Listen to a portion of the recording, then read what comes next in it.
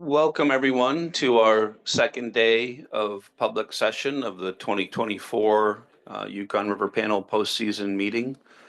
We're going to start this morning's proceedings with something that's not directly on the agenda, but we wanted to recognize and have a memoriam for some of our Alaskan and Canadian members of the panel, as well as of the Yukon River family that have recently passed. We will start with U.S. panel member Ragnar Ahlstrom providing a commentary about the loss of a recent U.S. section advisor, Mr. Edward Adams from Nunamiquah at the mouth of the Yukon River. Then we'll proceed to Mr. Co-Chair, who will provide some information of some recent losses in Yukon territory as well. And then we'll proceed with a moment of silence for all. So if I could ask Mr. Ragnar Ahlstrom to provide some comments on Mr. Edward Adams. Mr. Chairman, I feel pretty inadequate doing this, but I'm going to. So Edward Adams was an advisor to our panel, and unfortunately, he was an advisor during COVID. So, you know, a lot of folks might have not known him. Edward, who passed on last month, was from the village of Nunamiquah. He was a regional leader, and Jennifer Hooper from AVCP may say something after me. He was a chief of the AVCP region. He had a deep, deep love of the region, firstly. And then he represented his community, leader of Eskimo dancing and other events, name a board. And Edward was a very humble man. He usually started his testimony with a joke. And it was mostly a joke about himself. And one time I remember he stood in front of, I know it was us there at the North Council, he stood and he said, well, I spent 5 minutes looking for my glasses, and he pointed on his head. He was like that and very well loved in the region. And when I say not just the Lower Yukon, but the Yukon and Kuskokwim, had a lot of respect for his people and how they grew up and the conditions out there. He will be very, very missed. That was very, very apparent at his funeral at Nunamiquah. I mean, there was tears. He lived a long life, but just the absence of Edward not being in the village was very apparent. Mr. Chairman, and I don't know if Jennifer Hooper with AVCP would like to say anything.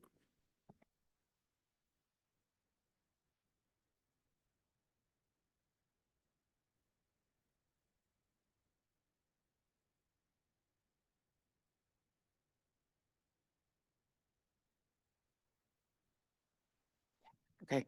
Hello. Good morning. Yeah, thank you, Ragnar. Edward, as he liked to always also refer to himself as Fast Eddie, was just like Ragnar said, very humble, quiet a lot of times, but he made sure to say his piece and contribute to conversations. He was within our tribal consortium structure, we have a first traditional chief and a second traditional chief. And I like to think Eddie got a few years practice as the second traditional chief, and then several years ago moved up to fill the role of first traditional chief. And he was very proud of that. He advocated all over the place, Beluga Whale Committee meetings, the panel here, fisheries, ICC assemblies, you name it. He was asked to carry on that really strong, very, very important role for our region and for his community. So definitely going to miss him and his wisdom and just his being. And so I appreciate the recognition here, and I will pass on back to our organization and administration, the recognition here. Thank you. Thanks very much, Ragnar and Jennifer, for those kind words. And it did actually bring back some memories of Edward's time with us here at the U.S. section. I'll now hand it off to Mr. Co-Chair. Thank you, Mr. Chair.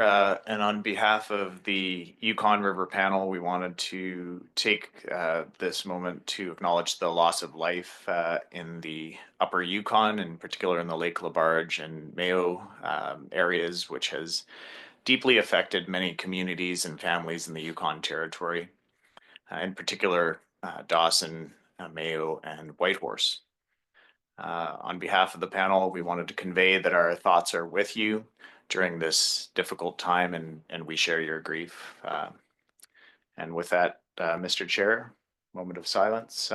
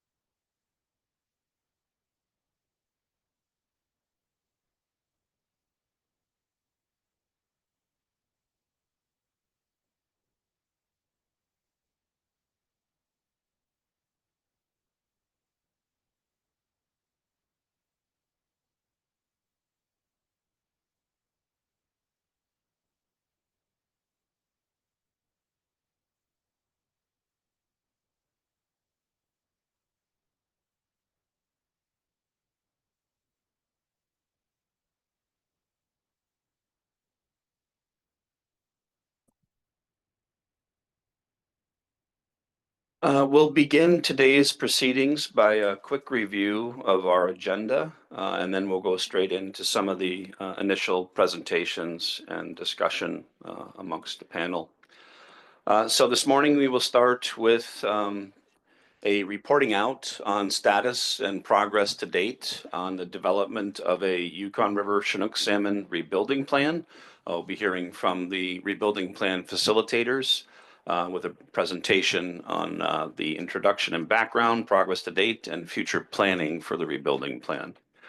We will then move into our reporting out on the Yukon River Salmon and Restoration Enhancement Fund. That'll be broken up into two general sections. The first section is reporting on the current status of existing projects and programs from the 2024 RNE Fund proposal, as well as the, excuse me, as well as the current status of funding and availability. They'll then go into the discussion and reporting out from our bilateral discussions on current 2025 project proposals and the result of any questions or feedback to proponents leading up to our final funding decisions at the April 2025 preseason meeting. We'll try and schedule our mid-morning break on time as much as possible. We'll then move into a presentation on the Victoria Gold Eagle Mine accident. That'll be comprised of two separate presentations, giving some information and updates on current status.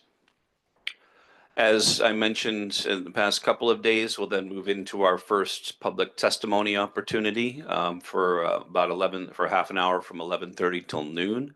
Again, as a reminder, any folks that are interested in providing public testimony, I believe that our slots are already full for the before lunch opportunity.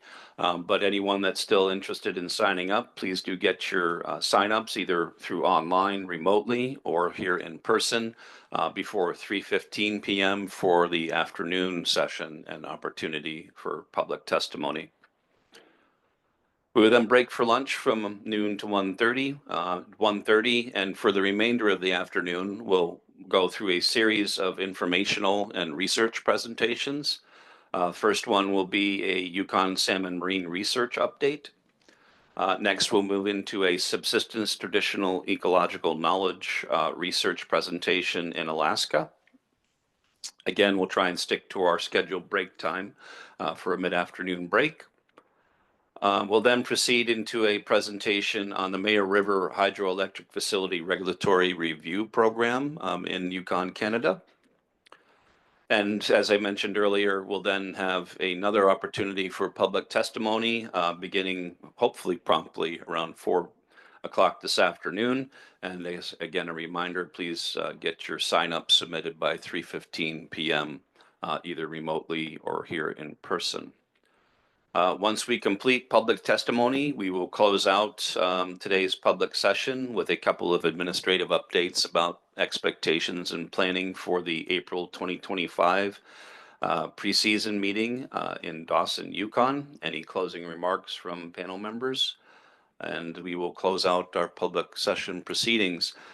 Depending on how public testimony goes, we may need to adjust the closeout of our agenda here today. But if there is time, just for panel members, advisors, and delegation members, we would like to try and accommodate a closed session debriefing and summary after we've completed and concluded our public session today. Mr. Chair, any additional comments? Thank you, Mr. Chair. No additional comments with respect to the agenda for today's session, but I did want to take this opportunity to thank our hosts in Alaska and more broadly the U.S. delegation for the hospitality at the public session reception yesterday evening, Mr. Chair. So thank you very much. Yes, thank you for that, Mr. Chair. I hope everyone enjoyed themselves that was able to attend. Certainly good food, good people, good conversation, and always a highlight of our panel meeting. So I'm glad everybody enjoyed that. Thank you, Mr. Chair. So we will move into our first presentation of the day from Ecofish Research. I will let them introduce themselves. And please feel free to come to the podium, Jason and Kirsten, and the floor is yours.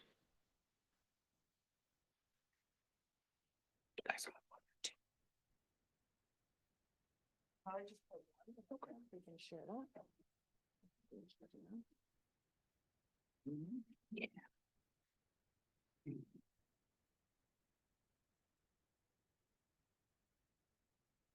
Okay. Which size?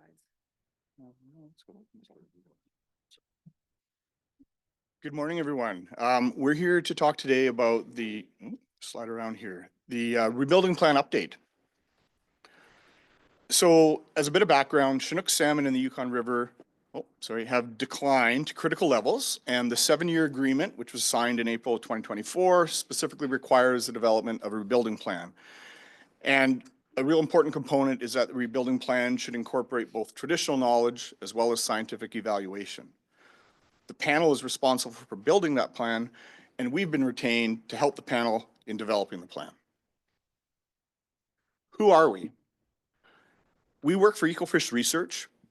It's part of Trinity Consultants' Water and Ecology team, and we're a multidisciplinary environmental consulting firm with expertise in fish, fish habitat, and fisheries management, among others. We have experience developing rebuilding plans for Chinook salmon and other species, and we kind of, I guess, excel at providing complex problem-solving solutions, and we work for a variety of clients: government, Indigenous groups, nonprofits, the public, and industry. So my name's Jason Kurtz. I'm a fisheries biologist. I'm a project director. I'm a facilitator, and I've worked on several rebuilding plans, and I'm currently working on a rebuilding plan for the Upper Fraser River Chinook. My turn. Hi, everybody. Can you guys hear us okay? Awesome. Okay. I'll introduce myself. My name is Kirsten Lyle. I am a project manager with Ecofish Research and also serving this project in the role of facilitator. I've worked with Jason pretty much every day for the last several years on a variety of the projects types that he's just explained. So we as a team are here to support the panel with the rebuilding plan. Next slide, please. So I'm going to give a sort of a narrative about the progress to date, just to get everyone caught up on what has happened since the initial discussions that were held around the rebuilding plan at the preseason meeting here in Anchorage in April. So since that time, following that meeting, we were hired as a facilitator. We came onto the project in October of 2024. immediately after that, we sort of dove into what was felt like drinking from the fire hose of getting caught up to speed as quickly as we could. So we worked with the Pacific Salmon Commission Secretariat for contracting, and we worked with the co-chairs to develop our work plan, a process we're calling just our sort of our onboarding. And then we worked with that team to prepare for the special session meeting number 1 in November of 2024. Next slide, please. So in November, that was the first special session meeting. So that was our opportunity to meet with the panel members in person for the first time. That meeting was held over the course of 2 days in Fairbanks. There was a lot of information shared. There was an incredible amount of effort put in by the panel members to tell us their stories, to tell us why this work was so important. We come from a technical background, so we understand the mechanics of the process, but it was a deeply moving opportunity for us to understand the stories and the personal aspect. And I just want, again, to thank everybody for sharing your stories so that we can understand the why behind the work. We had the opportunity to do a small sort of facilitated activity where we asked some specific questions around a few different components of the plan. We had a lot of dialogue. We had a lot of opportunity to chat with people outside of the meeting room, which was also very important for the relationship building component. Following those 2 days, we as Ecofish put together a meeting summary. Those were distributed to the panel members and meeting attendees. We did an analysis of the incredible amount of qualitative data, I'm calling it, that we obtained from that meeting. So there was sticky note exercises and discussions and conversations that all sort of needed to be collated and put together in a format that we could use to inform the next steps for our work, which was to draft a rebuilding plan framework. Next slide, please. So just going back to, we talked about the facilitated discussion. At the meeting, we asked the panel members to give us their thoughts on 3 specific questions. We wanted to know their opinions on what are the biggest threats to the Yukon River Chinook salmon. We wanted to know their opinions on which actions they think will have the most positive impact for rebuilding the Chinook salmon population. And we wanted to know their opinions on what was critical for us to know as facilitators, helping us get up to speed as quickly as possible for how our approach to this project can best serve their team, their group, their people, their personalities. So this infographic is just like a little flavor of the variety of responses that we received. I think there was over 350 sticky notes that I got to digitize and collate into a usable format. So again, just a huge thank you to the panel member for all the emotional labor and thought and input and value that they provided to us to help us with the initial draft of the rebuilding plan framework. So if we go to the next step, I'm going to pass it back to Jason, and he's going to let folks know just high level what that draft framework plan looked like. So I'll pass the mic back over. Yeah. Excuse me. So when we started thinking about what makes a rebuilding plan, there were 2 components that came out of the special session number 1 that were very clear. One, we needed some technical work. We needed to understand about the fish and the physical actions we could take to support them. But we also heard very strongly about the social cultural component of it. And I just want to take this moment to point out, we use some words here that have different meanings for different people. And we'll talk a little bit later at our session on Monday. We had a lot of discussion around what those words meant. And I want to acknowledge that we've got some work to do to make sure that the words resonate with people, that make sure that we all have an understanding of what different words mean. But really we saw 3 components that came out of this, the social cultural, the technical, but then there's also what we described as sort of this process framework. What's going to guide the overall process? I'll spend a few minutes and go through each of these. So the process framework, this guides the overall development. It speaks to things like the objectives, the scopes, the values, the priorities of the group and the process. It talks about the principles that we are going to use to develop a rebuilding plan. outlines roles and responsibilities, and some decision-making process support. And importantly, it has outreach and communication. I mentioned scope, and scope was one thing at meetings, special session number 1 that the panel asked us to go away and define a little bit. And so based on the discussions that we heard at session 1 and some follow-up, we can summarize the scope to include gravel to gravel. So what does that mean? That means the entire life cycle of the Chinook salmon. It means not just the river, but the watershed around the river and the marine environment. And it applies to all Chinook salmon within the Yukon River. We're going to consider things like fisheries, bycatch, harvest, hatcheries, management. We're going to consider land use, mining, roads, forestry, dams. We're going to think about some natural processes and climate change. There's been a lot of work put in so far, and we still have work to do on what the scope is, and also objectives and actions and some of those other things that I mentioned. My apologies for interrupting, Jason, but please do try and signal to go to next slide so yes. that they can move the slides forward. Thank you. Thank you. So the social cultural component, this is really where we emphasize the importance of the relationship between people and fish. We think it's important to have background about that, to provide the human dimension. It's going to cover Indigenous and other communities and users and government components. It's going to include things like stewardship, cultural practices, land guardians, cultural camps, food security, youth engagement, and lots more. On Monday, we had a lot of really good feedback about this, and we have a lot of work to do to broaden this. The third component is a technical component, and Kirsten mentioned that's sort of where our specialty mostly lies. We've taken the best that we can of a number of well-recognized approaches. We've learned from, or trying to learn from some lessons learned on other processes, other rebuilding plans, and making sure that it's tailored to the Yukon River. Essentially, the technical component asks 3 questions. What's the status of the population? What caused the decline? And how do we stop the decline and, importantly, reverse the trend?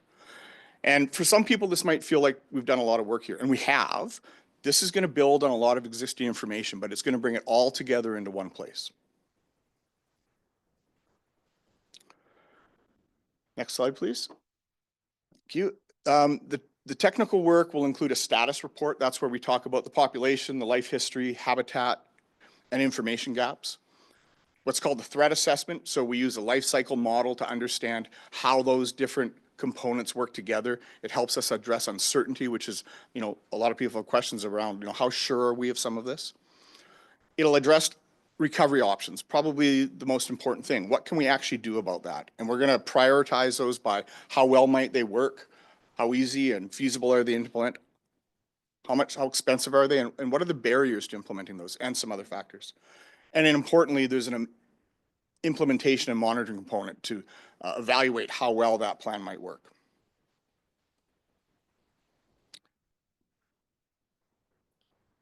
Okay, back over to me.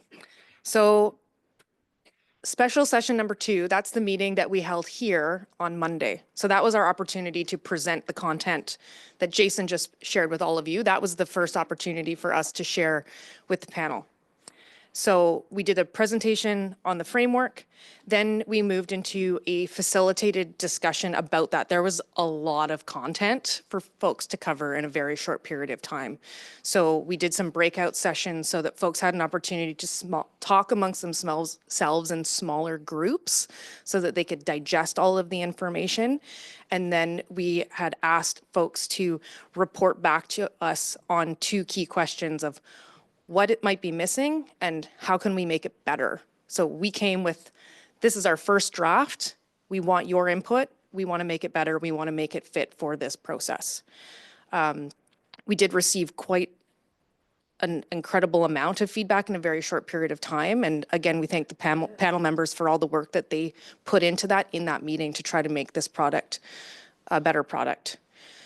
We did receive endorsement from the panel on the draft framework. We also received a task of taking the information that we got from the meeting, and now we get to go make version 2 of the framework. We are also going to be working on developing an implementation program. And I think I'm maybe moving ahead a slide. So let's just skip to the next slide. There we go. Okay, yes, so this is the next step slide. So those two things that I just said. We have to update the draft framework to reflect the feedback that we received from special session number 2. We have to develop a draft implementation plan. That's the who is doing what and when. Sounds like simple questions, but there's going to be a lot of consideration to put into that. And then we're going to get ready for a special session number 3 in April. So that meeting will be dedicated to finalizing the framework, reviewing the draft implementation plan, and continuing to develop core components of the rebuilding plan. So while this is an update for you folks today, and it seems like kind of the end of one chapter, Jason and I are going to take about a day to rest and recuperate, and then our team is going to get to work. We have a lot of work to do when we want to make meaningful progress between today and the April meeting. So while you may not hear from us for a little while, rest assured that the two of us and our teams will be working very, very hard in the background to continue the momentum that is required to make meaningful progress. And next slide, please. Finally, I just want to say thank you for your time today to listen to our presentation, and a sincere thank you to all the people of Anchorage. We've had incredible hospitality from the time that we arrived. There are amazing restaurants in this town, and we very much look forward to coming back. And we also look forward to seeing many of the familiar faces in this room again in April. So thank you. Thank you, Kirsten and Jason, for that comprehensive summary of the work that we've completed today, and clearly much more to come when it concerning the panel's development of a rebuilding plan. I'd like to open the floor to questions and comments from panel members. Andy, go ahead.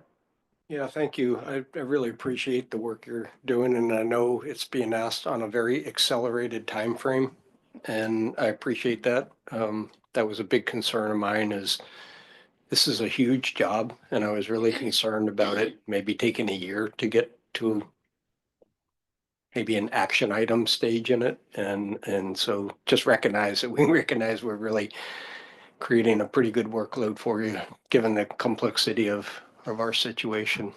So thank you. Thanks, Andy. Brandy, go ahead.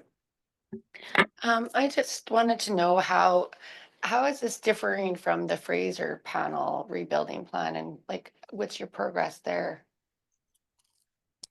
I can speak to that at a high level. So the work that we're doing for the Fraser River, for the Chinook rebuilding plan, or for the Upper Fraser River, that is work that we are doing specifically for the Pacific Salmon Foundation. So rather than through a formal panel process, it's for the nonprofit, and essentially it's almost like an experiment of like how quickly can we do a rebuilding plan, and really focusing on what a plan would look like, what's required, and what all of those elements are. And so we're not held to anybody else's schedule. It's essentially like, how many people can we throw at this as quickly as we can within that framework. So it's interesting that that process is happening at the same time as this process, and there will definitely be learning opportunities from what we're doing in that project and how we can apply it here. So there's a lot of similarities, but the framework that we're operating with, like the landscape, is very, very different, because it's a much smaller group of people, and it's sort of like almost hypothetical at this point. So where that goes in the next phase of the project will be to be determined. Does that answer the question? Yeah. I'll add something to that. So that rebuilding plan is focused on the technical component. There isn't the social part. We've been asked just to go away and figure out, if you want kind of the science behind it. In under a year, we're kind of at a stage now where we've gone through all 3 questions similar to this. We're using existing information, collating work that nations and federal, provincial government and other people have collected. So we've answered the 3 questions. What's the status? what are the factors influencing that, and then how do we address that? And we're just now going out to some consultation with some other groups just to sort of get the first take on it. You know, have we kind of got that right? Does that make sense? Are we missing some information? So very similar to this. We've learned a bunch of things along the way.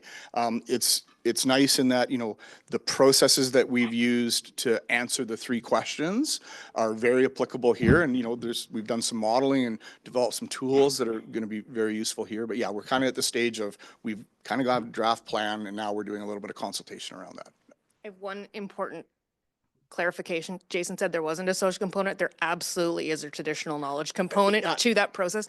We just aren't, like, that's not within our framework. So Yeah. it's very much there. We just haven't brought them together, and that's not part of our contract for that.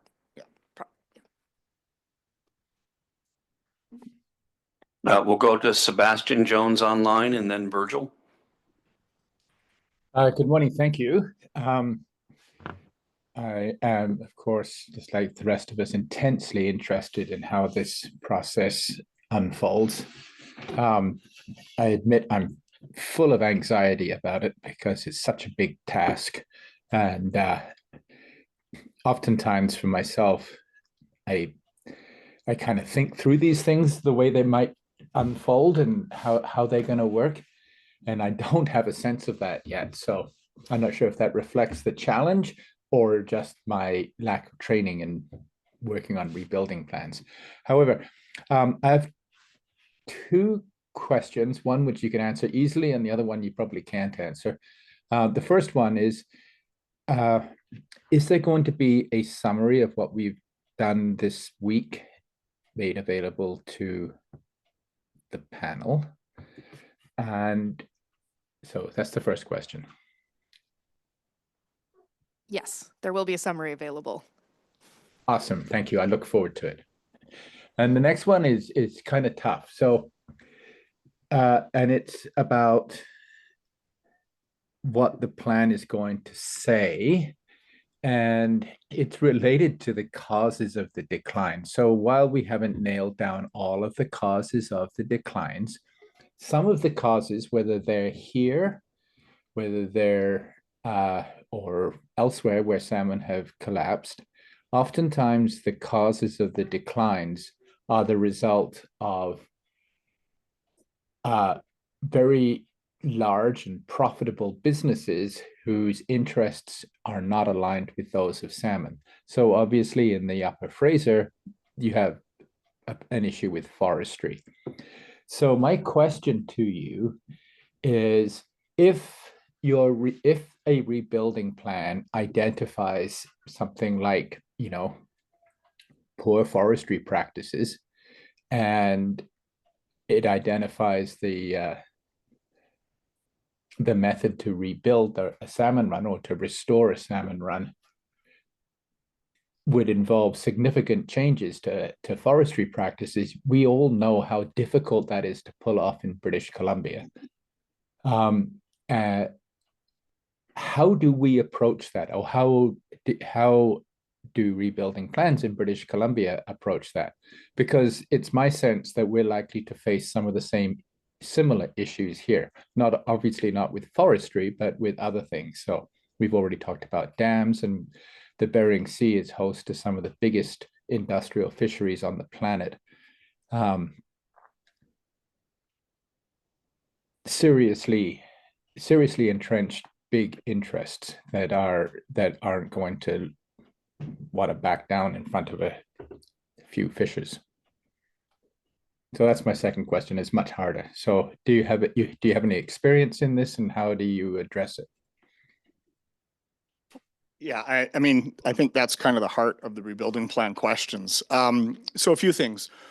One, the technical component, answering those 3 questions, understanding what are the pressures and how might changing those pressures affect the rebuilding of Chinook, is a key part to understand just how important are things like logging versus other issues. That lays out kind of like the you know, understanding the key factors. On the same time, you know, what do you do about them? Understanding, you know, one of the things I mentioned was feasibility. Sometimes things that are not feasible today may become feasible in the future. Sometimes that's due to things like policy changes. So that process will leave the panel in a position where they can clearly identify, what needs to be done and how much of a difference it might make. Some of what you spoke about, how do you change some of those practices that are beyond the control of the panel? Part of that comes out in the social cultural piece where you start thinking about stewardship and, we had government in there as one idea. So do you start thinking about making recommendations to policy changes? I've seen an example recently. I think a few folks here were down at a workshop in Vancouver just before Christmas looking at restoration. And while it wasn't under the full umbrella of a rebuilding plan, there were really good examples there of how, looking at the watershed level effects, they were actually doing some of their actions away from the river. They were addressing forestry. They were doing things like thinning second growth forests and repairing roads. So, it's not easy, but I think the holistic approach that we're suggesting that the panel's working with us on here will lay out the options, and there will be some tough things. The other thing that we're promoting, we've heard clearly from the group, is action while planning. So, as we work through this, some of those, more difficult conversations might come out, and maybe you start some of those conversations early so that when you get to the point of you have a rebuilding plan and you have the recommendations, you're not starting from scratch on trying to influence some of those factors that maybe are beyond our direct control. Thank you. Virgil, then Ragnar. Thank you. The Fraser River plant, is that for Chinook salmon or is that some other species? Yeah, it's for Chinook salmon on the upper portion of the watershed. Thank you. Ragnar, go ahead. Mr. Chairman, since this has come up, your work for the Pacific Salmon Foundation in regards to the rebuilding of the Fraser River stocks, the upper river stocks there. So is there any component of that rebuilding plan that has to do with hatcheries as a way to rebuild the Fraser stocks? Mr. Chair. Ragnar, that's a great question. I don't have a specific answer for you today, but I would be happy to follow up with you afterwards, if that's okay. And I would say, the idea of how do you maintain genetic diversity and how do you, maybe boost stocks, there's a number of ways to do that. So I don't know exact extent that hatcheries have been discussed, but we're thinking about sort of those broader pictures. One of the things that, for those that were involved Monday, our colleague, Dr. Todd Hatfield, gave an overview of the technical piece. And he talked about sort of the different areas that you can have, you can change effect. You can kind of do like the Band-Aid approach, what's the very bottom level, or you can try to address like the root cause. So I think, the idea, when people talk about hatcheries, is it a Band-Aid or is it addressing a root cause? We're thinking about things in those terms. I also think I just want to clarify the reason that I don't have an answer for you is not that the answer isn't there. It's just that I act as a project manager, like strictly on that role for that project. So I don't have the technical insights, but we can follow up.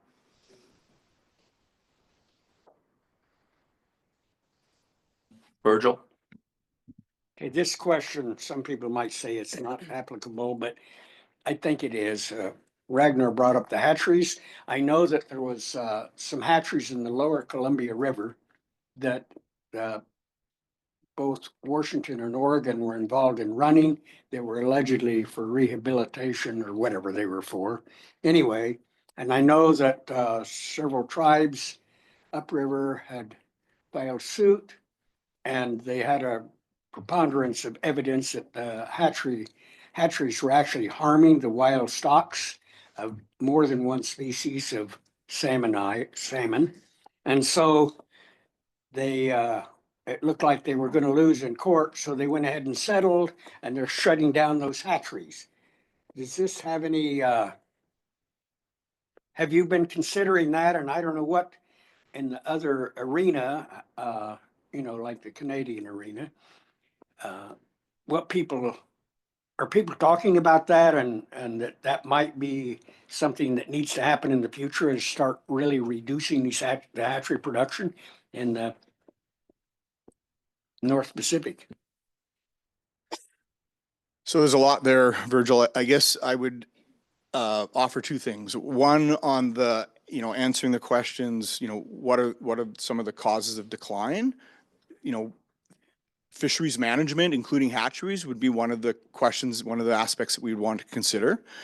It is very common on rebuilding plans on salmon and other species to consider what you would term conservation hatcheries. So sometimes that's to maintain genetic integrity of a population that's really small and on the verge of extinct. Sometimes it's in order to boost numbers, and those are things that we'll have to see where they fit. The one thing I would say is that there's no real easy answer to that. It takes a lot of careful consideration.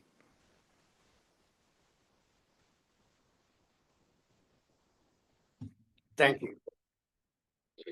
Any additional questions or comments for Jason and Kirsten?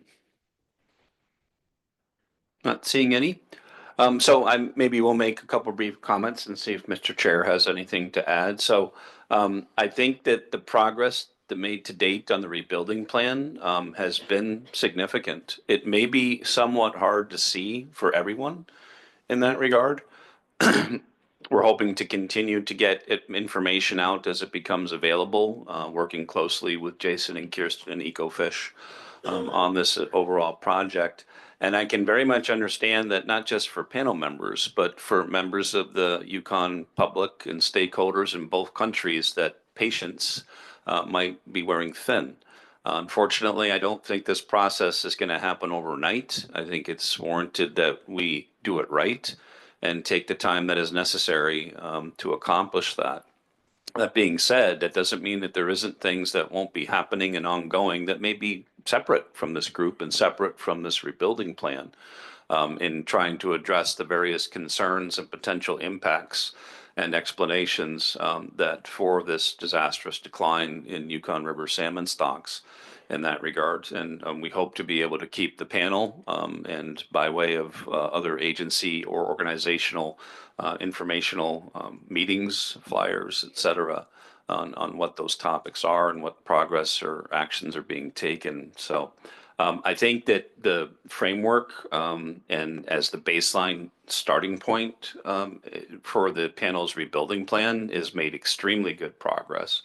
I was very impressed and appreciative of all the excellent feedback that panel members gave on that exercise to very much improve and add to and refine and finalize that framework. And I am hopeful looking to the future that once that framework is in place and the panel is comfortable with it in that regard, that then we'll start to see the actual actions starting to, the components and the rebuilding plan will contain starting to form potentially fairly quickly in that regard. So I look forward to all of those things. I'm pleased with the progress that the panel in particular has made to date with the assistance of Jason and Kirsten and EcoFish.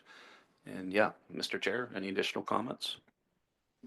Thank you, Mr. Chair. Just to, much like you did, highlight the importance of ensuring that we take the time to get the plan right, but then also acknowledge the need to take action as soon as possible. And so from a broader perspective, what I envision is that we will likely need to see actions on two parallel fronts, one with regards to development of the plan, and then the second with taking measures to conserve and start to rebuild Chinook salmon stocks concurrently, Mr. Chair.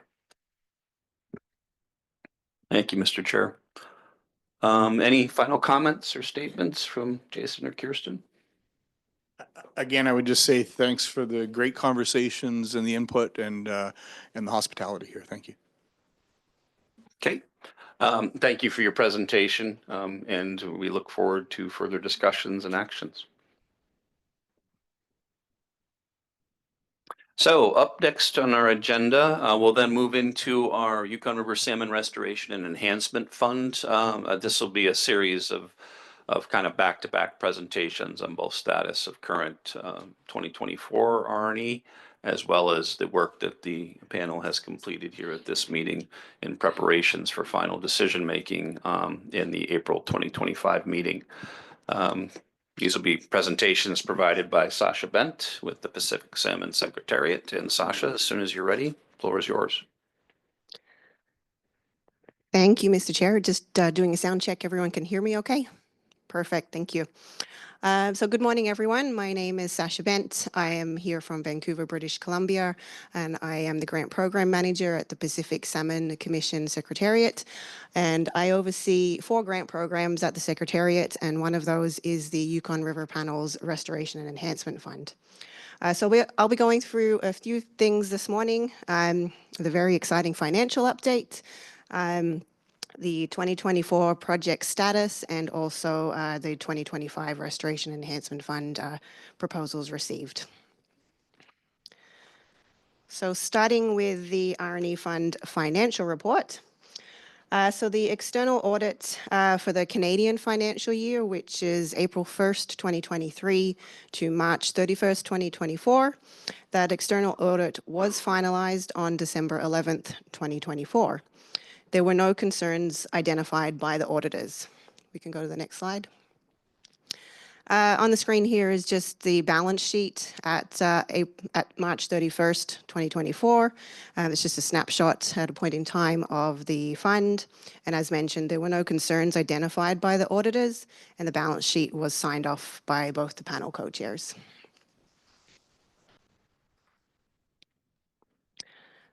So on this slide, you'll see the financial position of the RNE funds as of November 30th, 2024. That was the most recent financial statements I had from my accounting team. The opening balance in April was approximately 2 million Canadian dollars, and the 1.2 million US dollar contribution was received in June. Grants paid out from April 1st through to November 30th totaled roughly 1.8 million Canadian dollars, and around 110,000 in administration costs. At November 30th, the fund balance was roughly 1.78 million Canadian dollars. So currently there's just over $1 million Canadian dollars to be paid out for projects, and roughly 128,000 in administration estimated. That administration cost includes funds that were allocated to both the Communications Committee and the Traditional Knowledge Committee. Some of those may not be fully expended, so there might be some savings there for the panel. There are also some refunds expected from projects where they've reported underspends for the amounts that were allocated to them, which will leave an estimated balance of $682,000 at March 31st, 2025. Given the current exchange rates, over the 12-month average, it's roughly estimated that'll be just under 500,000 US dollars. Once we add in the expected 1.2 million contribution for 2025, we expect to receive that again around May or June. Subtracting any estimated admin costs, again, this is just an estimate, we'll finalize that at the April meeting. The current projected amount available for projects for 2025 is around 1.57 million US dollars. That amount, as mentioned, may change. It might increase slightly by the time the funding decisions are made in April, depending on the reporting for projects that complete between now and then, and any administration cost savings. I'll pause there and see if there's any questions on the financial statements. Any questions, comments, clarifications from panel members? Not seeing any. Feel free to proceed, Sasha. Okay. So moving in to the status of projects for 2024 and any other active projects as of last week, January 21st. In 2024, the RNE Fund supported 21 projects plus 2 additional Communications Committee projects. 2 projects that were supported in 2024 have reported to us that they have been completed. And then 2 projects that were approved for funding were cancelled. Both were unable to proceed. The remainder of the 2024 projects are ongoing, with most completing this year. In total, there are 22 projects that are still active and ongoing, and 3 of these projects are currently identified as having overdue reports. We can go to the next slide. So as mentioned, there are 19 active projects. All of these were projects that were funded in 2024. Some have anticipated end dates coming up in the next couple of weeks, with most due to complete in the spring and then later in 2025. I won't go through all of them, but this slide and the next just has those 19 projects listed.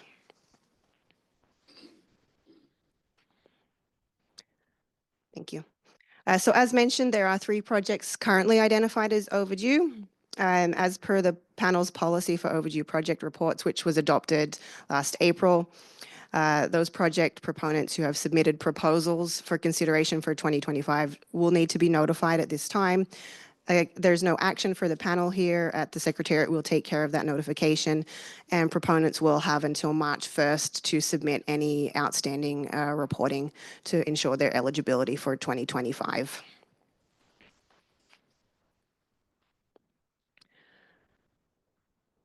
And as mentioned, since the panel last met, 9 projects have been completed. 1 project was from 2022, 6 projects from 2023, and then 2 projects from 2024. They're all listed on the slide here. And as previously mentioned, 2 projects from 2024 were cancelled. The first being the Canadian participation at the Yerdford 2024 pre-season meeting, which was an additional communications committee project. Unfortunately, that was cancelled just due to limited timing and ability to find Canadian attendees that were available to attend. And then the second was the Morley River and Nitzelin River Chinook stock restoration research. And as in previous years, that proponent cancelled the project activities in the season due to the low run size. And I'll pause there to see if there's any questions on the 2024 project status. Questions from panel members? I'll just, maybe for the benefit of the panel's record, on the previous slide, I believe not canceled projects completed, sorry, 1 additional overdue projects with overdue reporting. Ms. Ben, can you remind us what the implications are with regards to the status for the Yukon River Panel's funding decisions coming up in 2025? So as it currently stands, at the Secretariat, we'll notify proponents by February 15th of their ineligibility to receive funding from the R&E fund in the coming year if the final reports for the projects identified on the screen here are not submitted by March 1st.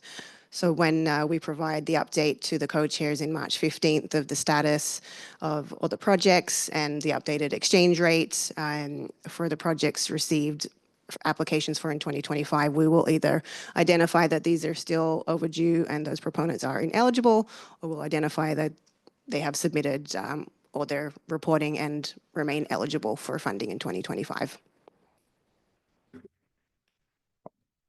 Thank you. Any further questions, comments from panel members? Not seeing any. Please proceed with the report. Okay, so for 2025, the call for proposals was posted on the Yukon River Panel website on May 6th. Former R&E fund applicants were notified at that time. And we also posted a reminder on the website 3 weeks prior to the deadline. The deadline this year was November 1st, and this is the 2nd year in a row where the deadline was extended beyond the previous October 1st deadline.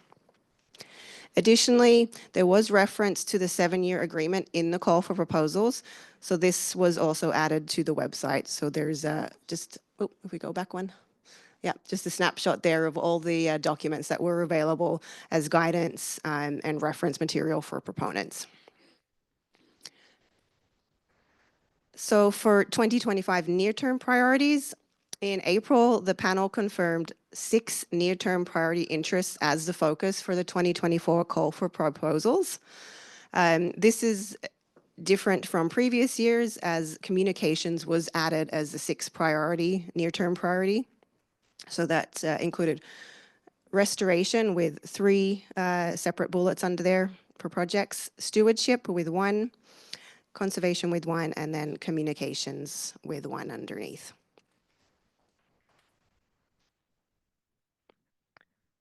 So looking at the proposals received, this year the panel received 29 project proposals for consideration.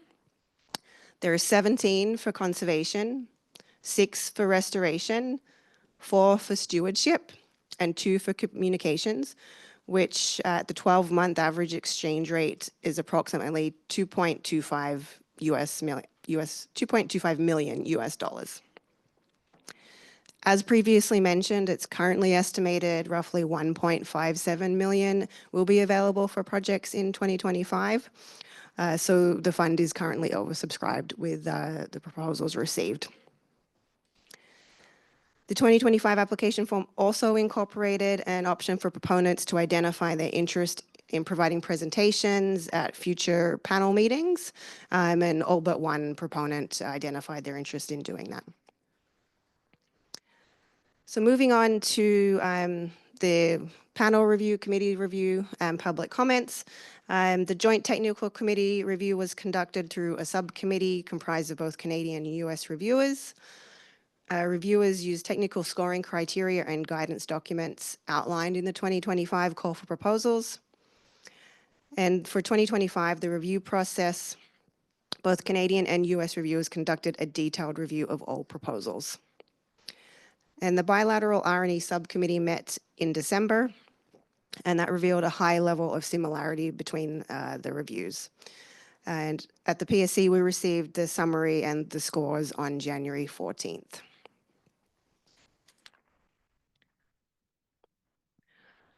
So additionally, the Traditional Knowledge Committee and Communications Committee also reviewed relevant applications. The Traditional Knowledge Committee was reviewing the stewardship and restoration proposals. There were 4 stewardship proposals for their review and 6 restoration proposals. There was a new review matrix provided to the committee, and they may be using that going forward before the April meeting. And they recently just met on Saturday to discuss those proposals. And then the Communications Committee met in December to review the 2 proposals, and again on Sunday just to confirm the review of those. Both committees did not identify any questions for the proponents. And I don't have a slide for this, but just in closed session this week, the panel discussed questions that were raised by both the Canadian and the US sections. 12 projects have been identified where questions will be forwarded by the PSC Secretariat to proponents for clarification. Proponents will have until March 1st to submit those responses, so we'll be sending those out sometime next week to proponents. And then finally, a summary of proposals received was posted on the panel's website for public to review. That was posted at the beginning of December. Public comments on proposals is open until March 15th. At this stage, we have not received any comments, but again, that's open until March 15th, and we'll report back on that at the April meeting as well. And that concludes. Mr. Chair, go ahead. Thank you, Mr. Chair, and thank you, Ms. Bent, for the presentation. Wanted to take the opportunity to emphasize the last point in your update, the opportunity for public comments. I know that in the panel's Restoration and Enhancement Fund procedures and protocols, the panel does provide the opportunity for members of the public or anyone to provide their opinion or advice for the panel's consideration on project proposals that are being considered by the panel.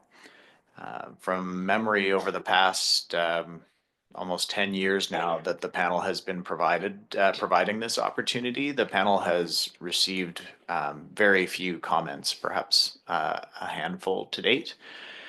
And so I'm really just kind of taking this opportunity to emphasize that the panel does benefit from information that's provided from individuals, from members of the public, in making its decisions with respect to projects that receive funding from the Restoration and Enhancement Fund for the 2025 upcoming year, and the forthcoming decisions, as Ms. Bent described. There is a long list of project proposals that are seeking funds from the Yukon River Panel, and certainly in excess of the funding available. So the panel will need to make some difficult decisions with respect to project funding commitments in the coming months. And we, of course, will be considering very closely the advice provided by the panel's Joint Technical Committee, the panel's Communications Committee, as well as the panel's Traditional Knowledge Committee, but would also, by extension, welcome perspectives from others. So with that, Ms. Bent, could you just very briefly describe how members of the public or individuals can find out more information on providing comments or becoming more aware of the proposals that are being considered by the panel, Mr. Chair? Yes, thank you very much. So it's very easy for the public to see the summary of the projects received. You can visit the Yukon River Panel's website, which is yukonriverpanel.com. And from there, there's a tab at the top for the Restoration Enhancement Fund. If you go there, you'll find a document with the summary of the 29 proposals. It's not the full proposals. That would be a lot of reading for the public, but the JTC has to go and read all of those full proposals. But it is just the overview that the proponents provide. We verbatim copy and paste those and put them in a shortened document for the public to review. And then if there's any feedback, the public can easily email the email address that is posted alongside with that document. And again, the deadline to provide that feedback is March 15th. Thank you, Sasha. Thank you, Mr. Chair, for that excellent update and additional information. Andy, go ahead. Yeah, thank you. I appreciate you bringing that up, Co-Chair Gouch. I guess I'm kind of wondering if and when that does happen, at what point will the panel members see those questions? Is that at the point where we meet in the springtime? Or is there a possibility for that to be circulated to panel members prior to that for consideration, since we're going to be selecting our projects by then?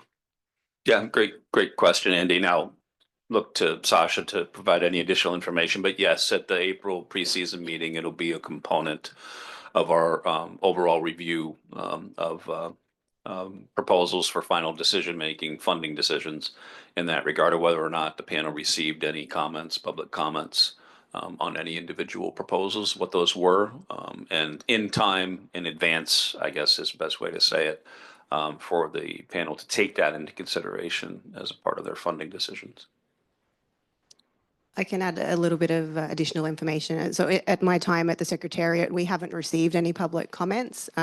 However, we do provide an update on the summary sheet of proposals received just due to fluctuations in exchange rate. Sometimes proponents will reduce the funding ask. Again, it hasn't happened in my time on this program, but on other programs that has happened. So if there's any changes to the funding ask in terms of a reduction, we'll provide that information to the co-chairs for circulation to the panel. And it's around the same time that deadline is. So if any comments do come in, I would aim to provide that summary at the same time of the comments as well.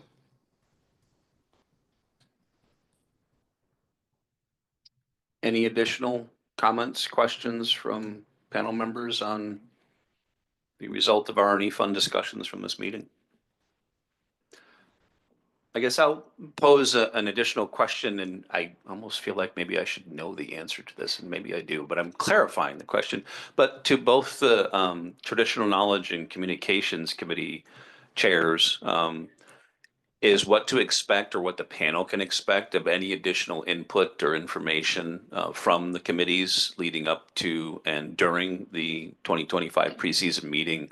Any additional review or recommendations, input that the panel should expect from those committees in to make final decisions in the spring meeting?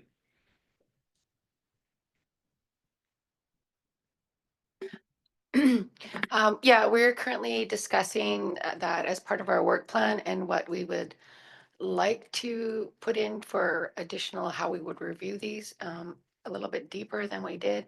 We didn't have much questions in the sense, but I did also build a kind of a spreadsheet going through with a number of considerations. So that will be, once we get all that done, that will be presented at the preseason and part of our work plan. Thank you. Excellent. And Andy on communication.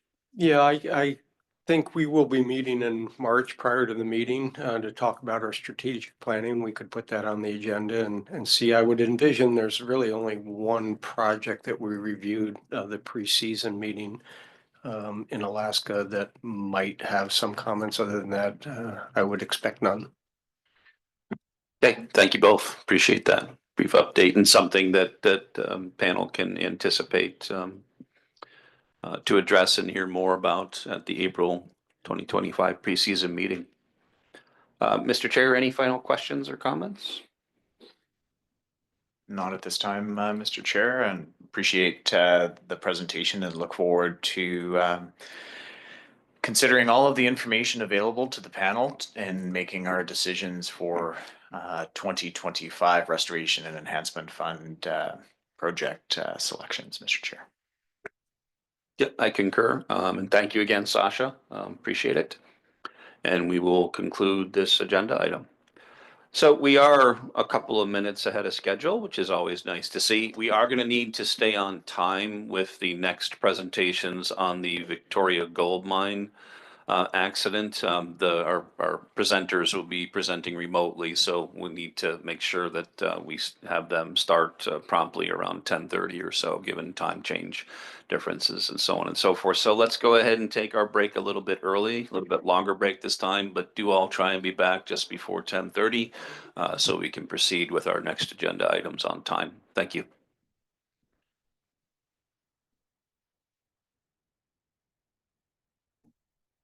Okay, thank you all for your promptness and returning to our agenda here. As I mentioned before the break, we're going to have a presentation under the same a couple of presentations under the same topic of the Victoria Gold Mine accident. And I do want to make another quick reminder that those that are interested in signing up for public testimony for the afternoon session, so towards the end of the day, again, get your signups either online or in person. Submitted before 3:15 p.m. today. With that, we'll go ahead to our first presenter. Aaron Dowd from the Yukon government will be providing a presentation on the Victoria Gold Eagle Mine accident. Aaron, I think you've joined us through Zoom. Can you hear us okay? And maybe give us a sound check on your end. Hi, good morning. I am here. Can you hear me? Yep, coming in loud and clear. Feel free to proceed. Perfect. Thank you. Thank you for having me here today. I appreciate the opportunity to come and present. I am going to be as brief as possible because I know that Carly Knight and Mark O'Donoghue are presenting on the environmental effects, which is probably of much more interest to people. So I'll provide an update on the Eagle Mine, what it was, what happened. And before I get started, I just want to acknowledge this is a big project. It's very complex. Many people are working on this across the departments of Yukon government, First Nation Anatranag Dun. We have the receivers team, PricewaterhouseCoopers, and all of the hardworking staff on site from the Victoria Gold Corporation. So you can advance to the next slide. So Today, I'll give you a brief history of the project and the area, go through what heap leach mining is, talk about what happened at site, the failure event itself, discuss how the receiver was appointed, go through what's happening on site for the remediation program, and talk about the next steps. You can move to the next slide, please. So the Eagle Gold Mine was operated by the Victoria Gold Corporation. You can see in the top right where the mine was in the Yukon. And along the bottom, you can see where the mine is in relation to the Yukon River watershed. So this was one of two operating hard rock mines in the Yukon. The other mine was the Keno Hills mine that's operated by Hecla. It was a 35,000 ton per day operation, an open pit mine that was the material from the open pit was processed in the heap leach facility. It had been operating for 4 years of a total 9-year planned mine life. Heap leach mines in the north are not common, but you may be aware of a heap leach mine in Alaska in Fort Knox. You can move forward. So just a quick history of the project area. This area has been explored for more than 100 years for both placer and quartz or hard rock. So there's placer operations that were in the valley where the mine is currently. The property itself was acquired by Strata Gold Corporation in 2004, and Victoria Gold took the mine over in 2009. The project itself was assessed by the Yukon Environmental Socioeconomic Assessment Board, and that started in 2010. It went through the system, came out with a decision document in 2013. In the Yukon, there are two regulatory bodies that govern quartz mining in the territory. So the quartz mining license, which is the department that I'm with, and we have the water license that's issued by the Yukon Water Board. So 2 licenses were issued for this mine. The quartz license, the production license, was issued in 2015, and the water license had an amendment to the license issued in 2019. The construction on the site itself began in 2017. Operations began in 2019, and the first gold pour was in 2019 as well. So you can go ahead to the next slide now. Just to orient people of what a heap leach is, this is a very simple diagram. It's not to scale to the site at all, but you can see in the bottom left-hand corner, there's an embankment. So this heap leach facility is a valley fill heap leach. So it is built up a valley and it's held back by an embankment. So the embankment's constructed. Behind that embankment is what we call the in-heap pond. That's where all the solutions are stored. And stacked in there is the ore. So the ore is it's crushed from the open pit and it's brought over to the heap leach facility. It's stacked in lifts. And as it's stacked, there's a cyanide solution that's applied. And it's applied with a sprinkler system or drip emitters across the surface. And what happens is cyanide goes onto the ore, it trickles through the ore, and it dissolves the gold, essentially. That dissolved gold travels through the ore stack and reports to that in-heap pond. From that pond, we pull what's called the pregnant solution, or the gold that's in the solution, over to the process facility. And in that process facility is where the gold bars are poured. And so once that's done, we have what we call a barren solution, where new cyanide has to be applied, and then it's sent back to the heap leach facility. So it operates kind of in a circular manner. It goes through the heap, goes to the pond, back to the facility, more cyanide's added, and it just keeps going in a cycle. It's intended to be a closed loop system. You can move to the next slide. So this is what happened. So on June 24th, we had a heap leach failure. And the way we're looking at this right now is across the embankment. So you can see these, I can't point, they're erosional gullies. You can see where there's been some carve outs. There's 5 of them kind of in a row. That's right where the embankment was.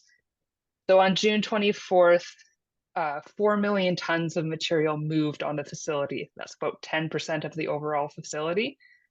2 million of it kind of slumped and stayed on the pad itself, and 2 million went over the embankment and down into the valley. It was about 1.5 kilometers, so 900 meters from the top of the facility down into the valley, where you can see this kind of little pond in the center of the photograph, and then it went another 600 meters down towards the pond in the background there. So that right now the cause of the failure itself is not known. That's being investigated by an independent review board. That review board is operating independent of Yukon government and all other agencies. So when the failure occurred, what we know happened is cyanide solution was released. So it went over the embankment into the environment. You can see in this photo evidence of, you know, that solution over the failed ore and into the valley. So it's released into the environment and it's trickling through, reporting into groundwater.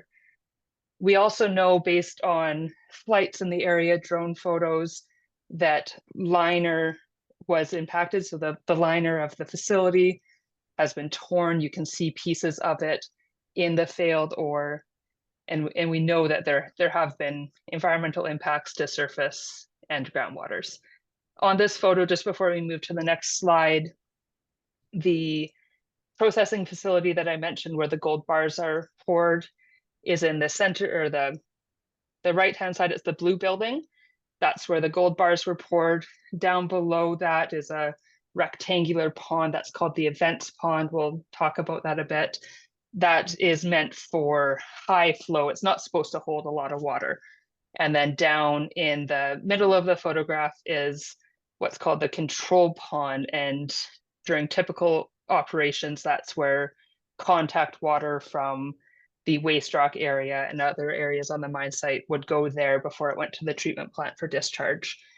And in the background is the Haggart Creek watershed. So you can see the creek running before you get to the mountains in the back there. You can move to the next slide, please. So when the failure occurred, there was an immediate response by the company on site, Victoria Gold Corp. Immediately, they built what's called check dams. They kind of put the little dams to capture the surface flows and route those into the ponds that we saw in the previous picture. So they set up areas where they could capture the visible surface flows, pump them into containment, and limit additional cyanide going into the environment. They were also doing additional environmental monitoring and reporting based on directions received from both the regulator and the enforcement agencies. What didn't happen was public communication from the company. So there was not a lot of information being shared by Victoria Gold to members of the public, and a lot of uncertainty was created by that.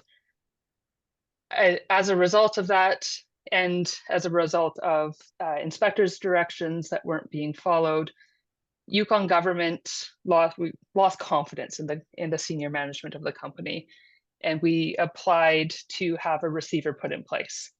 That application was supported by the First Nation and Notchinack Dun, and it's, you know, we had uncertainty over the finances of the company. Would they be able to remediate this project? We were concerned about the lack of information that was being provided, that the enforcement orders that were issued weren't being complied with, and just an overall concern for the environmental impacts of the area.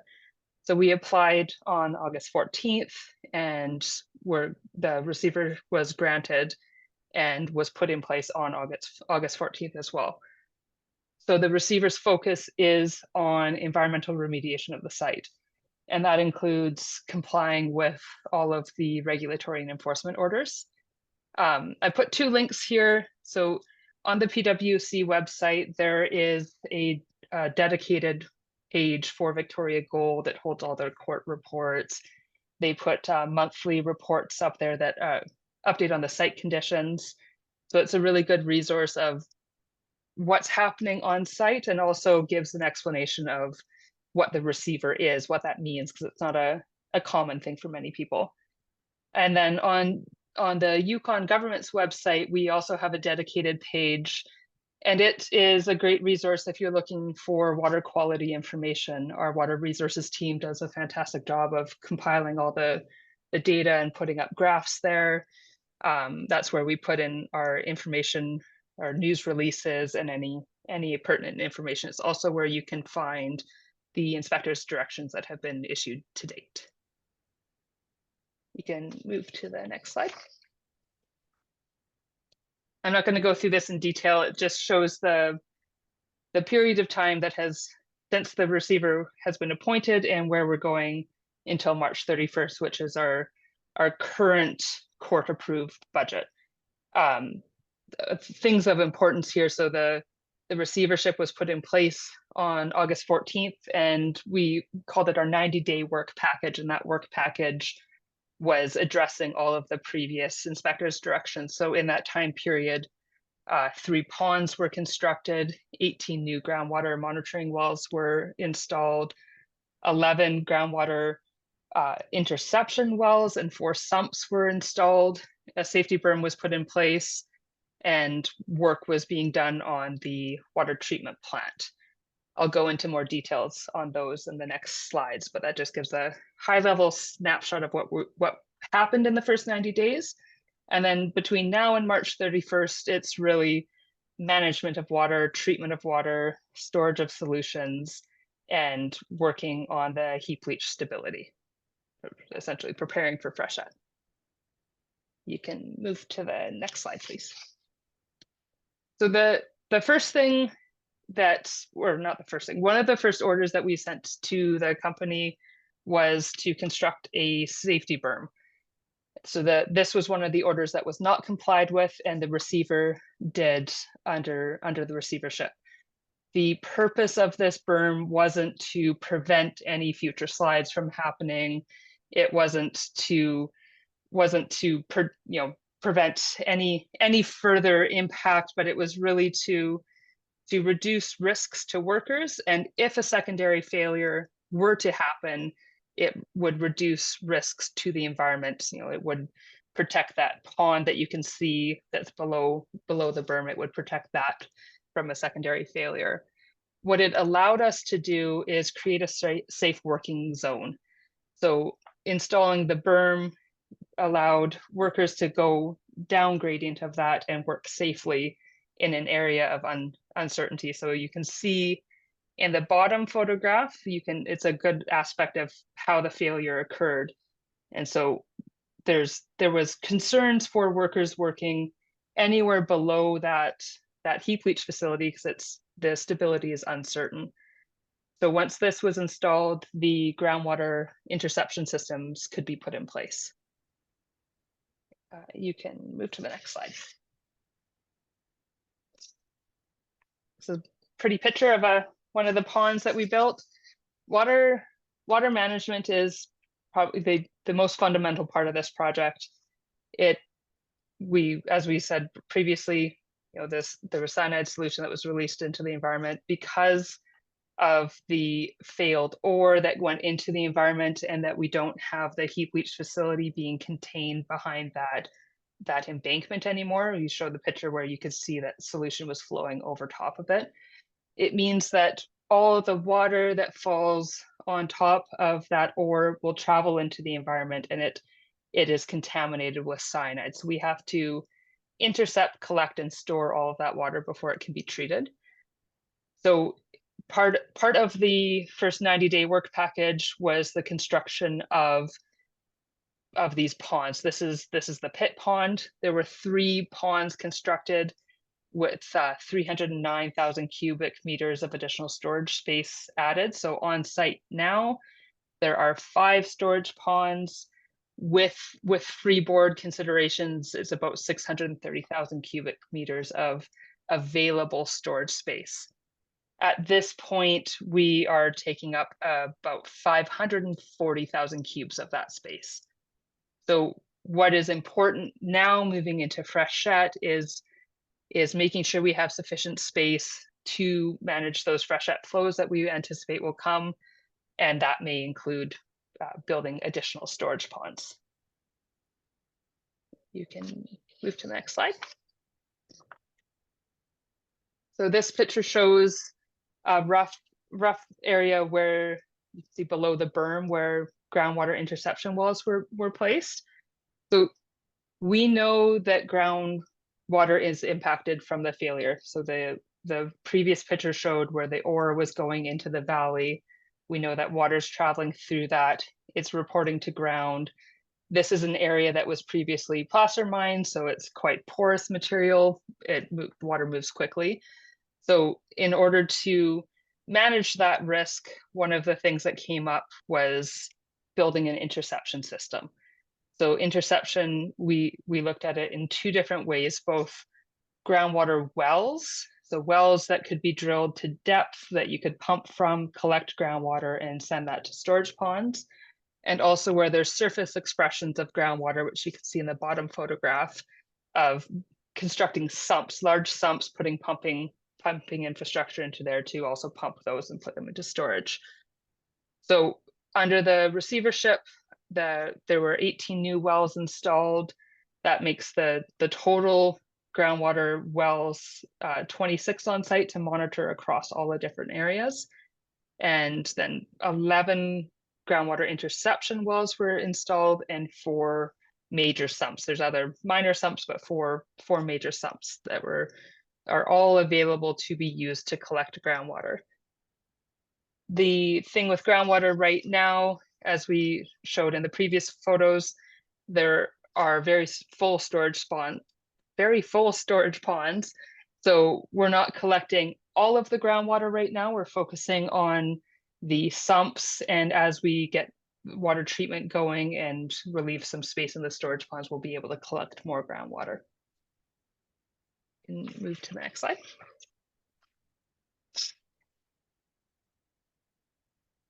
Another key aspect that will be critical for our freshet period is water treatment. The water treatment plant that was on site at the time of the failure did not have the ability to treat cyanide. So a lot of work has had to go into augmenting that plant and be able to make it so it can treat cyanide and produce non-toxic water that we're comfortable discharging into the environment. As you will have seen in news in early August under the direction of the company prior to the receivership, there was a discharge of effluent from the mine water treatment plant that resulted in the death of 68 fish. So we are doing everything that we can to make sure that the water treatment plant is producing effluent that is protective of the environment, and that is of fundamental importance to the receivers team and to the site team to make sure that the water that is coming off of the site will meet the criteria in the licenses and will not have the same impacts. So that's the plant that's there right now. But as we said, we have a lot of water on site, so there's going to be other avenues that will be explored on how to manage water, including separating streams from like contact water versus cyanide water, looking at different treatment approaches and capacities. And I think a good way to put it is there's really no stone unturned when it comes to water treatment. We have a very large team of experts from both Yukon government, First Nation and Natronagdan, and the receivers team that are all working on the water treatment solution. And move to the next slide. I won't go into this in great detail because I'm sure Mark and Carly will have more to present on this, but the water license and the quartz license have requirements for environmental monitoring both on and off site. The environmental monitoring includes surface water, groundwater, It also includes terrestrial, it includes aquatic, fisheries, benthics, meteorological, atmospheric measurements. So on site and off site, there are regulated requirements, but those regulated requirements were based on the pre-failure scenario. So Yukon government and First Nation Naturalist worked really closely together in developing a post-failure monitoring program, and that's the program that's still in place today, and it's expanded both the surface water and the groundwater monitoring programs on and off site, and it's a very adaptive monitoring plan where when we see things, a new sump or a new surface expression from groundwater is seen, we can send directions to the receivers team to say, hey, could you put in a sump there? We'd like to see that collected. We'd like to have a test there. So it's a dynamic monitoring program. I think we all understand the importance of those monitoring programs is really to show, are the mitigations on site effective? Do we need to do more? What's happening in the environment that could show that something different on site has to occur? So the data is being reviewed on a daily basis and is informing all the actions on site, and it informs what the regulator and the enforcement agencies do as well. Move to the next slide. So just what's next? I think that's a question that many people ask. Is we're going to keep doing the emergency works. We still consider this emergency, still responding to it in a very urgent manner. So there's a lot of work that's going to be done between now and freshet to prepare for freshet, building ponds, getting the water treatment plant commissioned and running, working on the heap leach facility, understanding the stability of that. The environmental monitoring is going to continue to be very key, and we're going to have to start doing the stabilization work of the heap leach facility. There's still investigations that have to go to determine where and how we can work safely on that piece of infrastructure. But that's really what's going to happen in the next 3 months, and then post freshet will be going into the remediation of the site itself. And that's what I have for you, everyone, today. And I think are we going to move over to Mark and Carly before questions, or are we pausing now for questions? We'll pause now for questions, Aaron. But before we go to that, thank you for a very comprehensive and informative presentation. This is much appreciated, and I'm sure will be more to come in the next presentation. I'd also like to double check of whether or not you'd be available to stay online with us through the end of the next presentation in case there's any additional questions that come up after that presentation is completed. Definitely. I'm not missing Mark and Carly. Very good to hear. Panel members, Virgil. Thank you. My first question is, how small do they crush the ore before they put it in their leach pile? It's fairly small. Sand grain, a little coarser than sand. Could you say that again? It's quite small. I don't have a picture or anything, but it's very fine crush. So it's not cobbles, it's not maybe boulders. 1/4 inch minus, or? Sand. Yeah. Do they mill it? No, it goes through. What I'm saying by mill it? It goes through a 3-stage crushing program, but it doesn't go through a milling process like a conventional mill. It does go through a milling process. No. It goes through a crushing circuit. Okay. Are there any other chemicals put in it besides cyanide? Because when they leach leach at copper mines, they put sulfuric acid solution on, is what goes down through the ground. Cyanide is the primary. I don't have the full specs of everything that goes in, but cyanide's the primary chemical that goes in. Okay, the 5 or 6 ponds that they built, do they have liners in them? And is that where the water that's contaminated is going, that's pumped up with the pumps? Yeah, so all ponds are lined, and every pond that we have, that's where we're pumping the impacted water. So it all contains some level of cyanide. And so the safety berm or dam or whatever you're going to call it, what type of material was it made from? It was built out of different rock that was on site. So there was some stockpiled rock that was there. It I don't think it contained any high grade, like any waste. It's not made out of ore. It's made out of waste material. Okay, thank you. Andy, go ahead. Then Stanley. Yeah, thank you. Could you define receivership and then freshet? I am not the best person to define the receivership, but that is the PricewaterhouseCoopers group, and they are the third party that has been brought in to manage the site. So they've effectively taken over the senior leadership role of Victoria Gold Corp, and so they are the responsible party for the site. And then freshet is the period of time where we get our spring melt.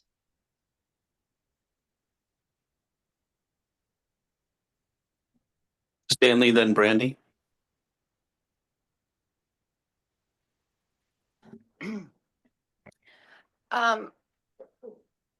Previous to the receivership and previous to this wastewater facility that you guys have now, there was, is it my understanding or am I wrong that there was no wastewater facility in place while Victoria Gold was in operation? Is this true? There was a water treatment plant that was Yes. constructed. It did not have the ability to treat and discharge cyanide water. Okay, but was that part of their the YESUB recommendations or part of what their water use license was? And that was to be put in place when they were operating? There was. Well, so let me rephrase that. So there, as per their water use license, it was one of their conditions that they had to have this treatment plant active while they were operating. Was that the case? Was it operational when they were under Victoria Gold? So the water treatment plant was operational for contact water. It could treat and discharge the mine contact water from the waste rock facilities, anything else traveling around there, but not cyanide impacted water. But was this not part of their water use license? There were requirements in their water use license. I would have to defer to my enforcement colleagues to be able to go through what was and was not in compliance. Okay, and then I have another question. I have two questions, sorry. And then the next question was, is it I guess some recent reports showed that the current ponds have leaked as well. Is this true? There is a pond, the Irosa Pond 2, where there's a leak occurring that's being investigated. So that pond is no longer getting water put into it. So it's just static in its current state, and the receiver and their team are doing additional environmental monitoring of that area and some investigations for additional mitigations. Okay, thank you. And my third question is the Yukon government still not considering a public inquiry instead of it's a private inquiry? This has been asked for from multiple organizations. Is it being considered? No decisions have been made on the public inquiry. Okay, thank you. We'll go to Stanley next and then Ragnar, and then I suggest we move on to our next presentation. There might be additional questions, comments that come from that, but go ahead, Stanley. Yeah, there might be answers in other presentations, but there's some questions I think need to be asked to the government. There's some due processes that they followed. YESUB with their assessors, definitely evaluated what they would, how would they maintain their mining in terms of containing cyanide within the tailings pond, and how they construct and design the tailings pond. Next question, did any of the cyanide with the water content get into the waterway? You said it went into the valley. I just want to know what got in the waterway before, how much of it did go in the waterway into the river system? How many volumes of water do you figure went from the tailings pond? So on the assessment piece, yes, it was assessed and went through 2 regulatory systems to look at the design, the construction, the operation of the facility, or of the whole mine site. As for how much water went into the environment, we don't have that number. But yes, we suspect, well, we don't suspect, we know that water would have gone into the receiving environment, because where you can see in this picture, the failed ore went directly over Dublin Gulch, which is a surface water. So the cyanide would have gone into that stream, and that stream reports to Haggart Creek. So I don't know the volumes or the quantities that would have gone all the way to Haggart Creek before being cut off by the slide itself. How long did that flow into that creek before they dammed it back up again? I How do much volume not water? know for certain. How many days, Happened how many with hours? How many hours? it was within the first day, within hours, but I don't have the exact timeline for you. Next question is, was there any research in downstream when the affluent went into the stream? So how it affected organic life and organic matter? Was there any research on that to look at that? Or I know the general public was asked not to go in that area. Mm-hmm. So there's an ongoing environmental monitoring program in that area that includes surface water. And in the fall, there was a benthic program. I would leave it to Mark and Carly to explain that more. I am not a biologist by any stretch of the imagination. I guess another question, just to throw it out there in the general public, since there's no answer, and to the government, is that when they're using cyanide,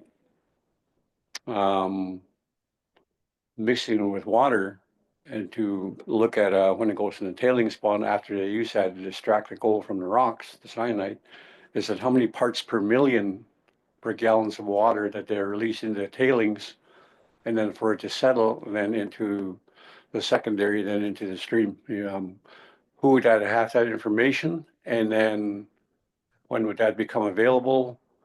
Since we're dealing on with some advisory authority board matters, and that type of thing, that we can definitely should have that information.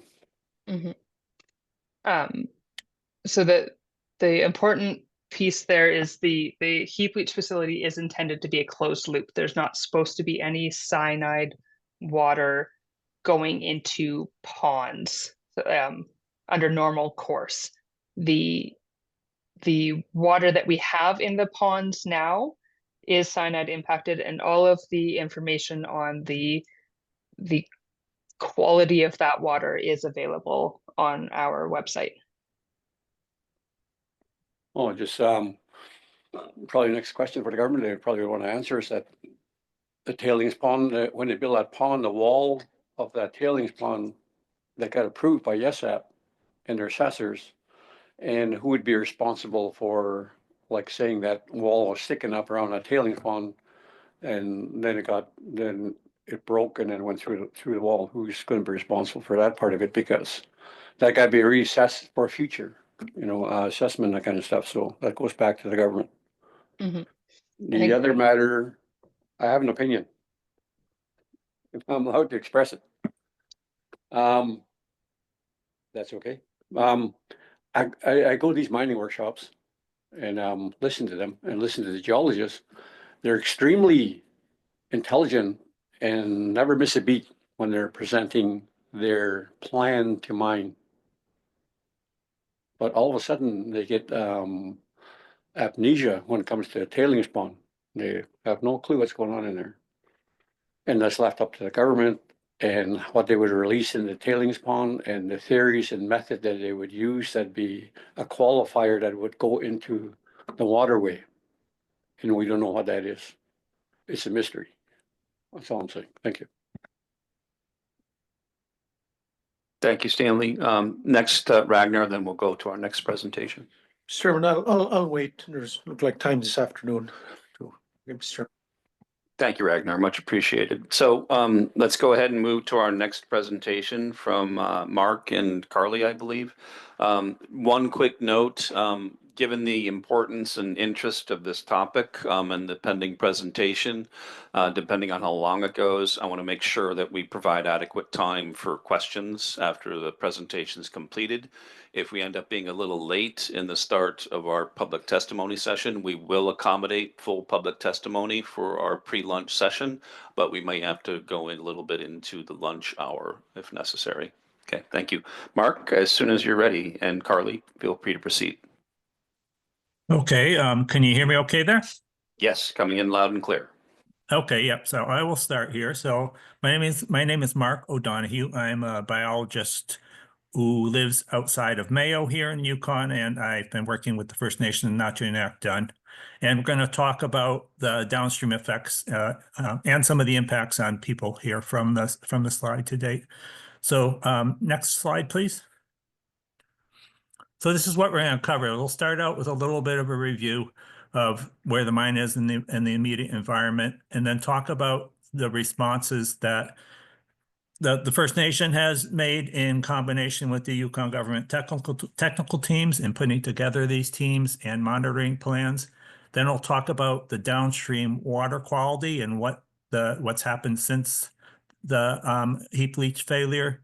We'll talk about our monitoring of fish, aquatic life, and then some of the uncertainties and risks that we're facing right now. And finally, I will finish with the impacts of, talk about some of the impacts on people, and then I'll pass it over to Carly, and she'll talk about same thing from some of the impacts of people from Trandakwa-Chin's point of view, and also some of the bigger picture items such as cumulative impacts. Next slide, please. So just a reminder, we've seen a lot of pictures from Aaron, and thanks, Aaron, for the really good intro there. It's the before and after, the left and right there, and the slide is outlined in red on the slide to the right there. Next slide, please. So this, again, the location of this is in the central Yukon, about 55 kilometers north of Mayo, in the headwaters of Haggard Creek. Next slide, please. And just to put this in a broader perspective, so the mine is 27 kilometers long. This is by river and creek distances down to the McQuestion River. And then it's 177 kilometers down from the mouth of the McQuestion River, which flows into the Stewart River. It is 329 kilometers from the Yukon River and 579 kilometers from the Alaskan border. So it just gives you some context there. Next slide, please. So this just shows the location of the mine in the Haggard Creek watershed. I'll come back to what all those little symbols mean when we talk about fish. Haggard Creek is a really important creek biologically and to the First Nation. The large tributary that comes in from the northeast there is called Lynx Creek, and that is considered an area of special consideration under the Placer regime here because of its fishery value. Next slide, please. Haggard Creek is well known from traditional knowledge and technical surveys to be used as for salmon spawning and rearing. In recent years, with the stocks declining, there's fairly low numbers of spawners getting up there, but it's still documented in recent time for rearing of salmon. This obviously is not a picture of a salmon. The creek is very important to grayling, and it's used for summer habitat. So there was a 1980s study that showed an estimated 11,000 grayling moving up into Lynx Creek alone for summer habitat. And there's a really important spring fishery at the mouth of Haggard Creek where it flows into the McQuestion, and I'll come back to that. Next slide, please. So I'm going to talk a little bit about the response to the slide. So within a week of the slide, Nachanekdun had hired a lot of expert contractors and organized a meeting with the different agencies.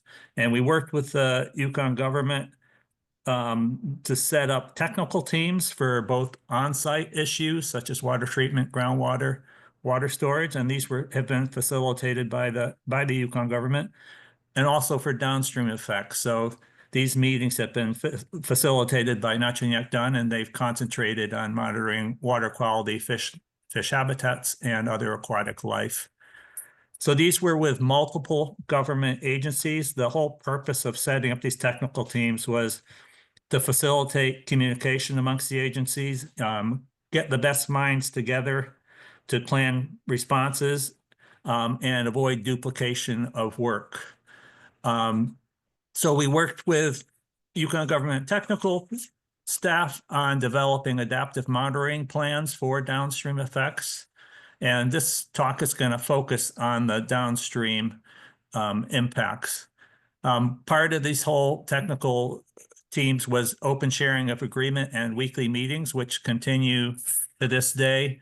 And we really at first took a triage approach. We focused our initial monitoring on water quality for obvious reasons and fish because they're so sensitive to cyanide. Next map, please. This is a map of the mine site, and then the inset has the whole Haggard Creek system down to the McQuestion River. And don't expect anyone to see details in there, but it's just to point out that we set up a monitoring plan for very intensive water sampling around the mine site itself, mostly using sites that have been used previously by the mine, so they have some long-term data associated with them. The blue dots and red dots are all places where we're monitoring water. Some of them are monitored daily, some less frequency. So the sample crews included Yukon government, Nachanekdun, and consultants, as well as staff from the company. And like I said, all the data are shared. The initial plans have been revised, or at least for water quality, was revised every couple of weeks, and we're still following these plans that we developed right after the failure. There's also, I won't go any further with these, but there's a series of groundwater and recovery wells drilled that Aaron talked about as well that are part of the monitoring plan. The next slide, please. I'm going to show you now some of the results of our water quality monitoring. This is a messy graph that's trying to make a pretty simple point from it, though. These are cyanide levels in the creeks, and there was one of the questions talked about, how much of this is reaching the creeks.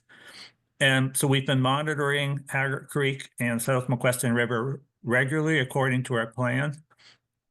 Each of these different dot colors on this thing is a different monitoring station, and they were all within 4 kilometers of the creek. And remember, the creek is 27 kilometers from the South McQuestion. The red line, dashed lines that go across there, the bottom one is the level at which you start seeing chronic effects on fish and aquatic life, and the upper one is where you start seeing acute effects, meaning that it can cause fish death. And so what we saw from this monitoring is all through the summer, water quality stayed quite good, and then late September it started declining. We started seeing higher levels of cyanide in the water. And so this graph goes from August on the left over to January on the right. So where we are right now is we still see an increasing trend. And for the 4 monitoring stations that are within 4 kilometers of the mine, all of them now are showing levels of cyanide above the level at which we'd see acute effects. Now it's not on this graph, but going further down the creek, we have seen effects down to about 8 kilometers south of the mine site where we're detecting cyanide. At that point, it's not up to the upper guideline, but it's up to the point where we start seeing chronic effects on fish and aquatic life. The next slide, please. So the same is true of some of the other metals that are in the ore. You know, they put cyanide on the ore to get the gold out, but there are lots of other minerals that can be contaminants in the water. This one shows cobalt, and the red line shows the water quality objectives. And again, we see the same pattern, is that it's an increasing trend that's continuing right now. And this is pretty much what we expected, unfortunately, because, you know, it's taken a while for this to get down. This is all in the groundwater, and it's slowly working its way towards the creek. We've been very successful in intercepting surface water, and so we haven't had problems with that, but the groundwater is slowly making its way into the creek now, and it's an increasing trend right now. So there's a number of other metals that this is the case for, but I'll just show you this one in the interest of time. The next slide, please. So that's a bit of a summary of what's happening with water quality. We are monitoring fish as well.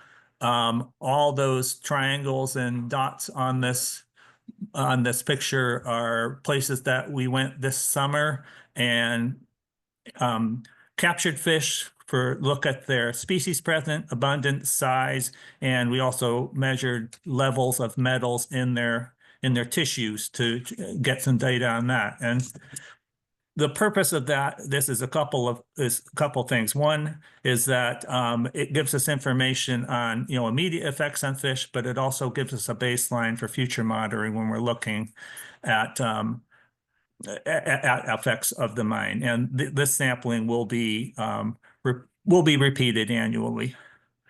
Next slide, please. And I should say that the sampling is done by teams from both the Yukon government and Natural done.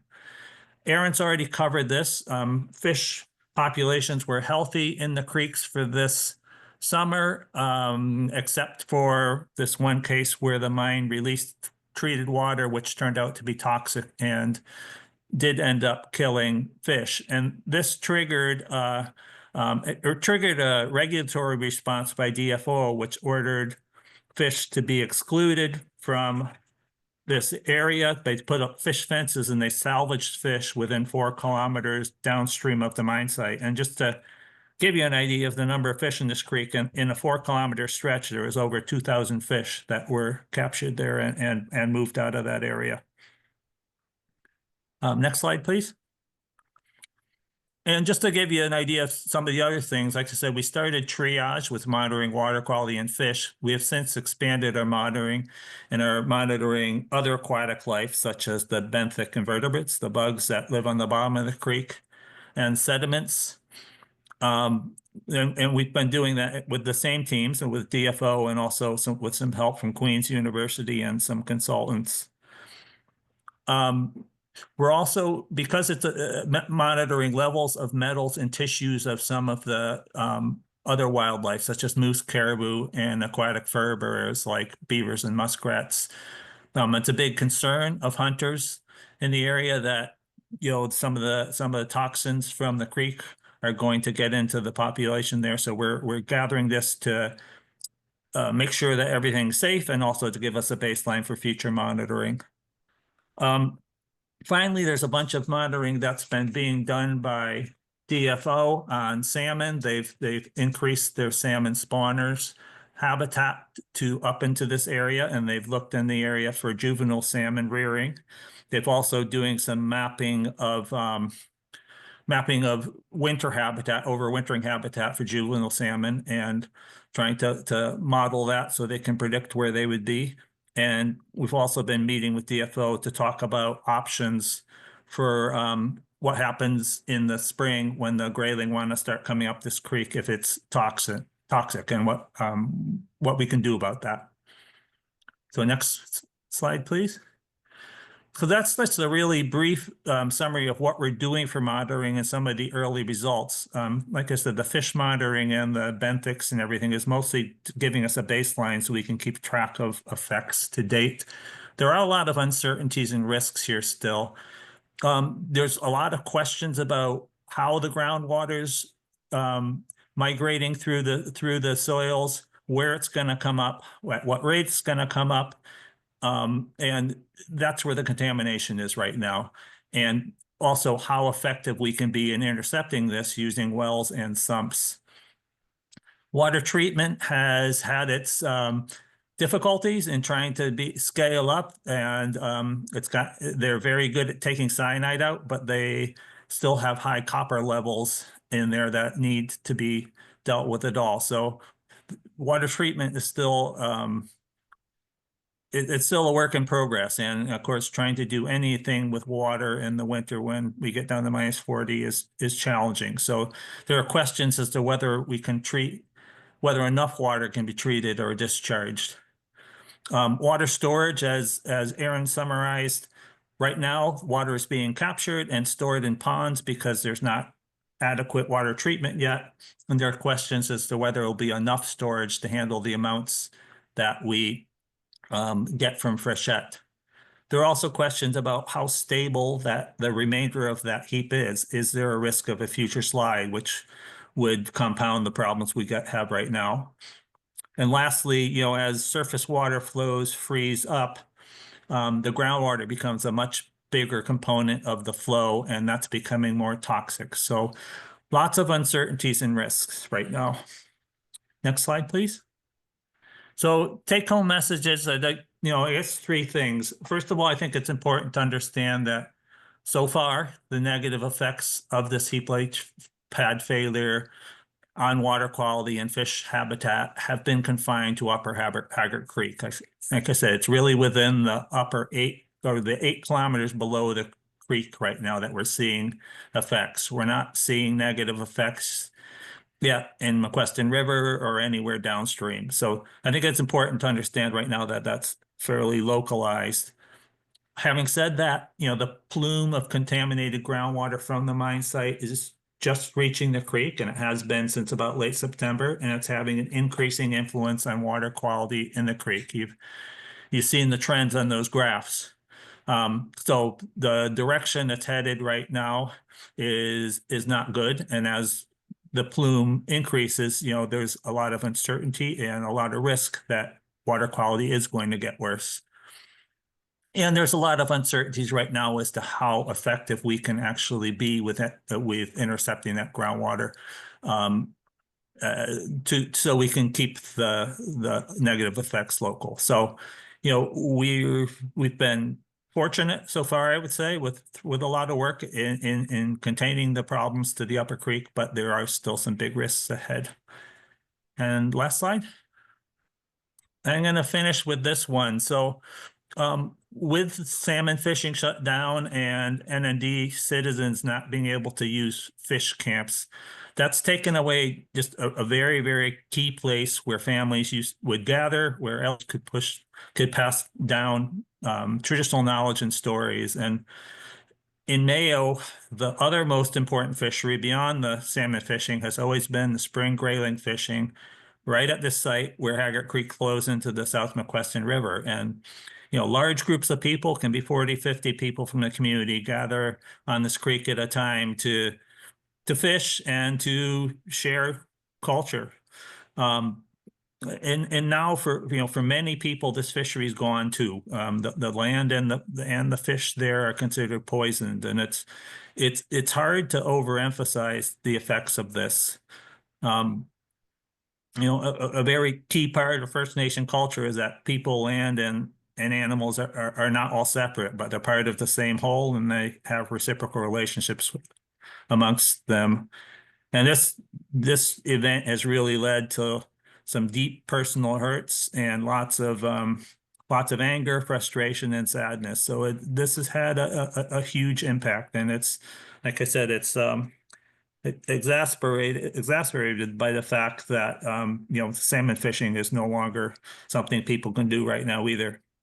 So NND has been working hard to monitor effects and prevent them from getting worse, and also to prevent more of the same from happening elsewhere. And to that end, First Nation has asked for a public inquiry, as was brought up in the questions, and has also asked for a moratorium on mining until we actually have land use planning.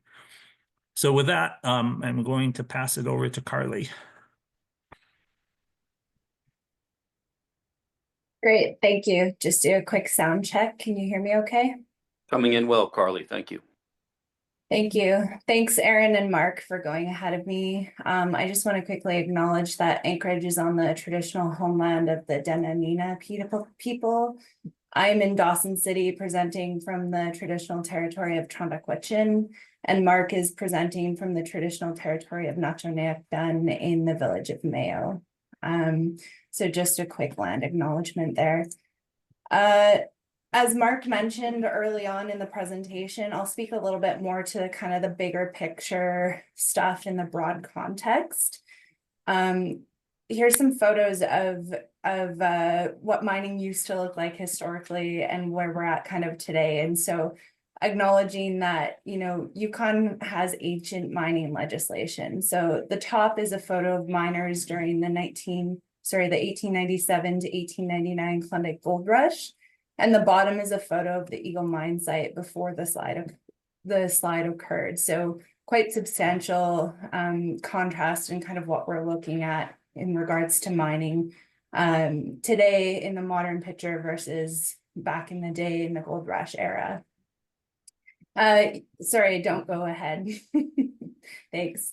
YG mining legislation is outdated and designed for pick and shovel operations originally, as noted in the first picture there. We're still using that same legislation to regulate larger mining operations and companies using much larger equipment.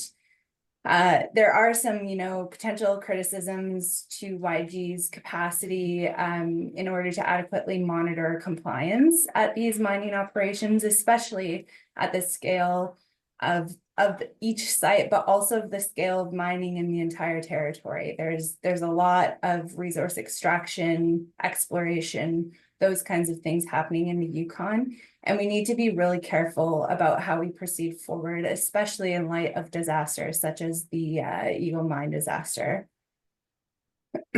Next slide, please. I wanted to throw this in here. As a reminder, Yukon is home to 14 First Nations, 11 of which are self-governing and hold land claims. Nacho-Neakdun signed their land claim in 1993, and Trondakwichin signed their land claim in 1998. Part of this, and Mark was alluding to this kind of in his last slide there, talking about land use planning, but part of the land claims process is a huge need for land use planning on the traditional territory. So a land use plan is a co-management blueprint which maps out development areas and essentially no-go zones prior to this kind of idea of business as usual ramping back up. So it's thought to be a new government to government relationship and hopefully build on respect. NND called for a moratorium on mining until the land use plan is implemented and legislation is updated. TH is currently undergoing a land use plan for the Dawson region, and NND has been pushing for a public inquiry, again, as Mark mentioned, to investigate both technical and regulatory causes of the disaster. The current independent review is just investigating the technical issues. Next slide, please. This document is not well known publicly, nor is it easy to locate, but if you dig hard on the internet, you can find a copy of it. Essentially, this company made 82 recommendations to Yukon government, energy, mines, and resources, which are tasked with the enforcement of mining in Yukon. They also listed that within 2 years of the Eagle Mine operations, there were 4 cyanide spills that occurred and poor water management on site. So this was all prior to the large failure that we're talking about from the past summer. And there were inadequacies under Victoria Gold's water use license and quartz mining license. The results of each review phase have been documented in a total of 5 separate technical memos, which were published as well. So I can provide more information on that at a further time if you have questions. But essentially, of the 82 recommendations on what to look for as inspectors of a mine and what to fix, it's not clear if EMR, Energy Mines and Resources, took any of the recommendations to action. The report noted 2 years into Eagle Mine's operation, again, 4 cyanide spills, poor water management, and created 82 recommendations designed to clean things up. Minister Stryker, who's the Minister of Energy Mines and Resources for Yukon government, says an independent investigation as to the underlying cause will get a clearer picture, but not sure we'll ever get the complete picture. To TH, and I'm sure to others, that's not appropriate. So we need to do better moving forward. When asked, was there a flaw in the Vic Gold's Eagle Mine design, Minister Stryker said that there must be a technical reason why it happened, but he wasn't sure what that was. Next slide, please. This is again, just kind of highlighting what I just mentioned about the non-compliance history at the site. Going back to 2019, there were no water treatment capacity. The storage of water in the events pond was occurring. And the events pond, and sorry, Aaron, if I brutalize this, but you can speak better to it than I can, but it's not intended for storage of water. It's intended for treatment. But in 2019, there was storage occurring in the events pond, or it was meant to be left empty in the case of an event where they needed extra storage. In 2020, there was still no water treatment capacity.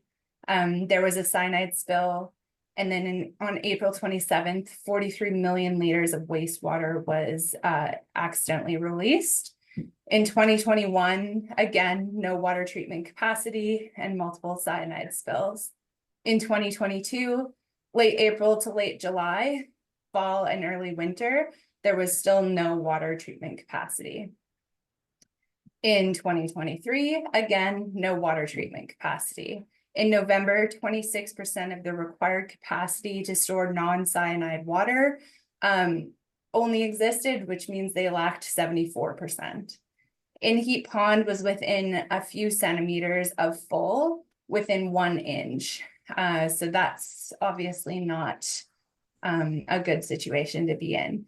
The events pond had greater than 200,000 cubic meters or 52.8 million gallons of non-cyanide water. Again, this events pond is meant to be left open in case of an event that occurs and they can have extra storage. It's not meant to be a long-term storage solution. The amount of cyanide solution circulating in the leaching facility was 700,000 cubic meters or 184.9 million gallons, with only 350,000 cubic meters or 92.4 million gallons of storage available. And there were multiple Waters Act violations that occurred in 2023. In 2024, on January 17th, there was a landslide on its heap leach facility caused from placing ore on a single lift 30 meters or 98 feet from the crest of the slope, which significantly exceeds the designed height of the 12 meter or 39 foot per bench. Again, in 2024, cyanide treatment capacity included 4 meters cubed or 1,057 gallons in the reaction tank. Oh, sorry, somebody's unmuted. Not connected, and plywood box with pumps and lines that could be connected to mix reagents if needed. The system was never tested for cyanide destruction. Next slide, please. So that all happened before the disaster, and this is now after the heap leach failure that we're talking about. So In June 2024, on the 24th, the failure occurred, which dumped tens of thousands of cubic meters of cyanide solution into Dublin Gulch, as Aaron explained. It destroyed the pumping systems that would keep 700,000 cubic meters of cyanide solution circulating in the heap. The solution would drain eventually into the valley. Between June 24th and July 3rd, there was water supply well.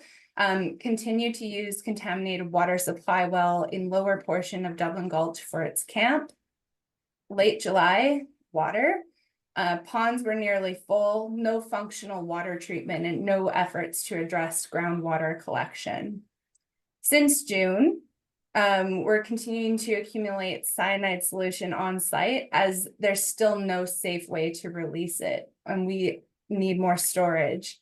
No groundwater collection systems in place. Groundwater is contaminating Haggart Creek again, which is a tributary to McQuestion, to Stewart, to the Yukon. There's focus on building more water storage capacity at the site, although one of the new storage ponds is leaking and is no longer able to be used. And there has been a safety burn that was built, as Aaron mentioned, and there's been wells that have been drilled. But again, with nowhere to put the water, we haven't been able to do any pumping, but we can use some of those sites for monitoring purposes. And then just a quick quote from a letter from NND on July 29th to YG. The Eagle Gold Mine has been a regulatory catastrophe from its inception to its collapse. And I thought that was really pertinent to add in here. Next slide, please. Mark spoke to this a little bit, but just to kind of add a little bit, the human dimensions piece. Ever since the slide occurred, there's been a real lack of communication, specifically from Yukon government from the start, which has actually sparked a lot of misinformation. There's fear that's happened, and fear has done immense damage regarding the state of environment and what is harvested from the land and water, which again, Mark spoke to the relationship of First People and being holistic and those kinds of things, and fear and this interruption of that relationship and kind of what it looks like moving forward is unknown. There's a lot of questions going around. Is the water safe to drink? Is it safe to eat the animals harvested in the area? What are the risks for anyone using the land in the area? And can contaminants build up in animals? So Mark spoke to some of the monitoring work that's being done, but there's still a lot of questions and not a lot of answers at this point. YG EMR Minister Stryker assures community members that the water is safe to drink, but I think I was in Africa for the last month, and I'm pretty sure that that's been updated, and YG has publicly told people not to drink the water. Next slide, please. So this chart is from the Joint Technical Committee's 2024 report, looking at the stock aggregate. So not only are there juveniles in Haggart Creek, but there's also adult Chinook salmon in Haggart and McQuestion River. And juveniles from the McQuestion River could be rearing in the proximity of the mine. And so I've just circled the percentages there at the bottom. And the Stewart River makes up 6.4% of that stock aggregate. Next slide, please. And then, so Tronic-Wachin is downstream of the Eagle Mine disaster on the Yukon River. And so as part of that, we've taken some actions in monitoring to at least get some baseline information if and when there may be a contaminant plume that comes downriver. So on July 5th, we contracted EDI to do water quality monitoring at 7 sites along the McQuestion River, the Stewart River, and the Yukon River. So If you look at the map, again, the top right dot is the site of Eagle Mine on Haggart Creek, which flows into McQuestion, which then flows into the Stewart. And then kind of going up the left-hand side is up to Dawson and then into Alaska. So the July sampling event, there was one exceedance of chromium at the TH traditional territory border. And if you look kind of in the center of that graph, that first star right on the borders is that location. There were no cyanide, mercury, or ammonia detected in any of those sampling events. On November 8th, we, in preparation for the winter, wanted to have at least one more sampling event before there was too much ice to do it easily. So we had water quality monitoring at 3 sites along the McQuestion River. And since there were no exceedances in the previous sampling event, we decided that we would just do the upstream sites rather than the whole 7 sites. So in the November sampling event, there were no exceedances of any applicable guidelines noted at any of the sites. There was no cyanide, mercury, or ammonia detected. Kind of moving and looking into the future, what's next for TH and monitoring right now? In preparation for Frechette 2025, TH has set up an incident command system in Dawson City with the City of Dawson, Yukon government, and supported by the Canadian Red Cross, Canadian Rangers, and others. We also have water quality monitoring at sites on an as needed or desired basis. So if there's any kind of question about changes in the water, we're ready to go to take more sampling if need be. And we'd also like to include methyl mercury parameters in any future water quality testing. Next slide, please. So next steps and priorities, Mark and I kind of prepared this together, but I'll go through, and Mark, if you have anything to add, please jump in. So pumping and treating of groundwater, preparing water storage and treatment for the spring freshet, moving from emergency response towards a long-term restoration plan, determining effects on wildlife, which also includes fish and plants for harvesting and gathering in the area. And I think kind of expanding on that is that human dimensions and relationship piece that keeps coming up. Public inquiry and freeze on new mining as per Chief Hope of Natwanayak Dun, including an independent review board and possible withdrawals of staking in areas of cultural or environmental significance. Updating Yukon Minerals Act, which is underway and has been for a number of years. Hopefully this will be a push to kind of get that completed and make that a priority. And then Habitat Regulatory Working Group. Next slide, please. That's the end of our presentation. I just want to say Masi Cho for powering through. I know that was a lot of slides and a lot of information. Thanks. Thank you, Mark and Carly, for a very informative and comprehensive presentation. It's very much appreciated in that regard. I think first we'll go to Sven Pauken online, and then we'll go to Andy Bassage. Yeah, can you hear me? We can, Sven. Thank you. All right. I want to thank Mark and Carly for that presentation. Very informative. I did get the download from the previous emails you sent. I did not have Mark and Carly's presentation in the download. Is it possible that we can get these sent out if you guys have them there at the meeting itself? Yep, absolutely. It was definitely something that came in a little later. I'm actually in the process of sending out an email to our at least US remote attendees with some additional presentation copies. So we'll get those presentations as well as this one out to all of our US remote attendees, Sven. So stand by on that. But thank you for asking as well.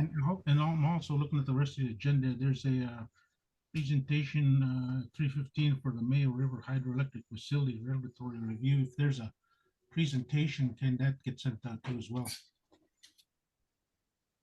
Yep, that's the ones I'm working on right now, Sven. You should see them in your inbox here soon.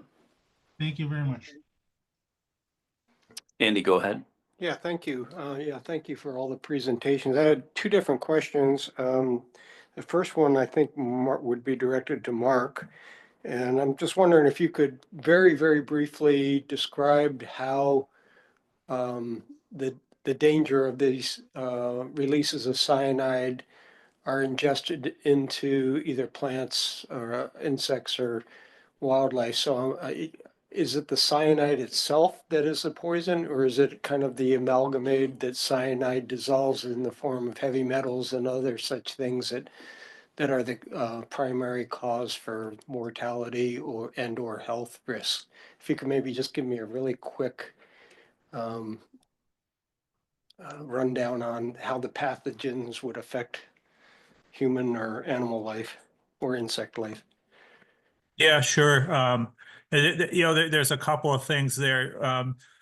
The cyanide itself, it can have, if it's taken in the water or something that's been through plants, it can have in high enough amounts, it actually leads to an animal's death. It interferes with respiration. It can interfere with quite a few other functions in fish and animals. But typically cyanide poisoning is lethal. Cyanide is not something that it doesn't accumulate in tissues like metals. So the reason we're doing like the sampling of fish right now and the sampling of moose and caribou tissues is mostly aimed at other of other heavy metals. Like I said, cyanide doesn't accumulate.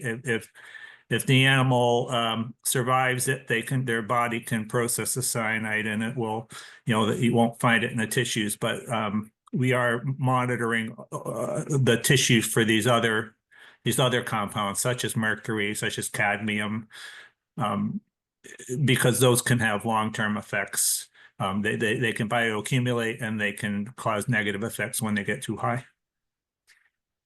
Okay, thank you. Yeah, that was great. The other question, I'm not sure really who this applies to, maybe Carly. I'm really curious how the cost of this is transferred. So that's why I was asking about the receivership. I guess my understanding that they basically just take over the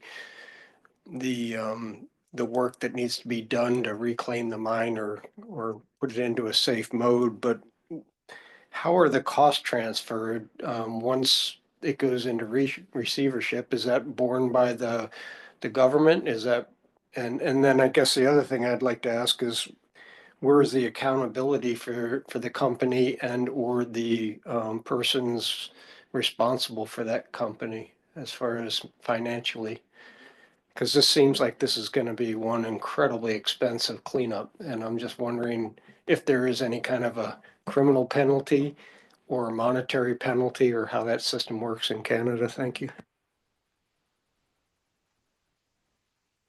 Andy, if it's okay, I might throw that question to Aaron. I will say though that there's costs incurred for TH and NND as well, with regards to hiring experts, contractors, staff time, those kinds of things. And as of right now, at least for TH, and I would imagine it's the same for NND, it's not clear where that money is going to come from to reimburse the nations for the response to the Eagle Mine disaster. But as far as the receivership and the legal piece, I'd like to defer that to Aaron. I'm happy to take that. I can take where the receivership is receiving its funding from. So Yukon government is advancing funds to the receiver to fund the remediation program. So under the receivership, you can find this information on their website. Yukon government has agreed to advance up to $105 million. I guess a quick follow-up. So that money's coming from the Canadian government, but the company that originally was operating the mine is not held accountable other than the whatever deposit or whatever funds were put in for some sort of mitigation at the beginning of the permitting process. Is that correct? So we do have financial security that the company posted. They posted $104 million, and Yukon government has made demands under that security. How the company is held accountable is not something for me to speak to today. Okay, thank you. Yeah, I just find it pretty disturbing that a company can come in and then it kind of seems to me like they just walk away. They lose their profits, but they just walk away from it. And then the citizens and the animals and the First Nations people and the taxpayers of the Canadian government have to bear the brunt of their misconduct. I just drawing attention to that. It seems like that's happened around the world in quite a few instances. Pauline, go ahead. Thank you. Thank you to those that just presented. Great information. I think that certainly factual, but I'd like to ask a few questions and then provide some maybe a little context. But was there not a heap leach mine, a cyanide design mine in the Yukon in the heart of Dawson City on North Fork that successfully remediated? They won an award. That same mine is currently sitting in the heart of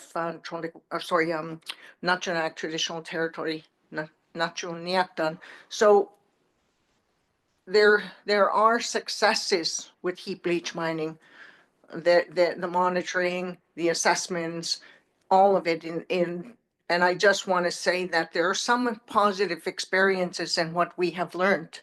And moving forward, I want to just start my questioning off by acknowledging now the people of Natchenak that have dedicated their lives to enacting rules and laws that apply to their traditional territory.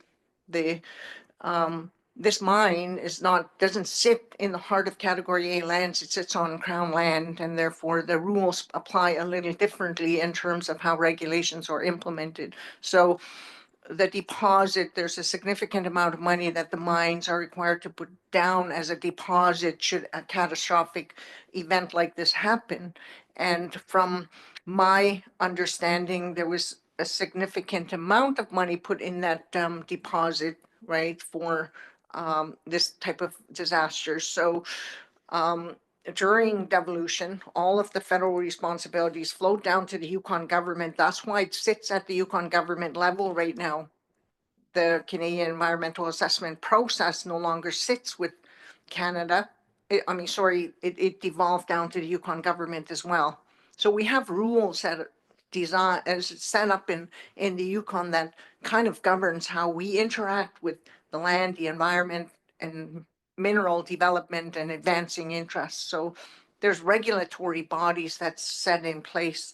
So in this instance, I believe that the checks and balances as we advance a project of this magnitude is important to note. So how and what do we do about that in the future? The reason I'm asking these, there's other big mines coming down at us.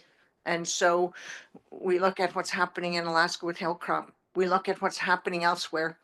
Things are going to happen around us. So let's look at what have we learned. We're learning now that the freshet was the pressure, the freshet runoff caused this catastrophic failure. We didn't have a water storage facility, but that was that not regulated? And Yukon government has put in $105 million for this year. So it's not to say that there's not sufficient funds. They put in the resources for this year to cover off the pressures, and they have a whole team of engineers in there right now trying to mitigate, but they're working with Natchenak as well. But I want to just say that as Yukon First Nations, we are putting a lot of pressure on the governments to review and evaluate the modernization of legislation. We refer to it as some successor legislation that will help to govern Natchanaktun and Central Yukon, or the Shoshone Nations, have not yet advanced land use planning. And in short of the land use plan, the laws of application apply in Yukon. So we have a lot of work ahead of us. And I just feel right now that what we're seeing is, from what I understand, the work that Carly you're doing, the work that Mark you're doing as well on the assessments downstream. You know, I see that the question that was asked is, what happens come freshet runoff? And in the event that we're seeing an increase, do we have a mitigation plan that we can quickly enact? So the question, I believe, is around the what would you call that? The a committee, like a response committee, a reaction, where you have in the event that something happens catastrophic, you have a number of experts that will respond appropriately. Because what was happening is, you had individuals, you had Natchanaktun working with the mine, monitoring, and then you have Yukon government regulating, but Department of Environment perhaps is not exactly at the table in implementing. So you have a regulator and an implementation at the same, in the same department. So I just want to make note that there are significant changes and movement afoot in Yukon to address all of this and the lessons we've learned, you know, through the Indigenous perspective and through our various bodies, where we're pushing hard to make some adjustments to regulations so we don't have to deal with this again. But we've learned from Trondhekwitchin, and I know because I was there on the executive committee and the executive team for Trondhekwitchin when we had Viceroy Gold happening, and we had a heap leach mine there, and we won an award for effective remediation. So if we could do it there, smaller scale, albeit same process, we must learn something from that and try to put it in place in this other mine, right? So let's try to, I think, project and finding the solutions. And as a table, our main concern is salmon. And the alternative, and what we're hearing, is Natchanaktun. Haggard Creek was there grayling fishing, and that's during spring. The spring runoff brings the grayling, means that they will not be able to fish on that creek. What's the alternative right now, you know, for them? So I want to just acknowledge the people there and what they've experienced and the challenges they're going through. But I wanted the delegation also to know that the pressure is on, and devolution happened, but Canada stepped in, and Canada's at least, you know, providing resources and trying to help where they can. But the responsibility rests with the government of Yukon at the moment, Masi. Thank you, Pauline, for that additional information. It was very helpful context. Next, we'll go to Ragnar, and then Kadrian, and then Danny. And I suggest that we then move on to our public testimony after those members have made their comments and questions. So, Mr. Chairman, I really appreciated Pauline's opening comments there. I think a properly designed mine and its infrastructure, and properly monitored mine and properly reclaimed mine can produce benefits to the people that support it, are in the area, jobs and so on. But it has to be, you know, with people there, the concerns and so on. But there could be benefits. My question is, there are mines, Coffee Creek by Coffee Gold, south of Dawson, generally south of Dawson. There, I think it's already got board approval to proceed there, and the Casino mine, which I don't believe doesn't have YESUP approval. But my question is the YESUP board or someone going to be taking a look at those that approval, or those future approvals to ensure that there's these safeguards in place that will prevent an accident or similar accident like this from happening, Mr. Chairman.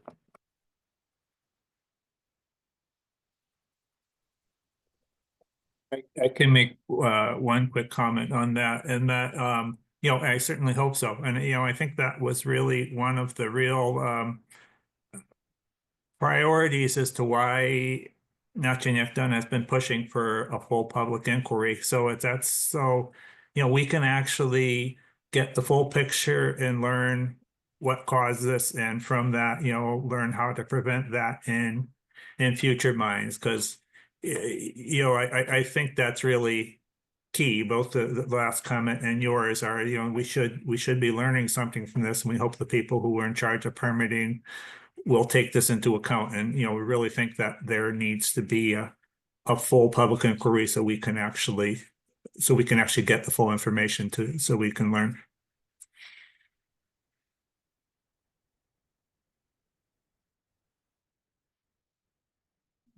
Kadrian, go ahead.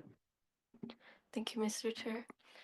I do have to say how proud I am of my First Nation Anatchonyakten and Chondekwitchin for really urging the Yukon government to know that this work is not going to be done in the territory without them at the table. And with that, I wanted to share about how sorry, I'm quite passionate about this because this is my home country.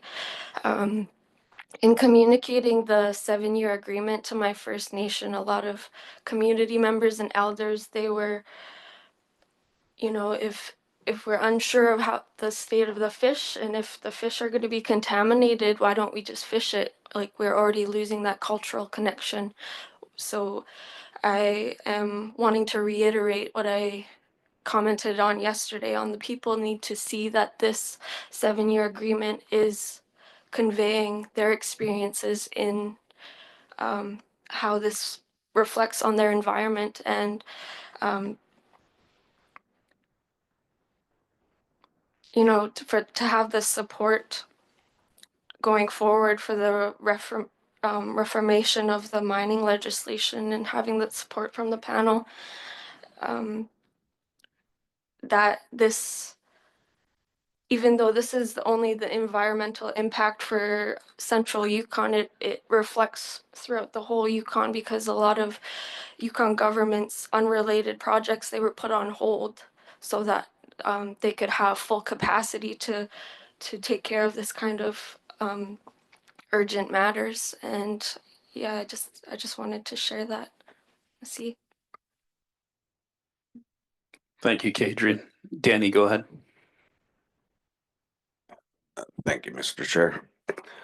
I'd like to thank the three of you for that presentation. I've had a couple of presentations before, and this is one of the most comprehensive and a lot of information. And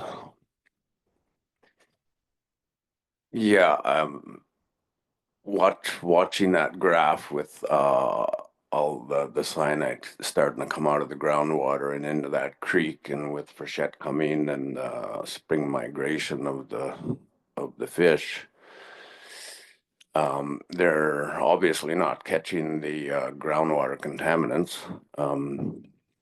And I don't know if it's possible or what the cost or feasibility of it would be to put a water treatment rate on the creek, where the majority of that, or try and get ahead of downstream of where it's coming out of the groundwater into the creek. I don't know if that's possible or not, or what it would cost, but I just wanted to make some other comments as well. YESEB doesn't approve things. It's not a decision body. It makes recommendations. It's a board, and they have offices, and when a project comes up, the proponent has to give all the information they have on it, and anybody in the Yukon, around the world actually, can make comments on it, what they think, And then YESAB takes all of that, and if it's a big enough project, they can have like a panel review, but they put the recommendations into the government decision body, either a First Nation with a self-governing agreement or to YTG. And that's who does the approval. And if there's enough information that says this isn't a good project, this is dangerous, they can also say, well, we're going to go ahead anyway and we're going to do mitigation. This is how we're going to mitigate it. And there's no response after that. There's not another way. It doesn't go back to YESAB and they say, well, holy, we don't know about this, so let's put it out and let people say, like, are these mitigations going to work? There's no biologists, there's no nothing, there's no experts that have another crack at it after that. They go to their departments, their experts, consultants, or whatever, and they say, how do we mitigate this? Because we need to get this thing done. So that's the part of the process too. People need to know. So don't go blaming YESAB. They didn't approve it. They didn't give any licenses to anybody. And I don't know about the design of this thing. It looks like there wasn't a lot of safety things put in place. But when my first look at this, when it happened, and their little presentation was given and they showed a 3D model, the first thing that hit my mind is this damn thing was built in the wrong place. You know, the one in Dawson was flat land. And also the one in Dawson, because it was the first one up north, a piece of ice froze onto a pipe, plastic pipe that had cyanide. And that piece of ice slid down and knocked the end off on a connection. And it released cyanide, but it was right in the place itself. So no cyanide got out of anywhere. Like there was no environmental effects, no damage. But all this experimenting what they're doing up north with this stuff, we're learning every time. But you know, there's some, like some of these casino mine, like they wanted the tailings pond, what, 70 feet high and 2 to 3 kilometers long, so like a mile and a half. Imagine how much tailings is in there if that thing ever went. It doesn't matter if the Yukon River is 10 miles away. That's an awful lot of water, and you know exactly where it's going to end up. A lot of tailings. So I just wanted to pass some of that stuff along. I mean, the hard rock mining, they put a cap on it in my territory. 2 mines, old tailings ponds. They had wells there, and the people doing the sampling did the reports, sent it to the government. 20 years later, somebody started looking around in those, and our people went up and started doing some water testing. They found out that cap failed the very first year, and all the reports were given to the government, and they were sitting on a shelf. One of the guys working for us went online and found these reports. He said, look at this. It's been known since year 1 this thing failed. So now they're talking about digging it up, take the cap off, dig it up as much as they can. One of the tailings is 20 feet from a lake. That's the headwaters. And the other one is in a like a swamp kind of creek. And that water is contaminated, and that's coming right down in through Carcross, and that's the headwaters too. You know, I like to tell people I can walk out anywhere into the headwaters and drink water. Well, not out of that creek and not beside that other tailings pond that all failed. So now we're looking at 50, 100, maybe $200 million cleanup to dig that all up and remove it and have it treated. So, I mean, when you talk about the cumulative effects, added up all the way down to the mouth, right where the fresh water meets the ocean, the salt water. Can you go out there into the middle and take a cup and drink it? And we're hoping and praying that the salmon are going to swim all the way through there and make it past the dam so it can get to my territory. Anyway, it's just some comments, and thank you very much for that presentation. Thank you, Mr. Chair. Thank you, Danny, and for that additional context and knowledge that you've provided for the whole panel. Again, I think it's best that we proceed to public testimony. I do want to acknowledge the patience that our testifiers that are signed up for this afternoon, our lunch break here. Again, thanks to Aaron, Mark, and Carly for your presentation. Excellent information. Obviously, a topic of high interest and concern to the panel and all residents of the Yukon River.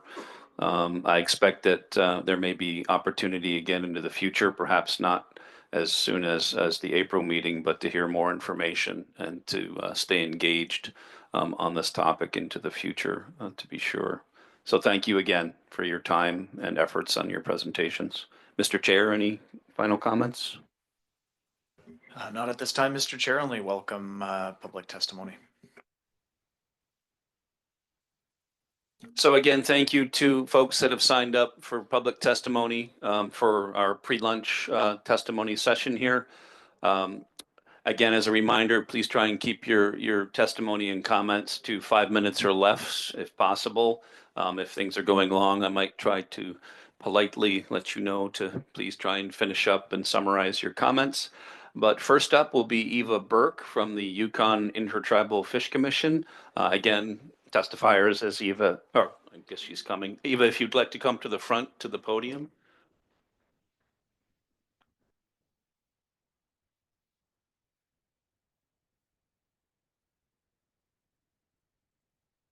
Hello. Good morning, good afternoon, panel members, alternates, advisors. I'm Eva Dawn Burke. I'm from Nenana and Manly Hot Springs on the Tanana River. It's a major tributary to the Yukon. I work for the Yukon River Intertribal Fish Commission as a science and policy consultant. I sit on the advisory panel to the North Pacific Fishery Management Council. That's where all the bycatch actions are happening right now. Before I begin, I'm gonna be Eva today. I'm not talking for the Fish Commission. Just want to be clear with that. We had excellent testimony that some of our commissioners already gave, so I'll refer to Janet Wood's testimony as I agree with everything that she testified to. I grew up commercial fishing on the Tanana River. It was a big economy in the 80s. We had a good life. We weren't dependent on social service programs. We didn't have tribal handouts. We could earn enough living from trapping fur and from catching salmon. And all of that radically changed for us. And now that I look at data, I look back at that and I go, wow, maybe we fished just a little bit too hard on the river. Maybe we shouldn't have been selling our roe. Those things I think about now, and I say that because I did grow up doing that. The last time I rubbed fish eggs was in 1999. Look at the salmon numbers during that year. I have some questions and some comments like, why are so many days of this panel meeting closed to the public?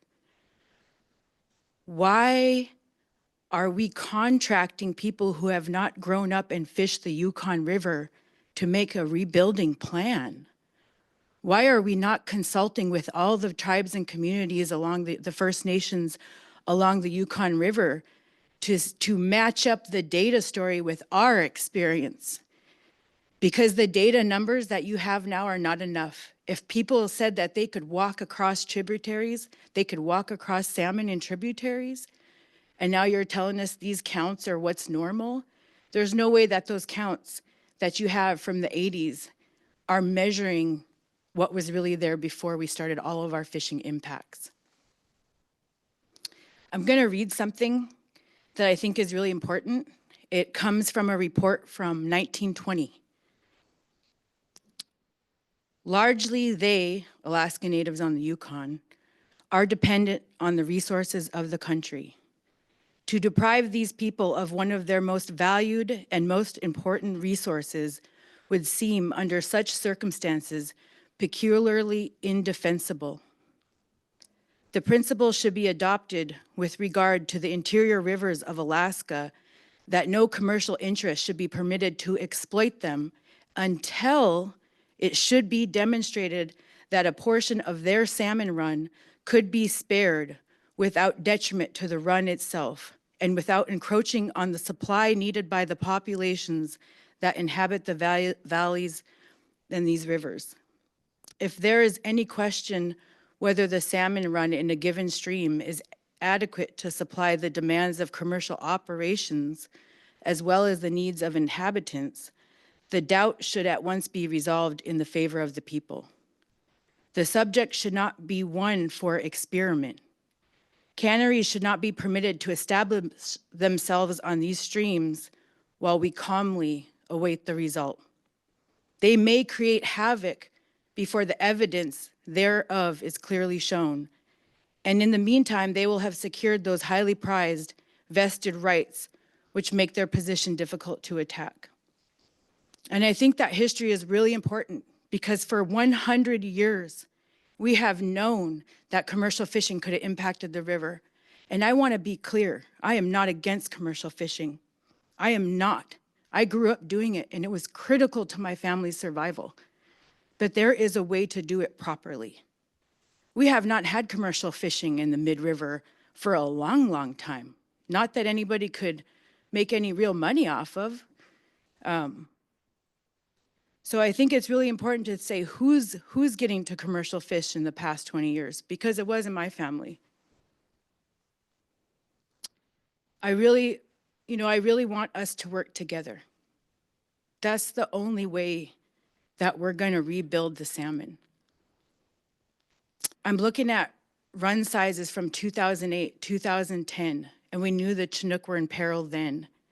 It is 2025, and we don't have a rebuilding plan. We're talking about a rebuilding plan.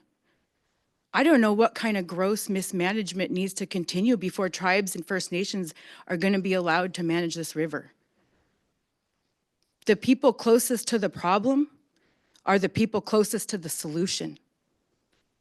We absolutely cannot expect the people who got us into this problem to be the only people who are going to get us out of this problem. It is a collective effort. We need to stop the upriver, downriver. We need to build unity, and Indigenous people need to lead. As Professor Carrie Stevens said yesterday, where Indigenous people are leading is where the salmon populations are increasing. Stop with the data.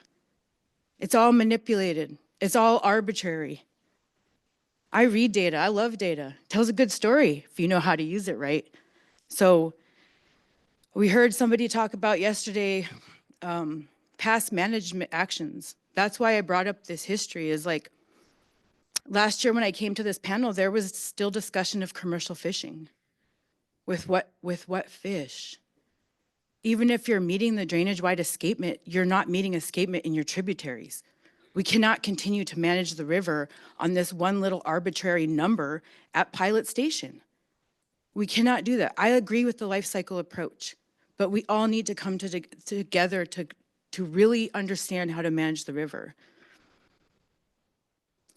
Also, these projects that are coming through the Yukon River Panel, it's come to my attention like the Alaska Department of Fish and Game is applying for some of this research funding. And I find that very problematic. I really think tribes should be leading the research. They need to be the ones, they understand the data gaps. When we go back and our scientists group that we have and we show them the data, we're like, is this the story that you know? It's usually not. And the worst part about it is when we work with the state, we get into these partnerships, the data is manipulated. We've had them use Indigenous knowledge to shut down the river. We've had them claim Indigenous knowledge and around locations of spawning habitat. They've used that knowledge to put things in the Nadgermis Waters catalog. Tribes have been warning of this situation for over 100 years, and they've been ringing the bell even louder in the 50s, or for the past 50 years. I really hope that, with this rebuilding plan, the Fish Commission, the Yukon River Intertribal Fish Commission needs seats at the table for that rebuilding plan. That plan needs to come down the river to our communities so that we have input into that plan. And I just really hope that we can focus on a gravel to gravel approach, because what's happening with all of these habitat issues in Canada, been knowing that for 50 years.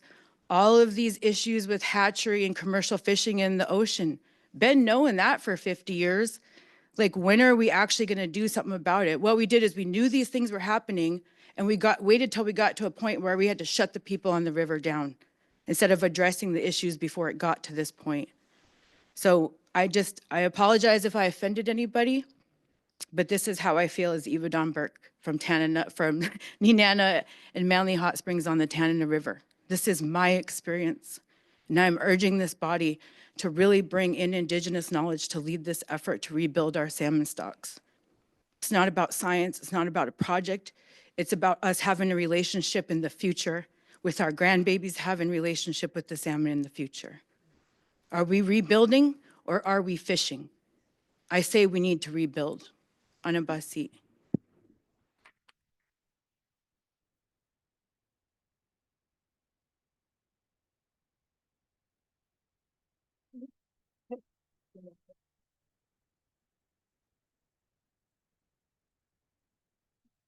Comments, questions from panel members? Andy? Yeah, thank you, Eva. I think you spoke words that an awful lot of people feel, and you spoke them really well. I appreciate that. I want to thank you for all the work that you're doing at the technical side of this, because you're crossing the boundary between your cultural life and, unfortunately, what you have to do to achieve any success, and that's the technical world. We have an unfortunate situation that the world of the people who use those resources, the indigenous people and others, as you pointed out, it doesn't carry the weight that just pure science does. It can be very easily manipulated. Cultural science is pretty hard to manipulate.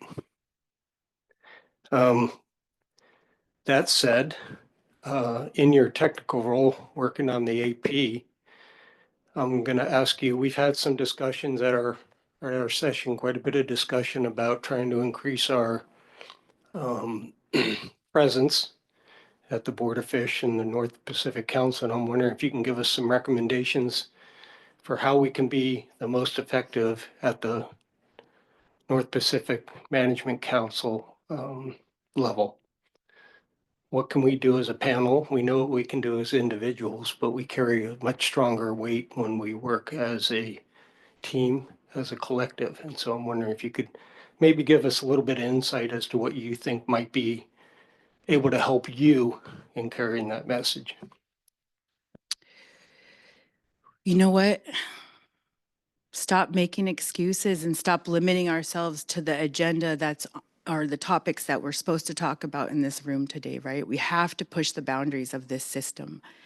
And it's in your authority, from my understanding, to write a comment letter as a panel requesting the North Pacific to do something about bycatch. The thing that we believe in is the migratory corridors, the conservation corridors. We believe that that is probably one of the best solutions for our salmon.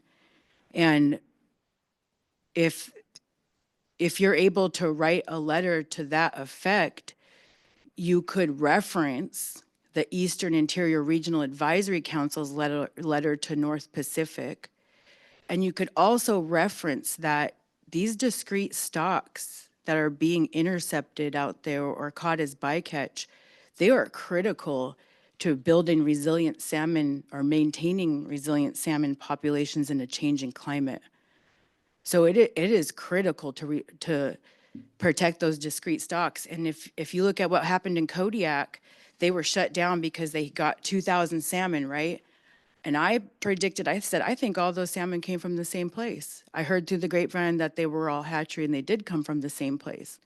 So in one tow, say you get 500 chum salmon, that could be a whole tributary coming from the same place in one tow. So it's really important that we are protecting each and every salmon. And I hear it, you guys in Canada you see one salmon, you got 152 salmon or whatever coming over that ladder, and that's a big deal. We're talking about thousands of salmon that are being caught out there. It is a big deal. Those are age 3 to 5 chum that in this next action that we're doing in February, those are adult chum making their way home. Those could be fall chum. There's no way to distinguish that right now.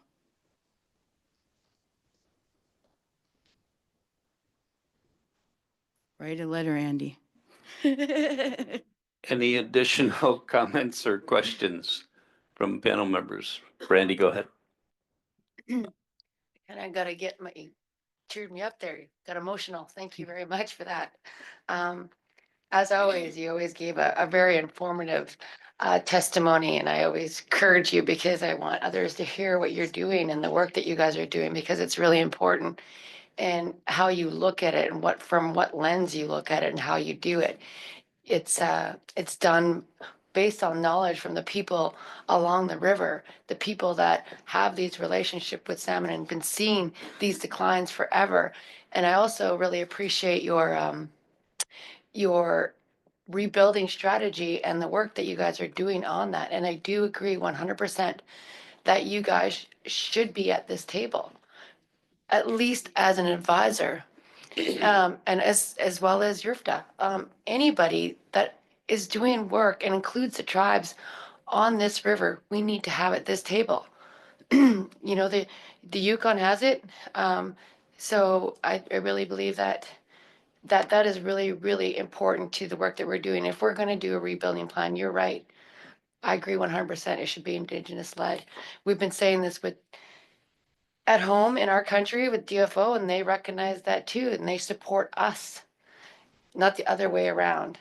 And it's when we talk about co-management, it's not from the top down. It's co-management. It's collaboration. We're working together to build these plans. And I think if we're going to do that and we talk about rebuilding, then we do have to have you guys involved, and we have to have the tribes at the table. So 100%, I support what you're saying, and I'm hoping that we can really take into consideration as a panel what Eva is saying and what work is being done, such Carrie's work and others, for salmon. They're the people on the river. They are the ones that know how to do this. And it's not ADFNG, and it's not DFO.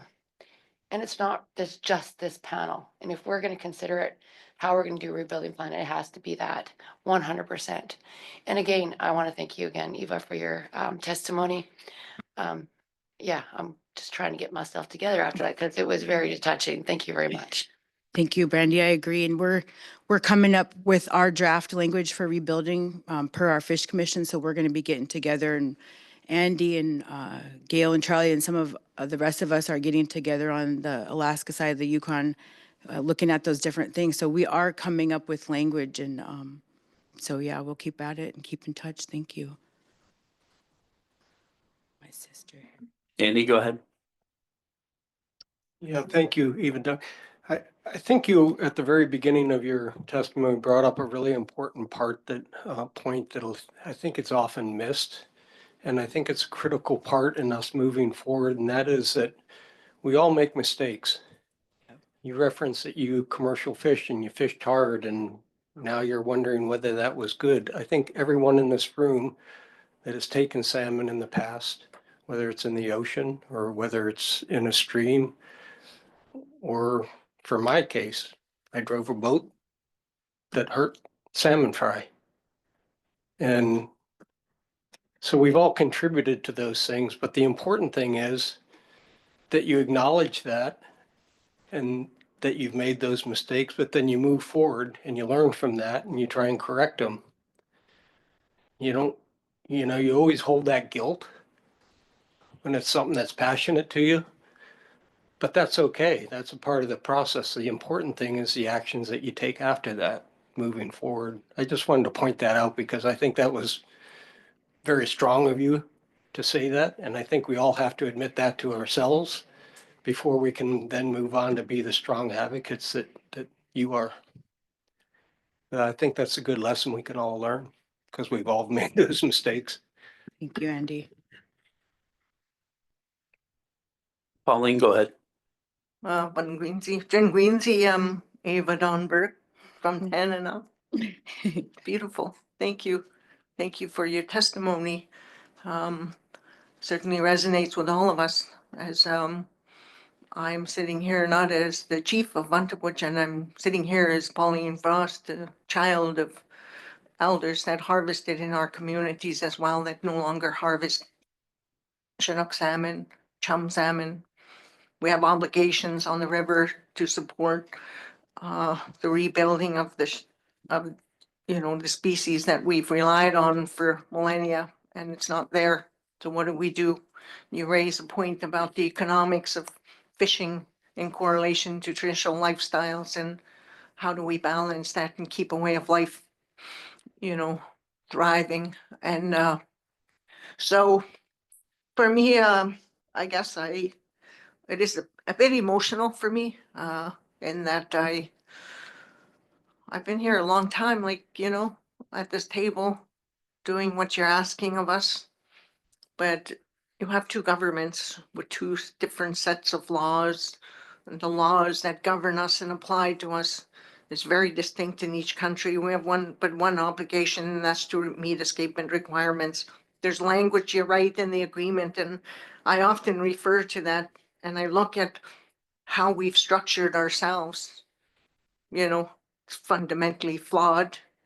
It's flawed by how it's designed because we have never adjusted it, nor have we ever changed it. There's never an opportunity to amend the international treaty agreement to reflect adaptation, climate change, impacts and effects. We raise it here, but we don't have the tools.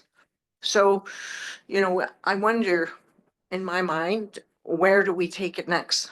Because we can do the work, and we have some responsibilities to the Yukon tributary. And I think the question we ask ourselves at this table as we look at the rebuilding plan is, what models are we going to put in place? Who do we bring to the table? In Canada, we have tools and resources available to us. So every First Nation community, every Indigenous person, no matter where you are, has an opportunity to participate in the model that we build in Canada, because we consult on everything. So I want to say that what we do with consultation and engagement is reflective of our Indigenous ways of knowing, being, and doing, and our relationship with the environment. And we think of it as one, much like we think about caribou, right? Is how did we deter industrial development and the Arctic refuge and the sacred grounds? By working together internationally. And if we can do it there, we can do it here.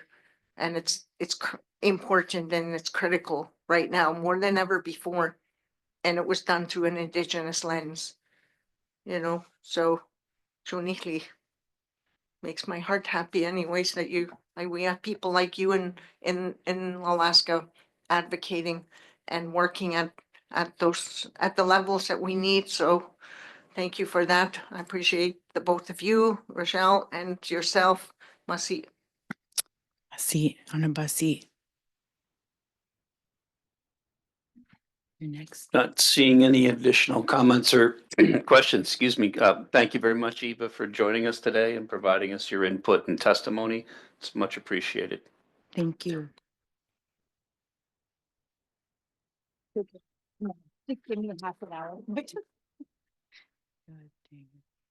Next, for public testimony is Rochelle Adams. Rochelle? Oh, excellent. Ready to go. Please proceed. Well, let me pick up this microphone because I think Eva dropped it.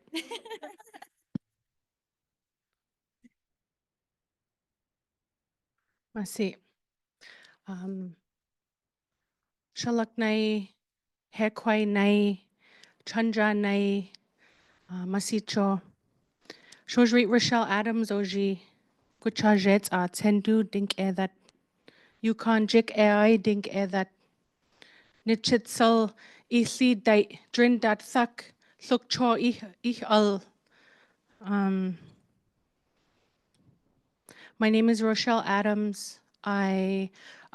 Before I speak, I want to honor the chiefs in the room, the elders, and my people, and the Dena'ina people for their stewardship of this land that we're all standing on here today.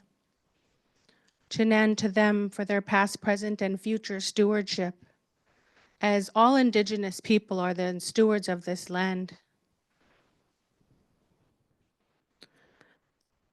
I was raised on the Yukon. What I said in Gwich'in, when I was a girl, I ate sukcho every day growing up. And I grew up at fish camp. And through the years, I learned so much about our values. I'm sorry, I'll translate more of what I said. I said I'm from Fort Yukon and Beaver in the Yukon Flats, Gwich'in Nation. Our nation is also in Canada. So our people are the original stewards of the land, and we've lived alongside the Sukcho since before time began. What a long, beautiful relationship we have. We're connected spiritually to the land, the water, and the animals, and it definitely goes beyond what we talk about in this room. I'd like to say that I put some sage up there in front of the chiefs because of all the hard things that we have to talk about and hearing about the cyanide. When we're able to fish and feed our families, gift our communities, celebrate our potlatches, and be full, complete Indigenous people, our souls are happy, healthy, and we're whole. When we're connected to the river and our Sukcho, the spirit of the Sukcho is strong. We treat them with honor and great respect because they taught us how to care for them. I stand here as a steward of the land to speak on behalf of my Sukcho relatives. We really need to look at the entire life cycle of the Sukcho, gravel to gravel with strategic actions for saving them, not just sharing data, but where are the solutions? What are we doing that's innovative and different to get different outcomes? Respectfully, what we're doing isn't working. And tribal people need the opportunity to rebuild this relationship of stewardship and reciprocity with the salmon. We have to focus on the health of the river. The dam we've been talking about, the cyanide spill, oil and gas in the Yukon Flats with Hillcore and Doyon. Our people are already in crisis. We're already suffering. And and also hatcheries is not the answer. It's only adding to the challenges of the salmon to return in health. We need to work together, and we also need to heal together. Another thing about drinking from the river, we drink from the river. We still drink from the river in the winter. What's going to happen to my people? We swim in the river. My kids swim in the river all summer, our young ones. We walk in it. We have to think about the health of the river. So we ask that you ensure the public and Alaskan tribes have a voice in a meaningful way, rebuilding and including all of the agencies working on the river, including the gravel to gravel, including BLM, U.S. Fish and Wildlife, and of course, that is communicated clearly. Make sure it's communicated clearly to all management bodies. Why don't we work together? Including the Board of Fish, Federal Subsistence Board, North Pacific Fisheries. We can't leave it all up to Eva. You know, our elders always said we're going to see hard times, and I couldn't imagine what that meant. I couldn't even fathom what that meant growing up, and now I see what they meant. Our elders foresaw this.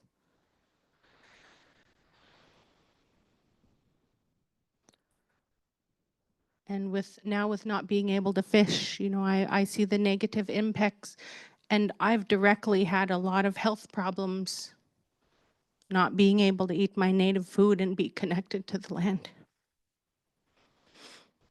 So now more than ever, we need our sukcho with whatever's going on in the world. When they take away everything from us as Indigenous people, we're gonna still be here. That's what my chief Rhonda Pitka said. After everything's done, we're still gonna be here. We're gonna have to clean up these messes and deal with what happens. We're still gonna be here. We wanna be here in our health. We wanna be here in our wellness. We wanna be here with our Thukcho relatives and our Vadzai and Dinjik.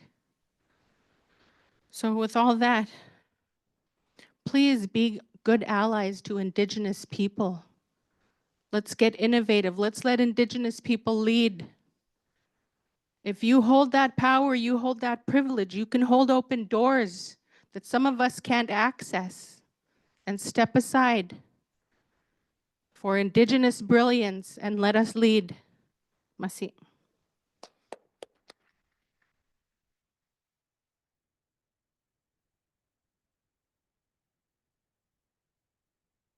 Questions and comments from panel members? Pauline? I could see the two of you meeting. You are right now, and you are brilliant. And I've watched you over the years, the both of you, and you only make us stronger as Indigenous people sitting here at this table. And so the barriers you describe are the barriers we encounter because the rules of law apply in certain ways in areas that we sometimes don't know what to do with. And so I want to assure you that we are doing our very best. And the objective of a rebuilding model must incorporate local traditional knowledge and practices, and you must be at the table. It only makes sense. You were the first people of this land. Your ancestors, Rochelle, your family is my family. You know, we come from the same place. The salmon knows no border. We knew no borders. We crossed freely. We shared. And I want to see that happen again in the future. So I hold my hands up to you. Hi to you both for doing such an amazing job and advocating and never give up, because we, a few of us, as Indigenous people sitting here, will attempt to do our very best. And sometime in the very near future, I see you both actively involved on this side of the table. Masi. Hi.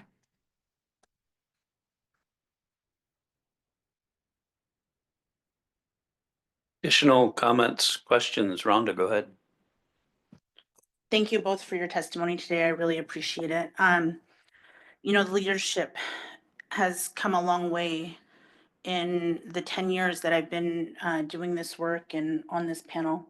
I think it's only been since 2016 maybe that I've been on this panel, and I've seen a lot of growth and a lot of change. You know, a lot of us are getting a lot older now, and we need to start developing succession plans within our site on the Yukon too. We can't let this important work go by the wayside. What I did say what Rochelle said about, it was in a room with Hillcorp and Doyon, our regional corporation. And I told them that in 20 years, the Native people in the room are still going to be looking at each other. We're still going to be family. Our kids are still going to be raised together. You know, there are senior executives at Doyon who have children that are my age. They're all going to be in this together. They're all going to be in this same capitalistic system together. You know, we'll do what we can as tribal governments to make sure that our voices are heard, and continuously having to put it out there, you know, at great expense to our personal health and our lives and our relationships and our families. Um, you know, the challenges keep coming every day.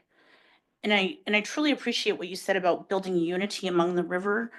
Um, there was a time not very long ago where I would have told you to take that whitefish net and shove it, you know.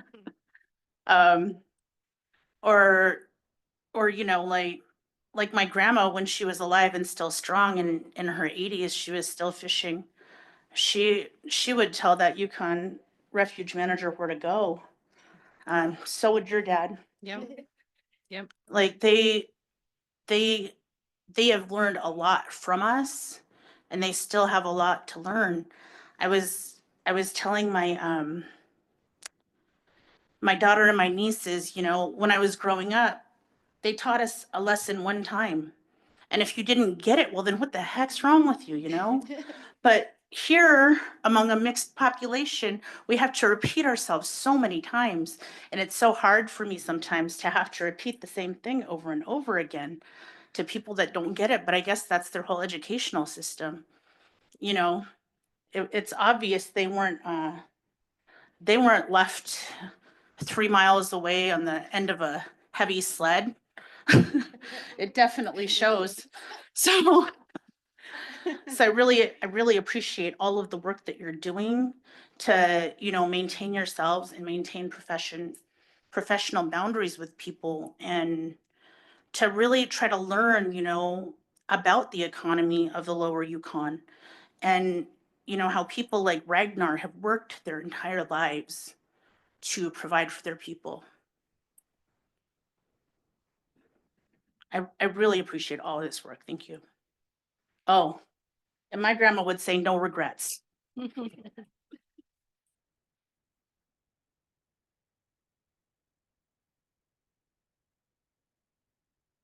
Any additional comments, questions? Not hearing any? Well, thank you very much, Rochelle, for joining us today, providing us your testimony and commentary. I imagine we'll probably see you in future meetings as well. Thank you. Next up, we have Richard Dewhurst for public testimony. Richard?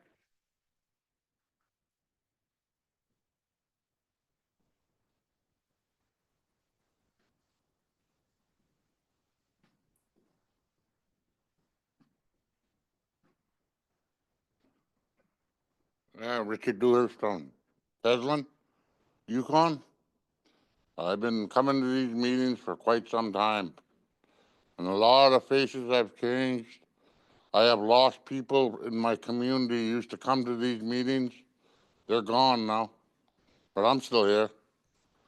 But anyways, you know, I've been listening to these people's comments about salmon, like how it's been a few years since they fished. I never fished for 25 years. And we've been telling you for 25 years that there's something wrong with the salmon. And nobody listened to us. Must have thought we were nuts. But at the headwaters, where the salmon spawn, we seen it. We seen them getting smaller. We seen them getting fewer. But nobody listened to us. But now, I'm glad to see in this room that everybody is starting to work together and see what we've seen 25 years ago. Thank you very much.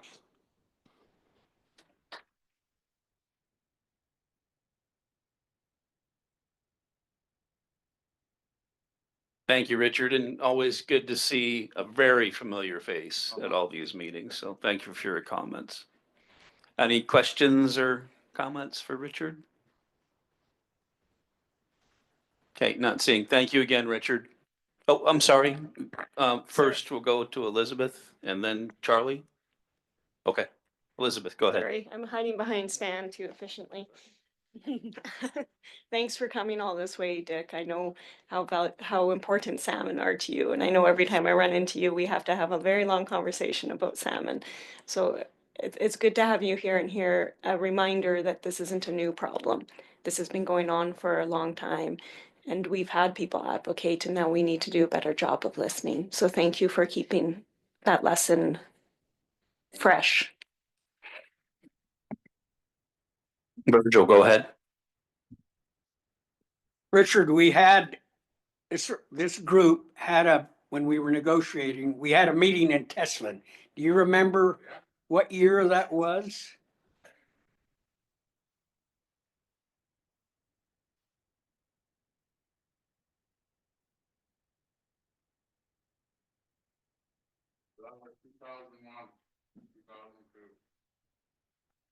Yeah, I couldn't remember, but I know it's been a long time ago, but I listened to you and I've been bitching about it for more than 25 years. Thank you.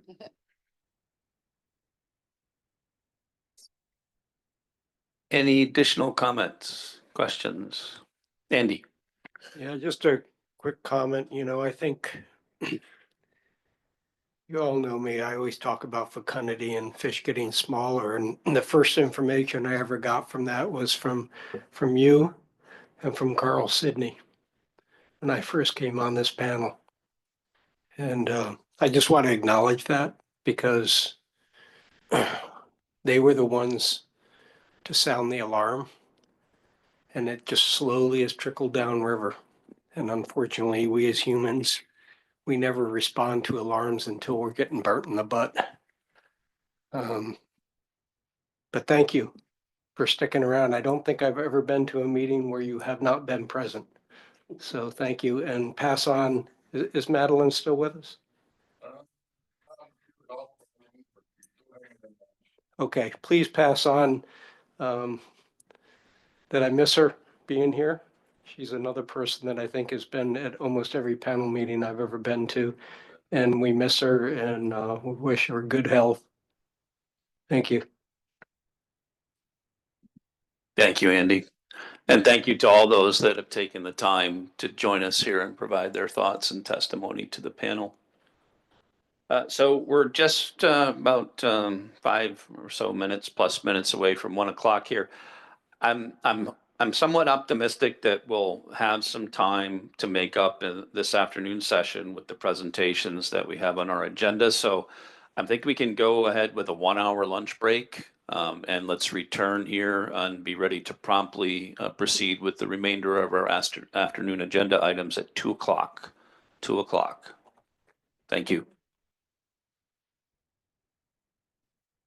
So we're going to go ahead and start with our afternoon session here, folks. There'll be a series of informative, hopefully very interesting presentations here over the next couple hours. I would like to note for our U.S. and Canadian delegation members, there are printed copies of both the upcoming marine research presentation as well as the subsistence traditional ecological knowledge presentation that have been handed out to you. So if you're wondering what those printed copies are in front of your notebooks, feel free to put them in your notebooks or do with them as you see fit. With that, I would like to go ahead and welcome Ben Gray with the Department of Fish and Game, who will be providing us a Yukon salmon marine research update. And Ben, as soon as you're ready, feel free to proceed. All right, good afternoon, everyone. My name is Ben Gray. I'm a fishery biologist with the Alaska Department of Fish and Game, and I work with the Salmon Ocean Ecology Program. And I'm going to try and share my screen here for everyone.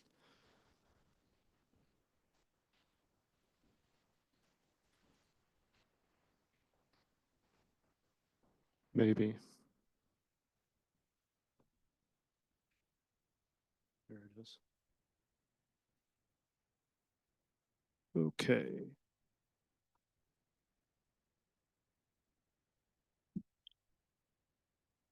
All right, so this talk today is going to be a marine research overview, and specifically we'll be talking about Yukon River Chinook and chum salmon. The beginning of this presentation will be talking about juvenile salmon surveys and what they can tell us about returns over time, and then we'll get into some other research after that point. So before we get too far into it, it's good to have an idea of the life stage of salmon we're talking about and where they are in the marine environment. So we're talking about, at least for this first part, juvenile salmon. So those are salmon that have spent their first summer at sea. Juvenile salmon of Yukon River origin, Norton Sound River or Norton Sound origin are all kind of generally found within this area of the shallow eastern Bering Sea shelf in their first summer at sea. Kuskokwim stocks and Bristol Bay stocks can be found generally within this area during their first summer at sea. And then Chinook salmon, as they're immature and maturing over the next few years, they go out into the central Bering Sea and go back and forth between that area and the southern Bering Sea over the next 2 to 4 years before they go back and spawn. Chum salmon show a different pattern where they'll go out into the Bering Sea and then move back and forth between the Bering Sea and the Gulf of Alaska and the North Pacific. So since this is a Chinook and chum salmon talk, we'll go a little bit over adult returns over time. So you'll notice here I don't have anything along the vertical axis. We're really just looking at patterns over time. So these are returns over about the past 40 years. And Chinook on top, chum on the bottom. So you'll see for Chinook salmon that those returns were fairly consistent for about that first 20 years of the time series until there was a decline.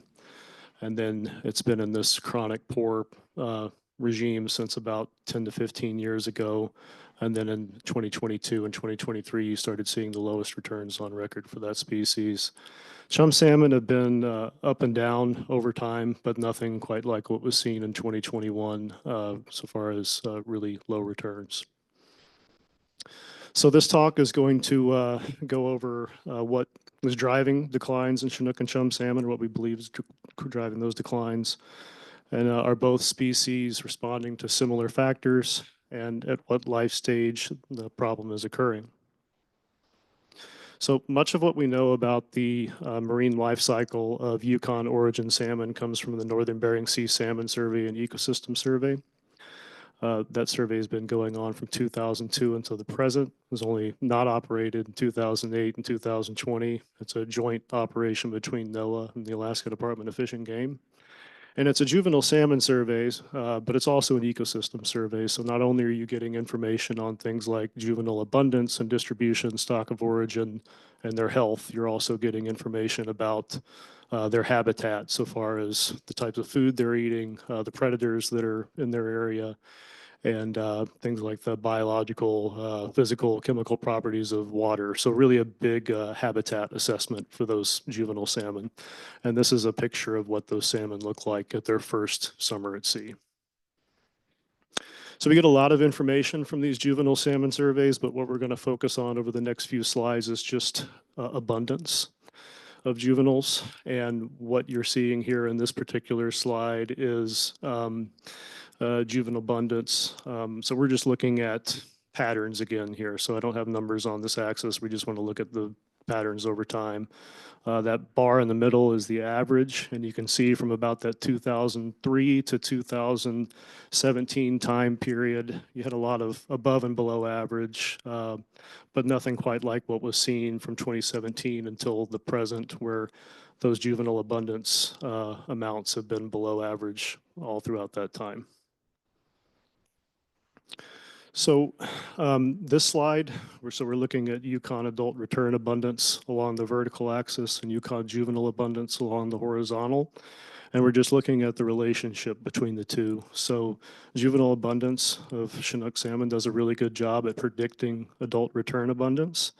So in general, when we're looking at this slide, when you see years where there's a high abundance of juvenile salmon, juvenile Chinook salmon, you tend to see a high adult return abundance of Chinook salmon years into the future. And this really good relationship between the two tells us a couple of important pieces of information. One of which is it tells you that mortality in the later stages of salmon's time, so that's after this first summer at sea, is fairly consistent. I mean, it's still significant. There is a lot of mortality, but the rate stays similar throughout. And that gives kind of some information that later stage mortality for Chinook salmon is not driving those lower returns that have been seen on the Yukon River. So those are factors such as whether that might be predation or competition or bycatch, or not substantially altering the adult returns that are seen on the Yukon. But while bycatch is a known source of mortality, we know that. So our program, I'll get into it a little bit later, is going into some things that could help, doing some work that could help to decrease bycatch. And the other important thing that this good relationship between the juvenile abundance index and adult returns tells us is it really helps to pinpoint the time period that is responsible for the lower productivity of Chinook salmon in the Yukon River. And that is sometime very early on in their life period. So that's sometime between early freshwater and early marine residence is what appears to be driving those lower returns for Chinook salmon.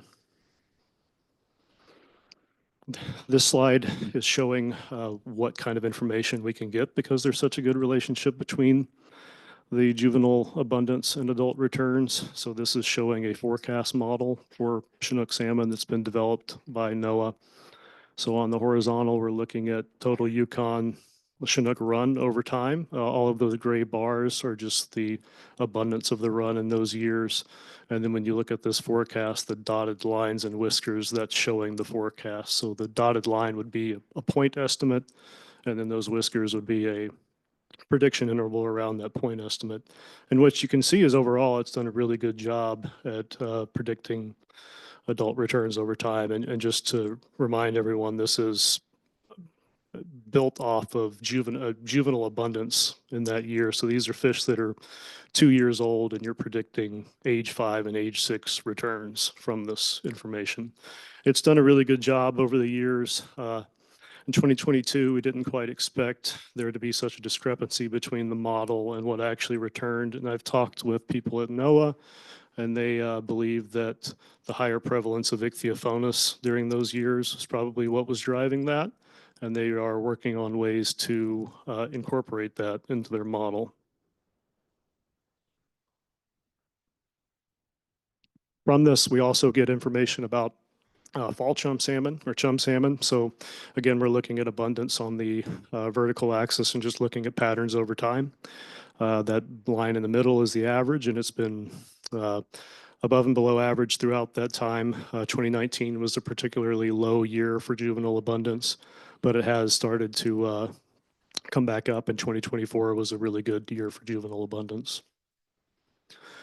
If we look at this slide here, so again, I'm bringing back the total chum salmon run, and I should mention that this is summer chum and fall chum combined here. If we zoom in on these years here, that's 2020 through 2022. Those are a particular set of years that the runs were very low on the Yukon River. We can look at the juvenile abundance index for those years, which would be highlighted in this box. And juvenile chum that we encounter on the surveys are age 1 at that time, so we'd expect to see them come 3 and 4 years later. So this group here would have been contributing to those really low returns during that time. And what you can see is there's a couple of years there where the juvenile abundance index was much higher than average, and then you had those really low averages years as well. So it's kind of pointing towards some both before marine residence and later marine residence mortality, and that's causing those low returns. In the next couple of slides, I'll go into what we think is going on with the later stage mortality for chum. So here we're looking at juvenile chum energy density, and this is measured by NOAA and Nock Bay Labs, and they measure it for all salmon, juvenile salmon as well. And energy density is just a measure of fish condition, like fat. So on this axis, it's energy density from low to high on the vertical, and sea surface temperature low to high on the horizontal. And you can see there's a relationship between the two. Typically, when the sea surface temperatures get really high, we start seeing years where the energy density is very low for chum salmon. If we star those years that contributed to those returns in 2020 through 2022, that's what this would look like here. And you can see that especially those years, 2016 and 2019, were very low in energy density. And so energy density is important because you need to put on enough energy and fat before you go into the winter and survive the winter, because it's very poor, a poor period for prey during that time. In these years, 2021 through 2023, sea surface temperature started to decrease, and it started to get more into that optimal range of energy density storage. And in 2024, it began to get cooler. And you can see that there's a relationship there where when it gets cooler, energy density goes down as well. But it's still much higher than what it was in 2016 and 2019. So they also measure stomach fullness, which is just a way of looking at how much food is in the fish's diet. So from low to high, it would be empty stomachs and then more full stomachs on top. And I won't go too far into this, but kind of what we saw with energy density, those fish in 2016 and 2019 had very empty stomachs. So not only did they have very low energy density, they had not much food in their stomachs prior to going into their first winter at sea, and they were really just running on empty. So what we think explains what we had seen in those really poor years for returns for 2020 to 2022 relates back to some very large marine heat waves that occurred in the in the Bering Sea and the Gulf of Alaska during that time, so 2014 to 2019. So when you look at a map like this in a normal year, it would be white. In these years, you can see how dark red that was, and those areas that were nearest shore where the juvenile salmon would be coming out were upwards of 5 degrees C higher than average. And we just saw what really warm water does for chum salmon. And so as they get older and even moved out, they were hit with another marine heat wave in the Gulf of Alaska. So they really just couldn't escape the heat. So just to summarize what temperature does for salmon, so we see stocks moving north in warmer years. We'll encounter fish from Kuskokwim or Bristol Bay in years where the sea surface temperatures are higher in the Northern Bering Sea survey. There's different food available to fish, so there's shifts in diets. Chinook salmon will eat fish like capelin in cooler years, and then shift to eating diets of things like sand lance in warmer years. And then chum salmon will eat more lipid-rich zooplankton or marine invertebrates in cooler years, and then start eating more energy-poor prey, such as gelatinous prey or jellyfish in warmer years. Both species, we see more empty stomachs in warmer years. And just overall, they're just in poorer condition in these years where the sea surface temperatures are higher, and especially for chum salmon. So we're going to shift gears here now and talk about a different project. But while we're shifting gears, I just want everyone to remember that good relationship between the juvenile abundance of Chinook and the adult returns for Chinook, excuse me, and how that kind of pinpoints the life history stage of salmon that's really driving these record poor returns for Yukon Chinook.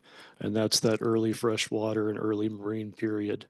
And this project is trying to get at that and learn more about that by looking at the health of female Chinook as they're coming into the Yukon River and how they're faced with things like heat stress in river, ichthyophonus, and then just how they have such a long migration upriver as well. So these fish have to put on enough nutrients and fat. So kind of imagining them as a battery, right? If you're out in the ocean trying to charge your battery up, you're eating as much lipid-rich or nutritious prey as possible. Then once you go into the river, you're drawing down that battery, and you need to have enough to get yourself up to where you need to go to spawn, but you also need to have enough to impart down to your offspring for them to survive and develop and become fry and survive. So that's kind of the idea of this project. There's a lot of different people that are involved with this, and that's NOAA, USGS, YRDFA. They're all a part of this, and we're all working together on the project. Today, I'm going to talk about a couple of the things that we're doing with that project. So we're using what's called a fat meter at the early, or the, this was, so this is 2022. That was back when the lower Yukon River test fishery was still in operation, and we were measuring fish there to get an idea of their condition right after they came in from the ocean. So getting their condition in that area to have a better idea of how well they were going to make it going further upriver. So that's what this plot is showing here. You look at on the vertical, it's average fat content, and on the bottom, it's distance to spawning ground. So you can just kind of see the trends here, lower US fish stocks, and this is all done through genetics. You can pick apart the stocks where these fish are going to. And you can just see the general trend is those lower US fish have much lower fat content, whereas the upper US or the Canadian fish have higher fat content.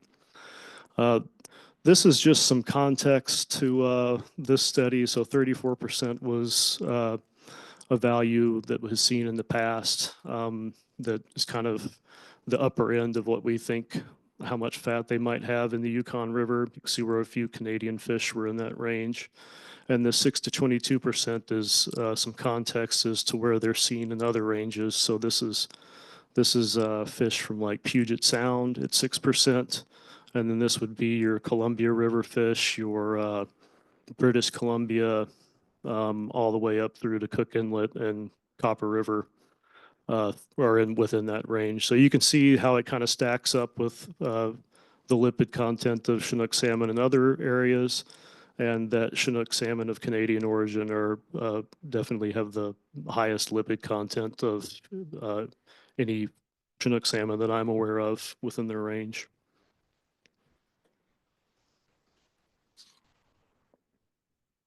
So when I was talking about the nutritional study and trying to find out more about the nutritional status of these fish. So thiamine, we did a thiamine study. We're still doing thiamine studies on eggs, and thiamine is a vital B vitamin that not only all of us, but Chinook salmon need to have to basically produce energy. And they you only get it through your diet. So kind of going back to the idea of Chinook salmon as a battery, you're charging that battery, you're trying to get enough thiamine in you to not only do the work yourself of getting all the way up the river, but also to impart that onto your eggs so they can survive. So that's what this study is looking at. Oh, sorry. This is just a way of looking at this from concentration wise. So anything you see in here in gray is considered thiamine replete, and that's just healthy. And then anything that's in that yellow 5 to 8 is considered kind of cautionary area. It's not necessarily associated with thiamine deficiency complex. And then when you start getting into that 5 to less than 3, that's where you can start seeing these issues occur with thiamine deficiency complex. And when you get less than 3, I mean, you can start having things like overt egg or fry mortality. And what you can see is how this is set up. You have the upper river stocks up top, middle river stocks on the bottom. And this is just looking at the percentage of eggs within each one of these areas. And the near river entry would have been at LYTF. And then through genetics, you can kind of follow them up to different areas. And for the upper river stocks, they all kind of stayed within that cautionary region, but they did decrease in thiamine as they went up river. But especially that middle river, that's the Chena Salcha carcass surveys is where those came from. Those eggs were in particularly poor shape. And we're not sure if this is evidence of thiamine consumption, because I mean, it's obvious that the thiamine is decreasing as these fish are moving upriver. We're not sure if that's active consumption or if that's this dilution effect that's going on, because when we see these eggs in the lower part of the river, they're not ripe yet, they're smaller, they're more compact and more concentrated. So we think what's going on there is those eggs are becoming more, they're becoming ripe and having more lipid put into them. So they might be diluting as you're going upriver. But no matter the mechanism, it's obvious that thiamine does have a decrease as you go upriver. So there's some marine ichthyofauna sampling that's going on. So in 2020, there was that Rampart Rapids where they saw a lot of very high prevalence of ichthyophonus, and that kicked off, an in-river monitoring for ichthyophonus. But it also brought about marine sampling as well to try and figure out the life stages of salmon that was affecting, and the prey that were making up that, because it is something they're eating. To date, they found this in immature Chinook salmon, but they have not ever found it in juvenile salmon, which kind of tells you that ichthyophonus is not something that they're getting in the early freshwater environment or early marine environment. It's something that they're getting as they're moving offshore, kind of a year or so past that point of juvenile point. They've also tested chum salmon in this past couple of years. They found it in an immature chum salmon, and they haven't really found the culprit so far as the forage fish yet. They did find in some evidence of perhaps it being in capelin or rainbow smelt, but they weren't able to confirm that. When they confirm an ichthyophonus confection, it's done by a molecular method, and then you also go in after that if it's positive and do a histology where you look at it underneath the microscope, and they weren't able to find it when they did the histology, so it's probably a false positive. But I do want to mention that all of this work is being done by the Fish Pathology Laboratory at ADF&G, and if anyone's interested in knowing more about this, contact JD Ferguson, and thanks for the help by ADF&G, AYK region staff, and sampling all these fish and doing all this work for us. Last things just to wrap up. So we're also looking at predators of salmon. So one of the big studies is the salmon shark study that's been going on over the past few years. Sabrina Garcia leads that up. To date, there's 8 salmon sharks that have been tagged, 5 that are actively reporting. This video here you can see is one tagged shark over about 8 to 10 months, and you can see how amazing the journeys are that these fish are taking. But it's interesting to see kind of the if they are matching up in distribution with salmon, and then you get information on things like the depth that they occupy and the temperatures as well, so you're getting information on their habitat. So this is all ongoing studies. We have our hands on salmon while we're out on these surveys, so we're doing things like looking for evidence of predators on the salmon. These look like lamprey marks. We're doing environmental DNA work, and that's just taking water samples at stations and using DNA methods to find out what types of predators are around, things that you wouldn't be able to sample with your sampling gear. So stuff like other salmon sharks or whales or seals or sea lions. You can find the presence of that through these methods. And so we're getting really close now. So how is our program helping to engage in efforts to reduce salmon bycatch? So we provide data. All of our data go towards are provided to those that set the parameters around the pollock fishery. And we're proactively doing types of work like this where we're trying to predict these or develop these predictive tools that would allow for the fishing fleet to know where the Chinook salmon are, like know where Chinook salmon hotspots are, so they could avoid those altogether. And that would be done through things like what you're seeing here, using similar tags to what are applied to the salmon sharks, but smaller to Chinook salmon. And you can imagine if you could tag enough of those in the Bering Sea, you could get an idea of where those corridors are that they're using within the Bering Sea, and develop a type of program that would be more of a proactive approach for a fleet captain to just bypass going to an area, Chinook area, a hotspot altogether, rather than a reactive approach. And we're trying to do something similar with chum salmon as well. And this is what it looks like for Chinook salmon. Like this is one that Sabrina Garcia tagged a few years ago in the Bering Sea, and you can see that this fish went up through the Central Bering Sea and then over into the Russian waters as well for some time prior to it being eaten. And we'll show you on the next slide why we think it was eaten. But you can imagine if, Sabrina's got upwards of 35 tags, and this is all part of her PhD research. And if she could get these tags out, you'd really start being able to see where these fish are going and, come up with some ways to avoid them. And our last slide here is just looking at the types of information you can get from these satellite tags. So satellite tag, when you affix it to a Chinook, it's going to stay on for however long you've programmed it to, and then it'll pop up, and then it'll transmit information to the satellites, and this is the type of stuff that you would get. So we're looking at depth and temperature along the vertical here, and time along the horizontal. And you can this is the type of information you get, kind of their habitat, what they're doing, and their behavior. And that spike you see at the end in temperature where it went up to about 24 degrees C, that's consistent with a salmon shark stomach's temperature. So this fish was eaten by a salmon shark and the tag went into the stomach. And yeah, that's quite the way to end it, but that's it. Thank you, everyone. I'll stick around for some questions, and yeah, follow us on Facebook. This QR code will take you to it, and we keep it updated twice weekly with all kinds of information like this. And yeah, thank you all for having me. Thanks very much, Ben, for an always very informative and information-full presentation. It's certainly one of the most interesting ones we receive every year. Go ahead, Elizabeth, then Virgil, then Ragnar. Thanks, and welcome to the Yukon River Panel. You did a good presentation, so thank you. Thank you.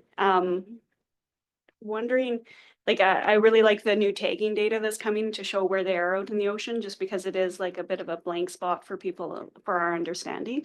And I just want to, particularly for chum, it's a little bit more of an unknown. So if you're able to get more funding to do chum in addition to Chinook, that would be a great addition.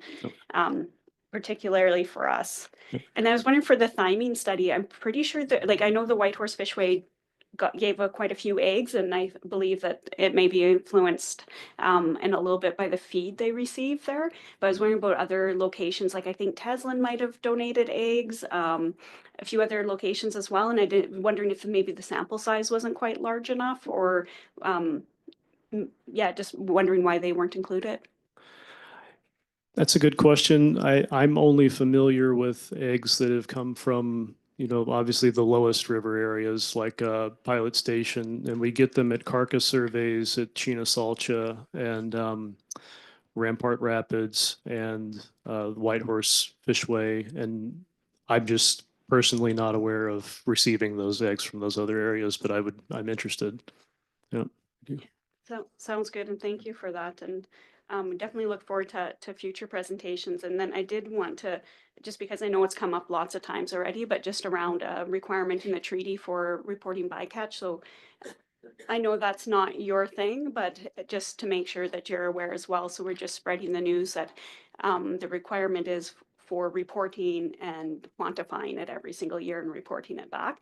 So if there's a way you can advocate for that as well, or at least share that requirement within the Yukon River Salmon Agreement and the Pacific Salmon Treaty, that would be excellent. So thank you. Okay, thank you. I can speak to that quite briefly. Elizabeth, we present information to the panel annually. That is a core component of reporting out on that during the preseason meeting. So we have all the information, and the panel can anticipate receiving that information in April. Next, we'll go to Virgil. Thank you. I'm interested in page 17, the fat meter study. Okay. And so I've been processing fish, of course, none from the Yukon in 5 years now, but since 1985.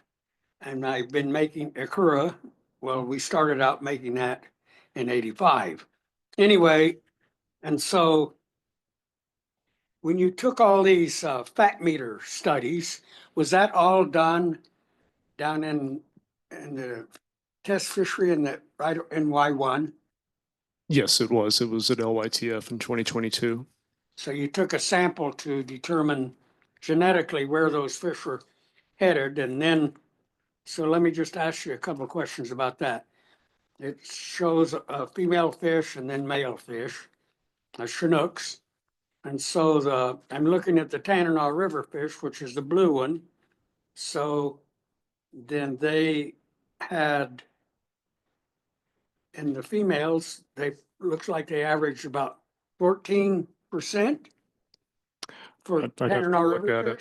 fish. I should just go back to it.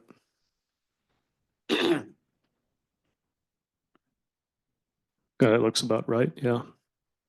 And then for the male fish, they were up a little bit higher, maybe about 18%. That's about the middle of the data set. Yes. If we looked at it on average, they would be quite closer together, but there were some higher for males. Yes. Okay, and then on the next page, which I guess is page 18, although I don't see it there, the thiamine study. Those were taken. It didn't, did it measure the fat content on those too? We didn't measure the fat content on the eggs. It's difficult when you do these on carcasses to actually find enough eggs that are still in good enough shape to do thiamine. So it'd be hard to find some to do fat as well.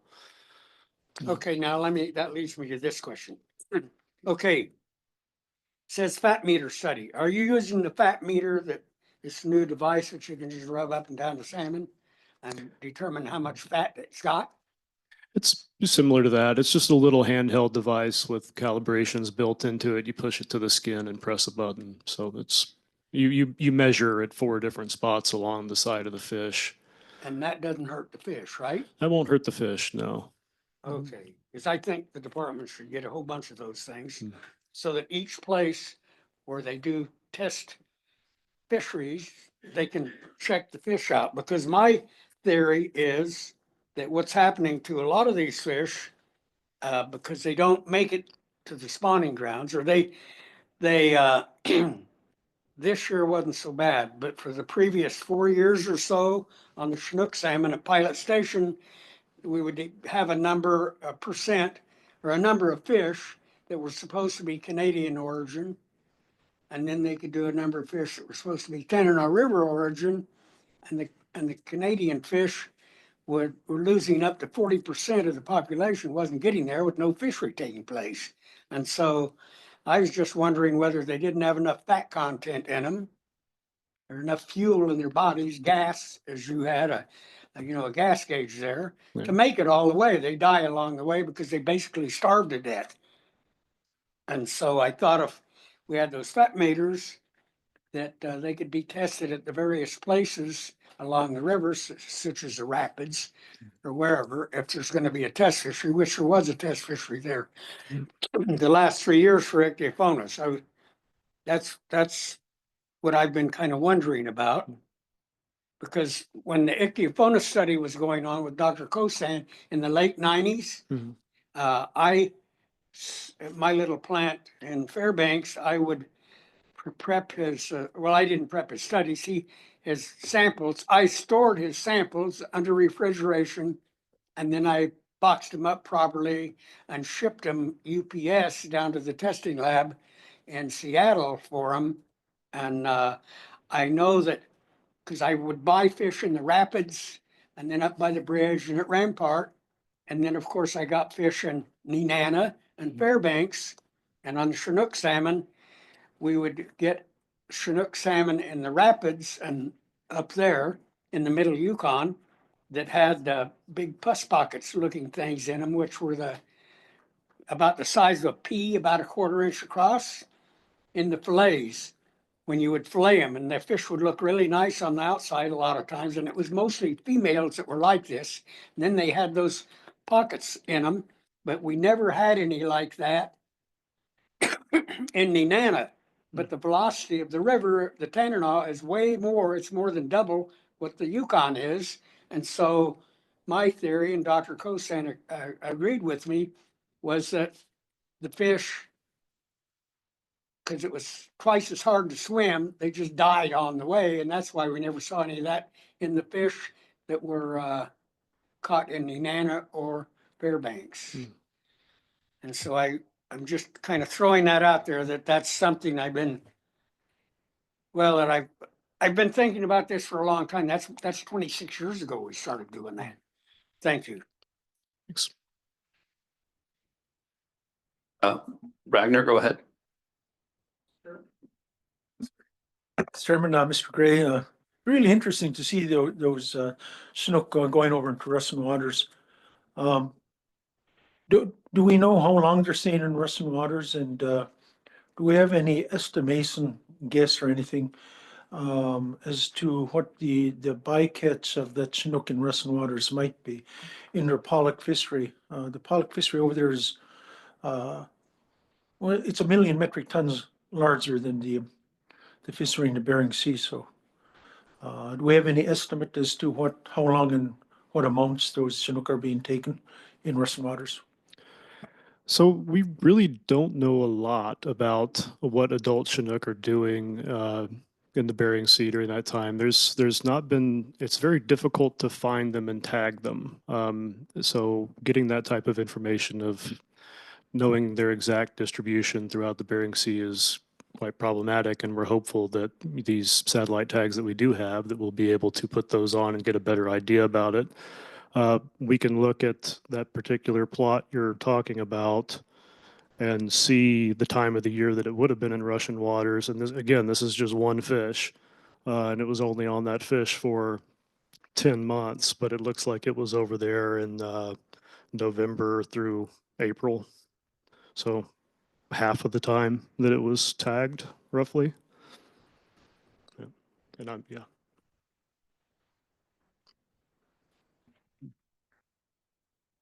Did you have any follow-up? Maybe just to quickly add to the response is that the difficulties in just getting information from any Russian fisheries, I think, has come up and is somewhat well known, maybe not so well known.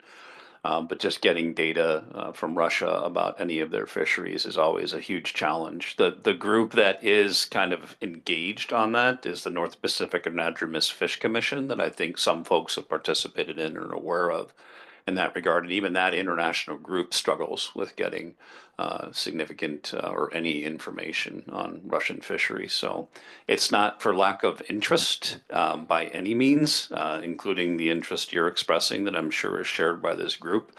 It's just challenging to actually get and receive it. Mr. Chairman, I thank you for allowing me to follow up. You know, from what I understand of the Russian fishery, they have trawl nets without escape mechanisms in there. So what I was looking for was just an educated guess as to what might be being caught over there. I think years ago, Kate Myers did a study, and I think what she came up with was that the Yukon River snook never left the Bering Sea. They always went in a gyre.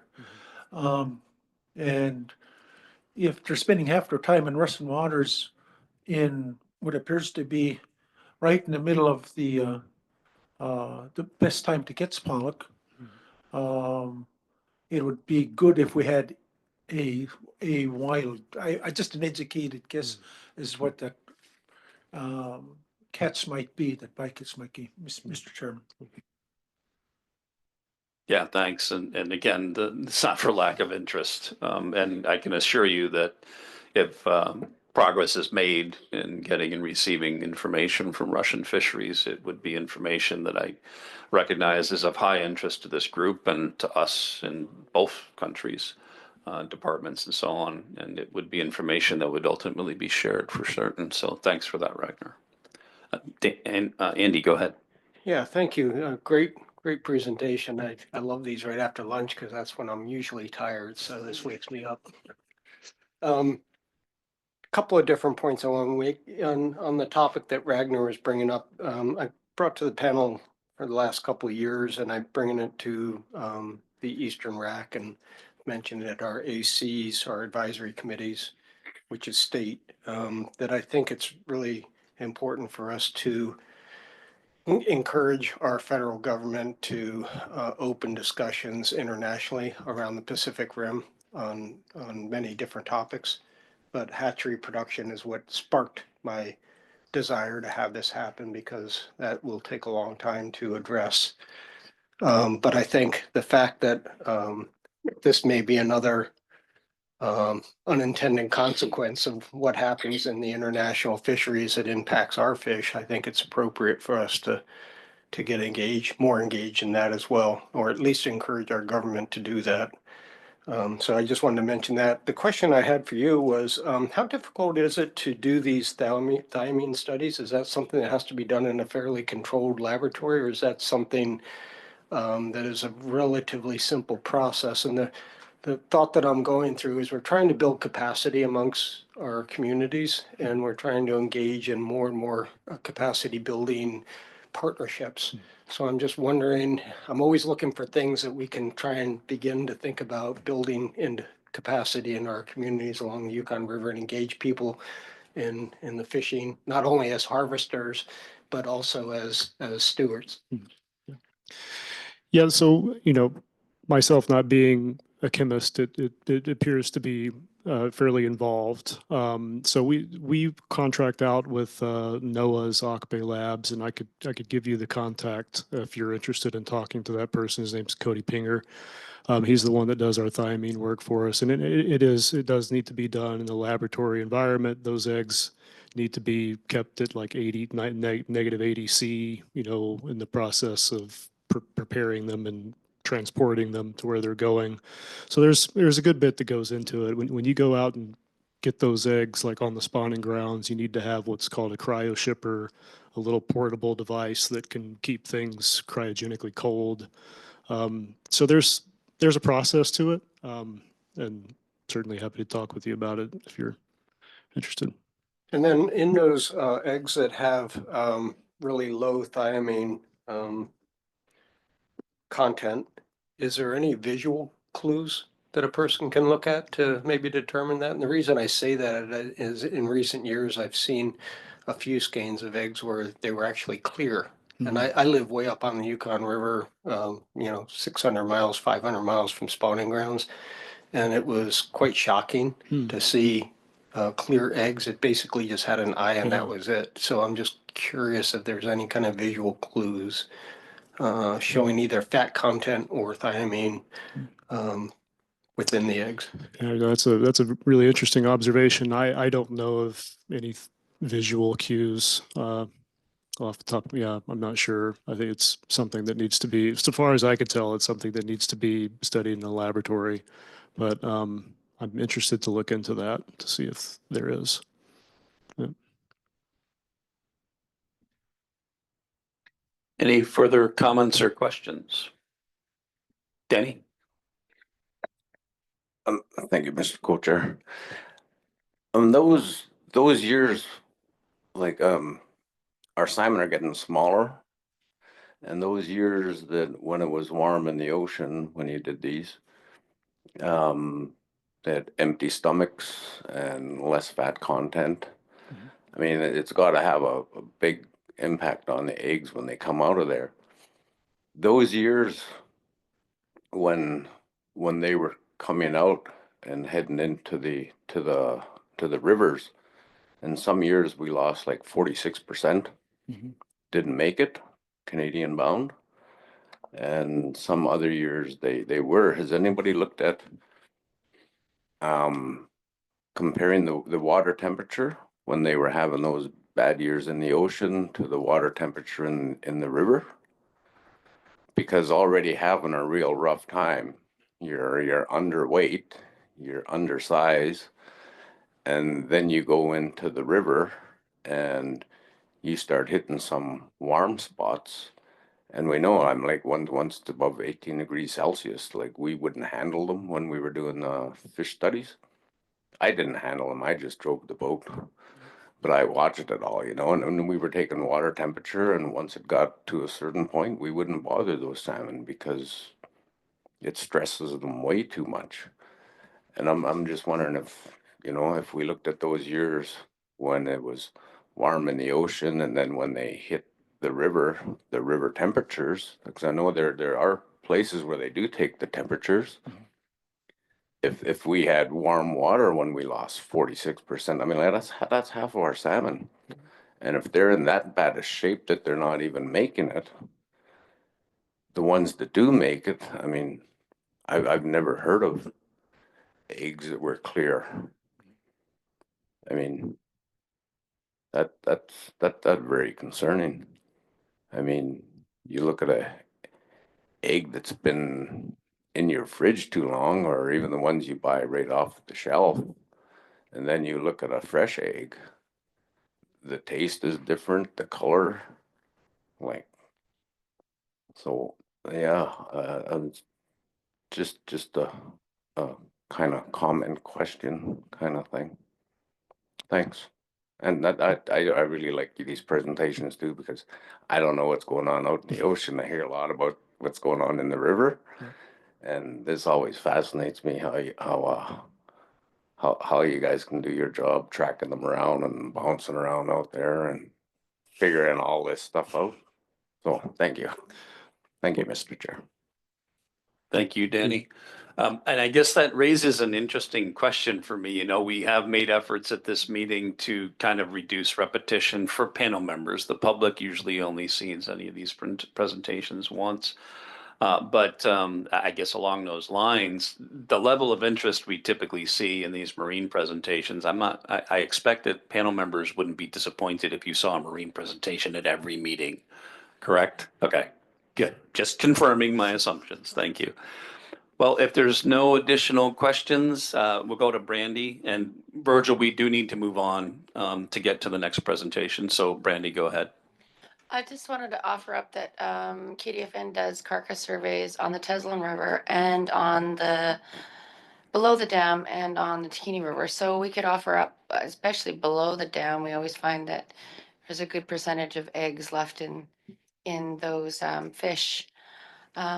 I do have some side notes I'd like to talk to you about. I don't want to bring it up here, but Okay. that's good. Thank you. Yep. Thank you. Virgil, can you make it quick, please? Do you think the 5 to 6 billion hatchery pinks and chums getting dumped into the North Pacific every year is having an impact on how many both Chinook and chum and coho are coming back to the Yukon?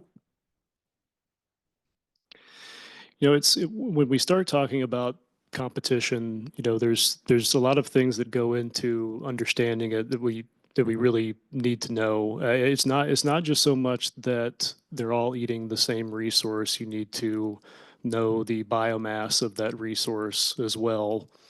So I was just looking at fish stomachs the other day, and there were all the coho and all the Chinook were eating sand lance. So if you looked at that, you might be like, oh, they're competing with each other for sand lance, but there's a lot of sand lance. So it's kind of one of those things where you really need to know the biomass of the prey. And those are things that we're working on getting a better understanding of. But it's not just enough to say that they're overlapping with one another, eating the same thing. You really need to know that limited resource. Yeah. Thank you. Well, thank you again, Ben, for an always informational and interesting presentation. It's much appreciated. And we'll move on to our next presentation. Thank you. Thanks, everyone.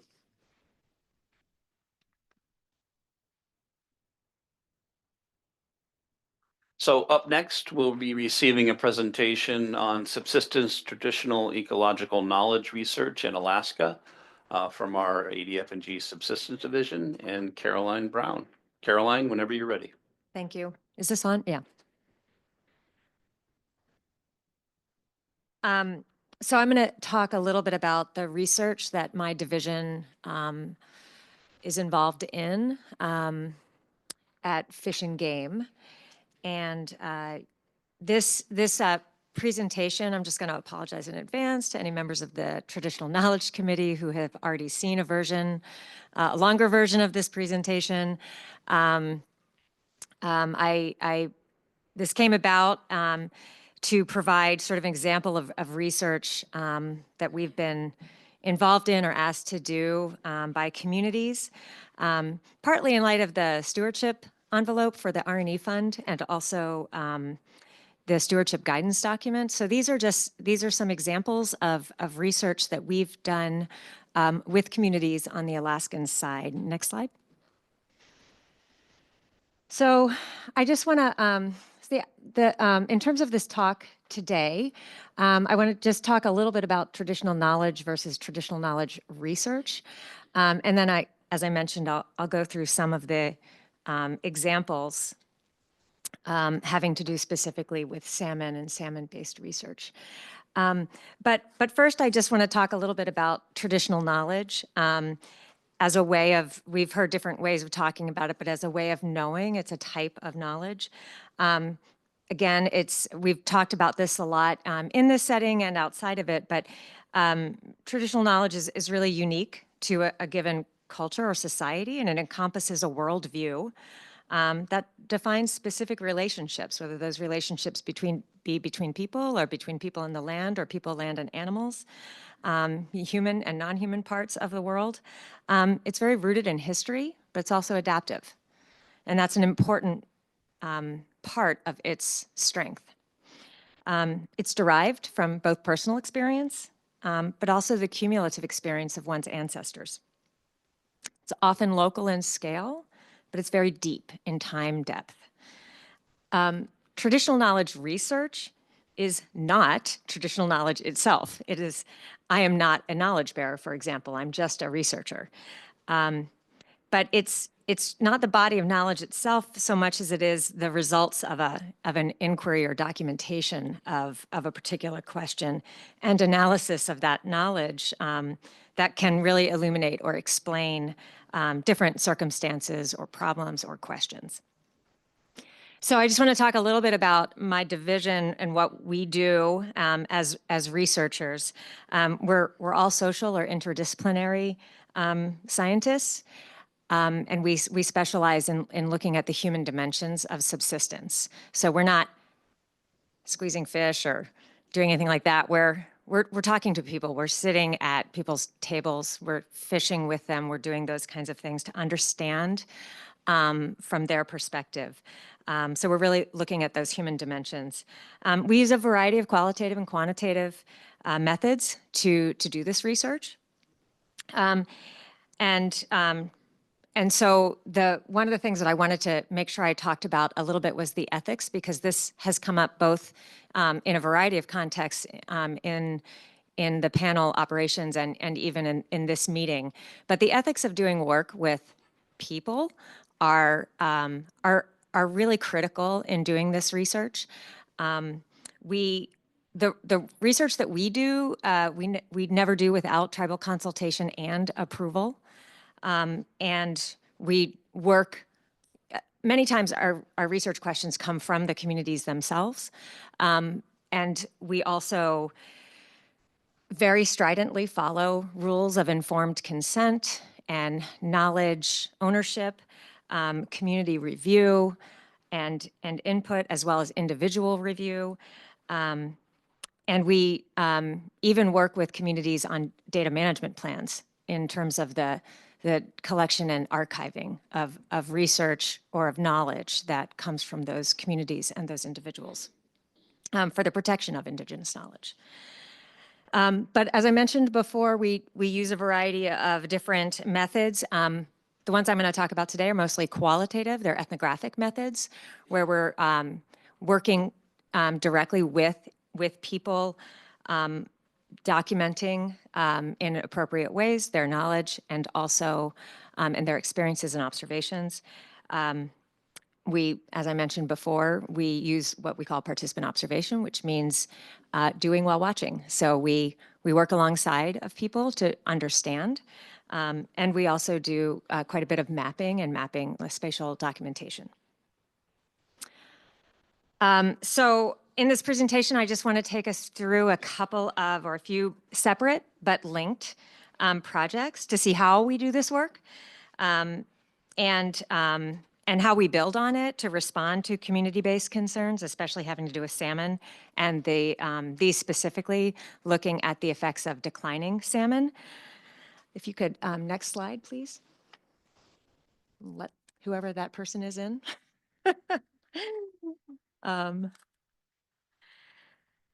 So I took this slide from a presentation I was asked to give to the Board of Fisheries on the Alaskan side. Some of you may be aware that the Alaska Board of Fisheries recently adopted a part of their process to hear traditional knowledge reports. Importantly, it's placed before public testimony. It's after staff reports and before public testimony because they are considered reports themselves. And they are provided by either knowledge holders themselves or individuals that have been given the authority to provide that knowledge. And I think that's a really important part of this process. And it's a part of the process for the Board of Fisheries. It gives the board members the opportunity to hear directly from knowledge holders or from the communities or organizations about their specific regions. So it's not really about specific proposals themselves, although that information may have a lot to do with the proposals they hear. But as we know, subsistence resources are really important to the economies and cultures of many families and communities in Alaska and in Canada. And these exist alongside of these values and other aspects of how people relate to the resources that they use. And in the Alaskan system, our subsistence statute defines customary and traditional uses of fish and wildlife, and that really highlights the unique importance of wild resources and the continuing role of subsistence activities in these ways of life. And so policymakers really need to understand what's important for Alaskans and for communities, and resource conservation and management can't really effectively happen without it. But traditional knowledge, at least for me, by using these multiple knowledge systems, our policy system is supposed to be informed by the best available information, and traditional knowledge is very much part of that.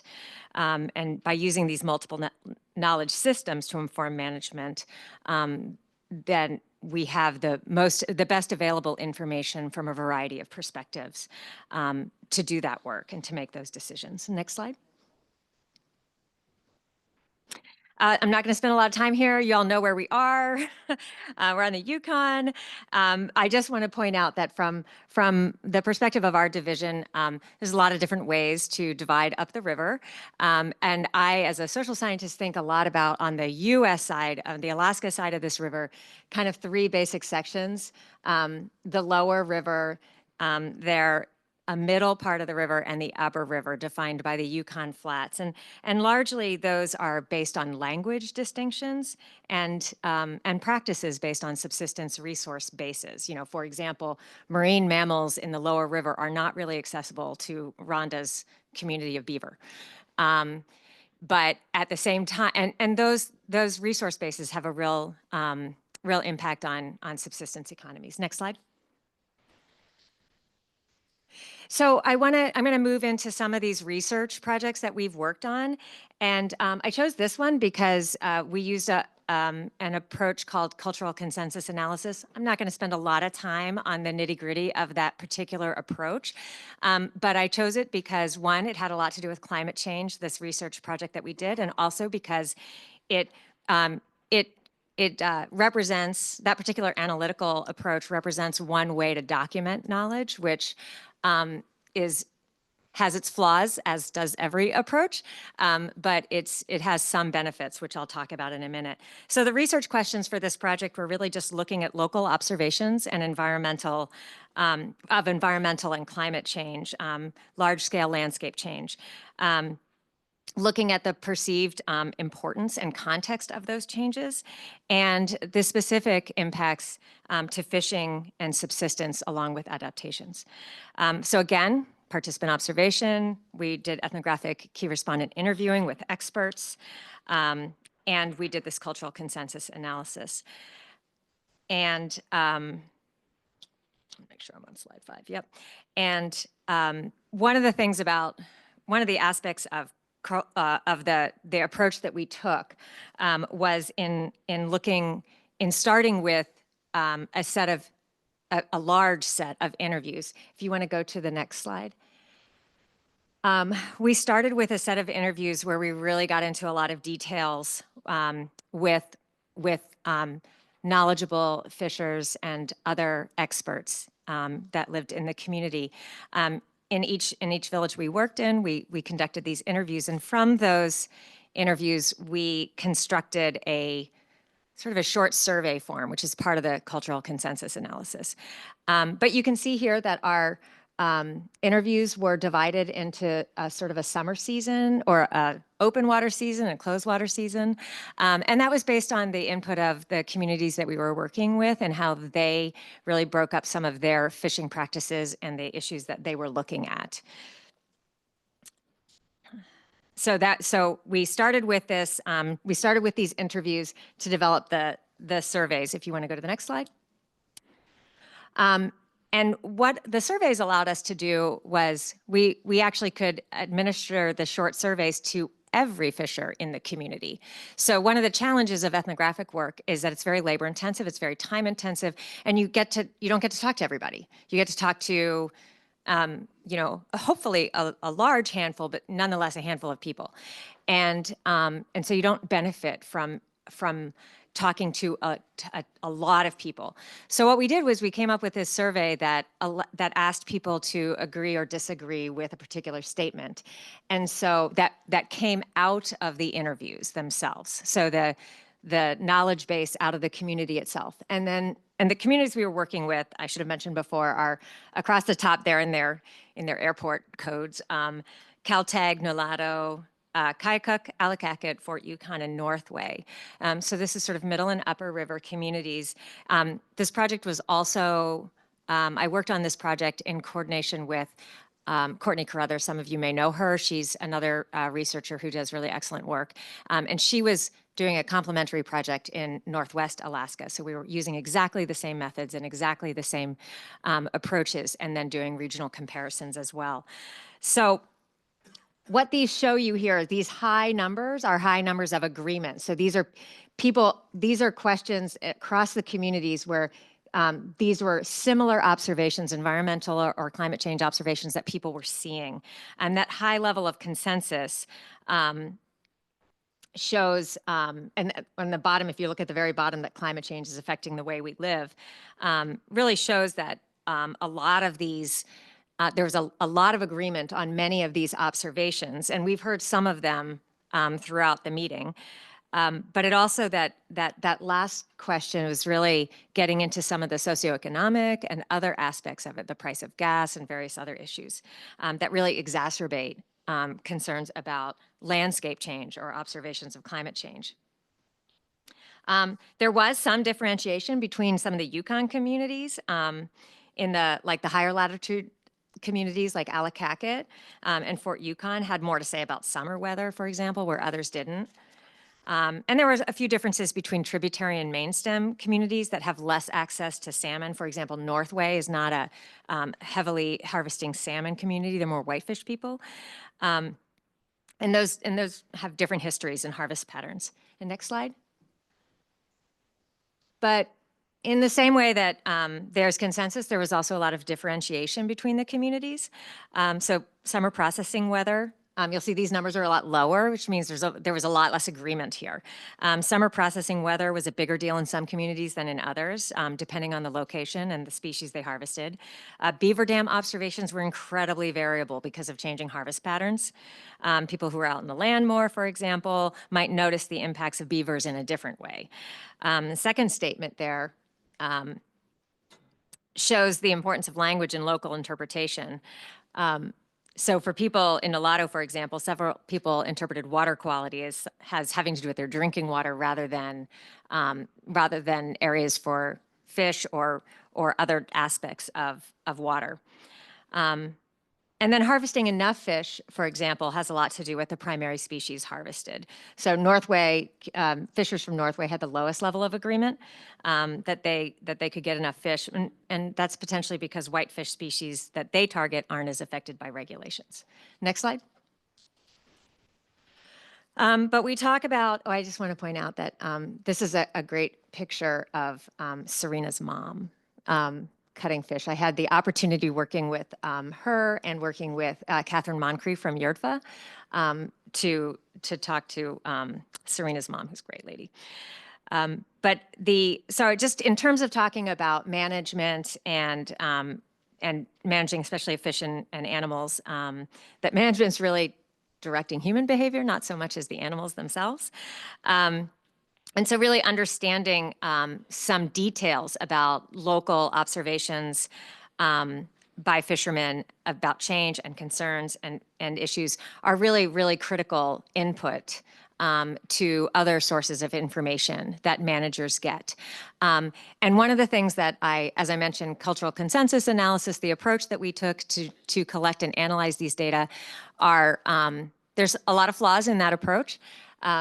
But one of the things it allowed us to do was it allowed us to get that input from everybody. And so a lot of the times I very frustratingly hear that maybe say an individual fisher's knowledge or observations might be dismissed as anecdotal. And because it's one person or maybe just a few.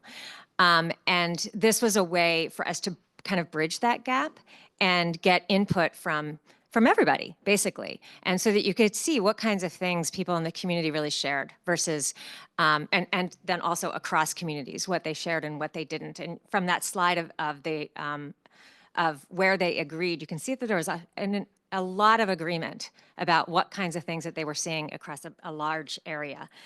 So it can really kind of broaden some of those more traditional ethnographic methods, which are really important to get that deep knowledge and to really understand what people are talking about, but it can really more comprehensively identify relevant issues and relationships. And so, and I think it also, because we were working across communities across the middle and the upper Yukon, it also really showed some of the spatial scales of that knowledge, and especially the observations that people shared across space. I think those are really important things to hear because we hear people talking about like in my area, in my area, in my area. And those are really important aspects of traditional knowledge, but at the same time, you can see some of those continuities. Next slide. So this is another second project that I'm going to take a quick look at, and I don't have any notes, so I'm going to have to, no, I can't. I'm going to stay right here. This project was really looking at, we got a lot of information from people from earlier projects, especially that climate change project, that they were really noticing some interesting things that they wanted us to take a deeper look at. So this was actually looking at traditional knowledge of the freshwater components of the salmon life cycle, which of course what people in communities are on the ground, this is what they live every day. And so we were really interested in looking at different aspects of how people understood the salmon life cycle in the freshwater environment. Next slide, please. So we were working in the communities. You can see there in the yellow dots. So we're working kind of a bit across the drainage, trying to, and I think Fort Yukon was one of them, although it's, yeah, there we go. Fort Yukon, Allakaket, Huslia, Anvik, and St. Mary's. So we were looking in different parts of the river for different observations and different knowledge bases of that freshwater ecology. Next slide. So our basic research questions is looking at, as I mentioned, these environmental factors that are important to salmon migration, spawning, juvenile life stage, things like that. And then what changes they've observed in these factors and how local residents are experiencing these. Next slide. And we had a bunch of really interesting findings that I think have found their way into various aspects of some of the biological research. In Anvik, people talked about cooler, rainier summers that challenge fishermen in preserving salmon. We've heard a lot about that. And that really has a lot to do with fishing timing, and that sort of overlay and management can really make a difference there. Also, lots of species replacement and observed increases in freshwater predation of salmon eggs, especially on the Anvik River. Up the Kaikuk River tributary of the Yukon, up in Huslia, they've really noticed a lot of changes over time in salmon abundance and quality, and new locations of observed salmon migration and spawning, as well as juvenile rearing. Next slide. Next slide. Oh, no, sorry. And then again, a little bit upriver from Huslia and Allakaket, again, real changes in salmon abundance, as well as in the size and quality of Chinook salmon specifically. And different additional observations of salmon migrating and spawning that's preserved through traditional place names. And I also just want to point out that YRDFA also did some research on this earlier that we made sure that we were understanding and kind of building on. But there's some earlier work there that if you're interested in this type of stuff that YRDFA did, I think it was mostly Catherine Moncrief did some of that work. And there's some really interesting earlier work on this, especially in that part of the world. And then finally in Fort Yukon, looking at decreased turbidity and warmer water temperatures in the main stem, the drying of lakes of the lake and slough complex, and unpredictable water levels in tributaries like the Porcupine. And then potential increases of Chinook salmon migrating up the Porcupine and Treginik rivers, which they really wanted to see us working with residents of Venati and up in Old Crow to really take a deeper dive into some of that information. Next slide.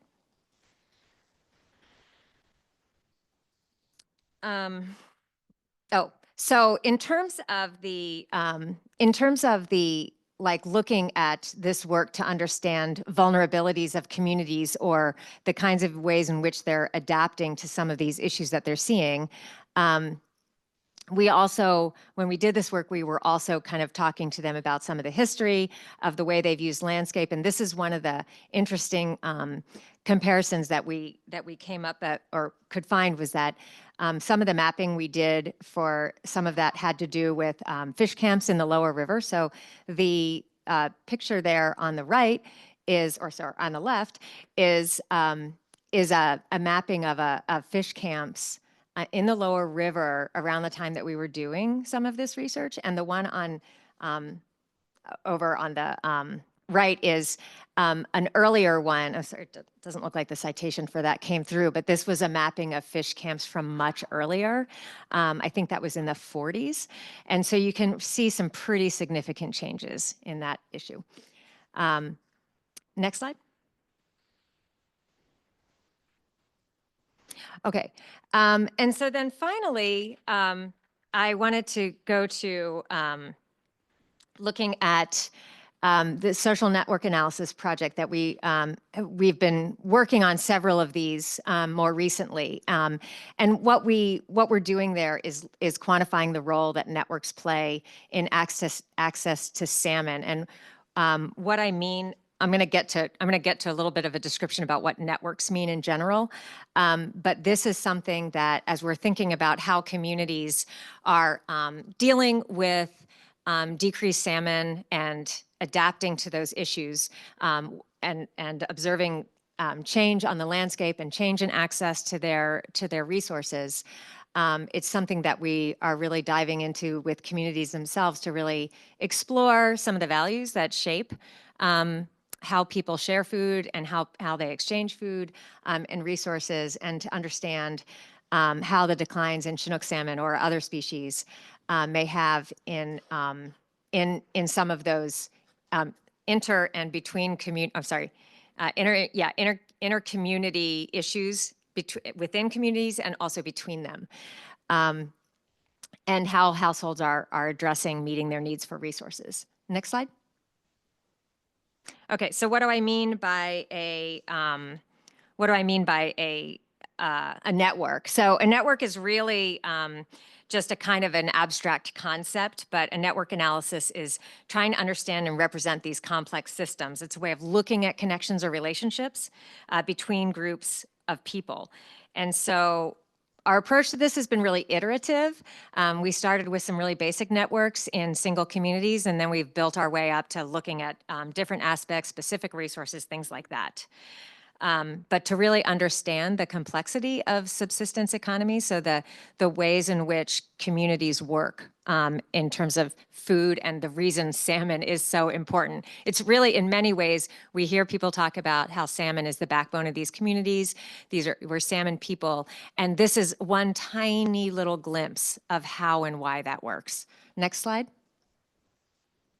Okay, so this is this big spaghetti on the bowl of spaghetti thing that we've got, and it's basically a network analysis, and this is from data we collected in Nulato in 2018, and it's a total mess. But what I want you to there's a lot going on here, but the simple message is that this is an incredibly connected community when it comes to wild resource use and sharing. So every single one of those lines represents the movement of a wild resource from one household to the next. All of those squares or triangles or whatever are different households. They're scaled, so the bigger the household means the more they produce in terms of subsistence. And there's some handouts there in case anybody wants to look at the legend in more depth. But basically, we mapped when households gave each other food. And so you can see that this is mapping all of those exchanges.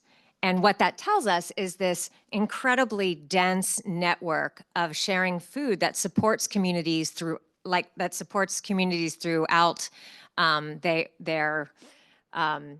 their harvesting processes. Not everybody harvests or harvests on the same level. And that's why sharing in subsistence economies is so critical. And so we refer to this as social provisioning, but it's really sharing. It's really exchange. Next slide. So this is a salmon production network that's pulled out of the same data set. And it is just as dense, but this is just salmon. And so this is what we mean when we talk about how salmon are really the backbones of these communities. They're really a sort of a keystone species in trying to understand what happens when you take this out of a community, what happens, and how communities are challenged in terms of taking care of themselves, taking care of each other. Next slide. This is another part that comes out of that same research. It's not just within communities. Those last two networks that you saw were within communities. This is how a single community like Nulato shares with communities outside of Nulato. So communities where they have relatives, communities where they have partnerships for some reason or another, whether it be family or friends or longstanding relatives, whatever. You can see the sort of breadth of exchange that occurs throughout the state. Next slide. So finally, I just kind of wanted to end on looking at these, thinking about a lot of the work we do is looking at access to subsistence resources, the use of subsistence resources, and how important they are to those communities and to subsistence economies in Alaska. And I think it probably all stands true for Canadian First Nations people as well. That's why subsistence is the first consumptive priority use. It's why it's protected in statute, because it is really what maintains communities in Alaska.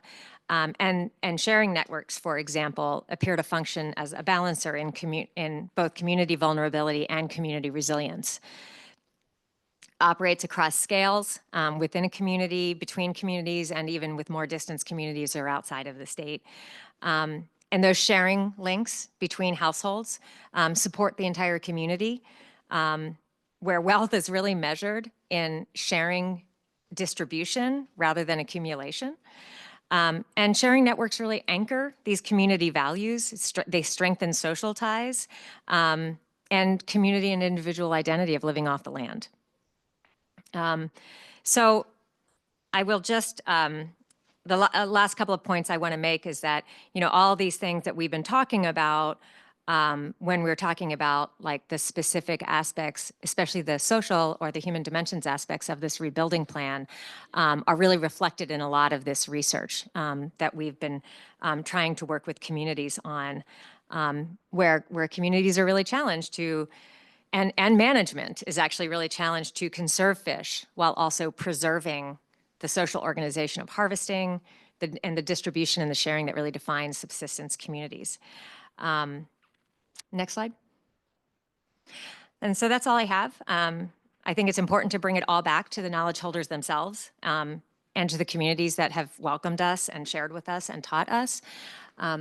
This is a picture of a really messy map that I'm a really messy note taker in the field, and this is the kind of stuff that I make sense of back in my office. But I'd be happy to take any questions if there are any. Ragnar, go ahead. Chairman, Caroline, when you're out there taking, or your team's out there taking a testimony, I'll give an example. It's, one of the statements here is big breakups don't happen as much. And like across the board, folks agree to that or mention it. Does your interviewers dig into depth how that affects subsistence or subsistence gathering? Big breakups don't happen as much. I'm just using that as an example. Do your interviewers ask follow-up questions to these base questions, Mr. Chairman? That's a great question, Ragnar. Absolutely, we do. Those were just some quick survey questions, but they came out of these interviews with a lot of detail. And there is a report on that project, and I could certainly give you a copy of it. And that's where you're going to see a lot of that really in-depth knowledge. But yeah, we learned a lot of, people shared with us a lot of information about why those big breakups are not having them anymore is a problem in terms of scouring, in terms of moose browse, in terms of all kinds of issues with erosion, things like that. But yeah, really important and integrated information that really relies on long-term observation of the landscape. Mm-hmm. Brandy, then Andy. I don't really have a question, and maybe it's not for you to answer, but the question, I guess, on policy, how this is made, you use this research. At home, we would call it a traditional land use study, or, but this research informs policy change. I mean, you've done, some of this has been done over years, and I see that, of course, people would probably give different answers today on some of that. But at the same time, it is a culturally important component. And if you're getting all this research that is informing the science and what the impacts to the people are, I guess my question would be, what policies have you changed based on this? So there's a variety. I guess I'll try to answer that question on a variety of levels. So one of the things that we do, as I mentioned, the state statute of subsistence priority requires, in order to protect subsistence, in order to protect certain aspects of it, like say, for example, hunting seasons, the managers would need to know what those are and how they might change and why they might change. So a lot of our research goes to addressing some of those questions. Sometimes people will put in proposals that look to address regulatory change. And so some of our research is directly applicable to that, considering things like land use policies, or not policies, sorry, land use patterns, and whether or not certain resources are accessed or harvested in certain places, and whether that needs to be considered when doing something else, whether that be environmental studies or development or whatever. We get those kinds of questions all the time. I mentioned I mentioned the more recent Board of Fish policy recognizing traditional knowledge as an important information source for their decision making. That was an effort by the Board of Fish to start being more inclusive of a broader types of different knowledge and information that they need in order to make decisions. So those are just things like that are in the policy realm. We also have things like, and I'm going to branch out a little bit from fish here, but we do a lot of work with all subsistence resources. So right now in Alaska, like the Western Arctic caribou herd, we do a lot of work looking at those harvest practices and harvest patterns over time. How many hunters in a family, different kinds of things like that. And all of those things, all of that information comes to bear in the types of regulations that they can make or change in order to protect those practices. I hope that helps. Can I just follow up? Yeah, I was just like more or less looking at the salmon. What we're looking at today with what we're working on, this rebuilding, and how you have the evidence from the people from this that says that it's taking away their cultural identity, really, and all from all your work, which is, by the way, I wanted to say this is a really good presentation. Thank you for that. Yeah, I'm just trying to link how this work could help inform and change policy in the rebuilding plan and include it in probably in the 7-year agreement, how it can inform this from the tribes, and how we could look at I guess our next our biggest issue around the ocean and marine environment and what's happening. So yeah, I kind of wanted to link that question to the last presentation, because it's really interesting that you come up with this. But even though we get these two amazing presentations that were put forward that are signifying what the issue is and what is happening, but yet I'm not seeing how the policy is being updated to include, the changes are not including these two really interesting and very informative presentations. So I just wanted to put that out there. You don't have to answer that at all. I just thought I would make an observation based on traditional knowledge. No, I'm kidding. Thank you. I'm hoping that Rhonda's going to bail me out. So, actually, it was kind of a big haul for me to agree to that study in our small community. A lot of people in our community are very much they don't like to do surveys from the state of Alaska because they're afraid of enforcement. So the reason that I agreed to this was because I was talking to some of the researchers and stuff, and they were like, the Board of Game does not get it.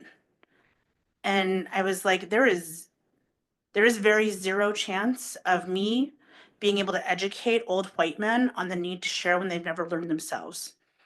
So this is sort of that bridge. This is sort of that bridge to, I guess, connecting the dots for people, because for a lot of people who have no lived experience, in this world, who are making the regulations, they have to have some kind of information to back it up. And if you don't have a study and a citation and, and a really well-designed study, they won't listen to a thing that you say. You're just another Native person spouting off. So that's why we were so, I guess, proponents of this study, and in a way that would make a lot of different people kind of uncomfortable. Because at that time we were still fishing. And a lot of those photos in your presentation were really, really amazing, and they really brought me back. Thank you very much. Next, we'll go to Andy. We do need to be conscientious of time, and I'm only saying that from the standpoint of making sure we don't delay too much on our testimony. So let's try and keep our questions concise. Thank you. Andy, and then Stanley, and then Pauline. Very concisely to Caroline. How long have these interviews been going on? Since before my time, I mean, I've worked for the department for 23 years. Okay. And I would say Alita and I have done all of that research with our colleagues. But my predecessor did it for 20 years before me. Okay. My question is, have you gone back to re-interview some of those interviewers from the way past to see what those changes would be now? Yes, we regularly do that when we're in those communities to do some of that work. We are always trying to talk to folks repeatedly and to learn more because their knowledge doesn't stop either. So, yeah, every chance we get. So I would just say Brandy, she just left, but anyway, that would support some of that argument that would go to policy changes also at the regulatory process level. A lot of times being able to pull that data set up and see how things are changing, and how it's impacting people. That would demonstrate that very well. Thank you, Caroline. Thank you. Stanley, go ahead. Yeah, thank you. Just want to share some information. We did a research on traditional nutritional food in the early 90s by Eleanor Wine, and that information is still available. A documentation on the nutritional food we ate in Noel Crow, like the portions of all nutritional food that we gathered, caribou, moose, fish, berries, and other food that we eat. But it would be interesting to see what what's happening today in terms of food that we're eating, that are the volume traditionally today compared to the 90s. And there's huge difference. It's just a matter of what's out there. But I think it'd be useful information, like even for our First Nation, to look at how do we change that and look at more nutritional food, that are traditional. So there's that research that's been done, and it's very useful. We've used it a number of times. And just one thing on a list of items that you had in terms of the questions that you're asking. So like people always find something that you never ask, questions that you never ask. On the spawning grounds, what you didn't ask, like on traditional knowledge, what's happening with the spawning grounds? Is there water dewatering, or how is salmon spawning up in that area? Well, it might be another research in itself too. So. Yeah, that's a good point. And that, of course, depends on how much time people spend on the actual spawning grounds. And so in different places, that's going to differ.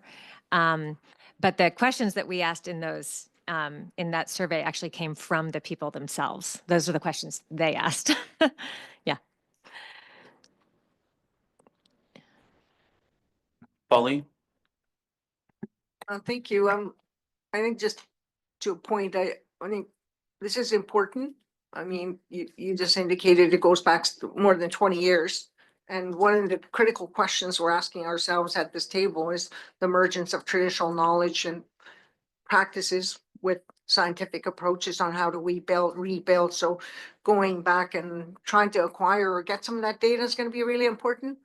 I just noted over lunch, just as a reference point, Benedict Jones had data loggers in the river using his fish monitoring far before we put the water loggers into the river. And he was telling us, these are things I'm observing with respect to changes. He told us he referred to it as a salmon highway and defined and very specifically highlighted where the salmon were traveling, which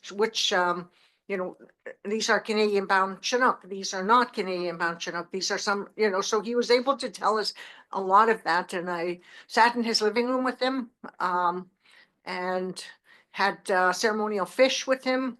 So I think that's a critical piece because you talk about traditional knowledge, research, ethics, and human dimensions and tribal consultation over the time. But what we heard earlier from Ava and Rochelle was the need to have that at this table to drive the policy and legislation going forward. So I think that we can't not miss out on that. If they're suggesting and saying that to us, then that means we must not be doing something right. So acquiring historical data, doing the analysis, bringing it to the table and checking in with the elders that are the true knowledge keepers.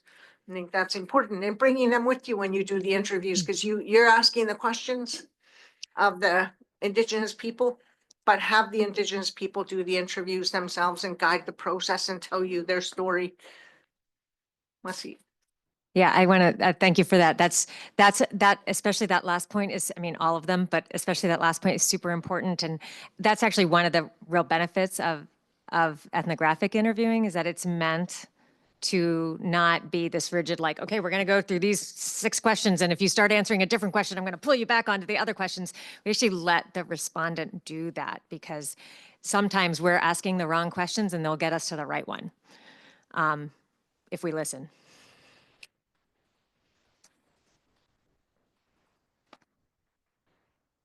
Okay, not seeing any additional comments or questions. Thanks very, very much, Caroline, for your very informative and extremely interesting research.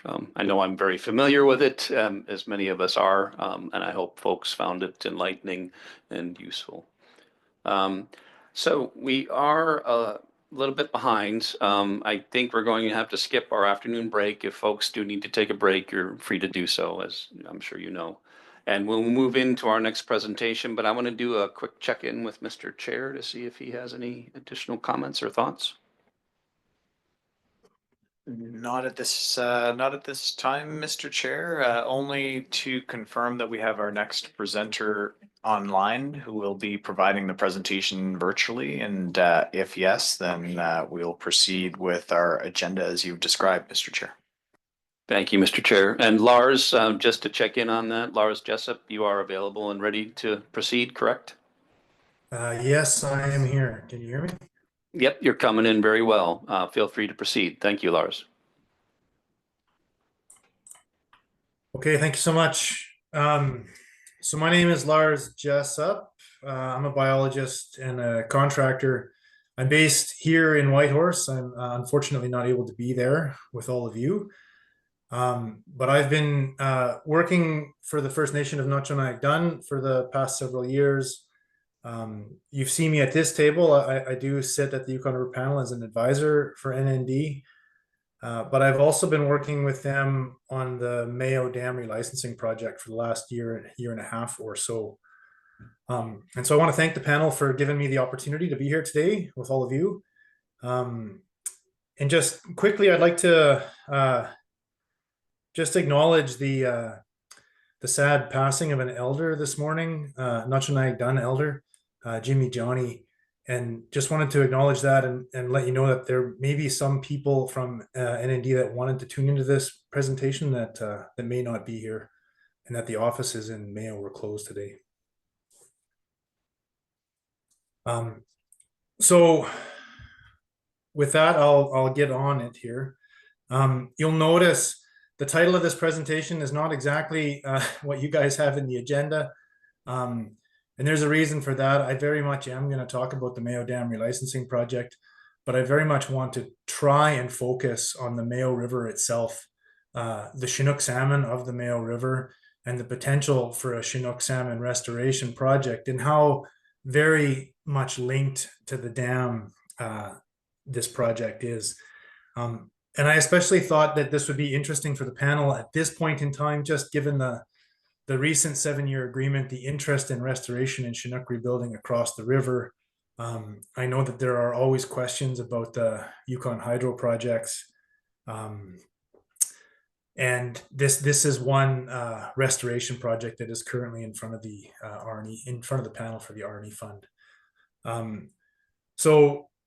Next slide, please.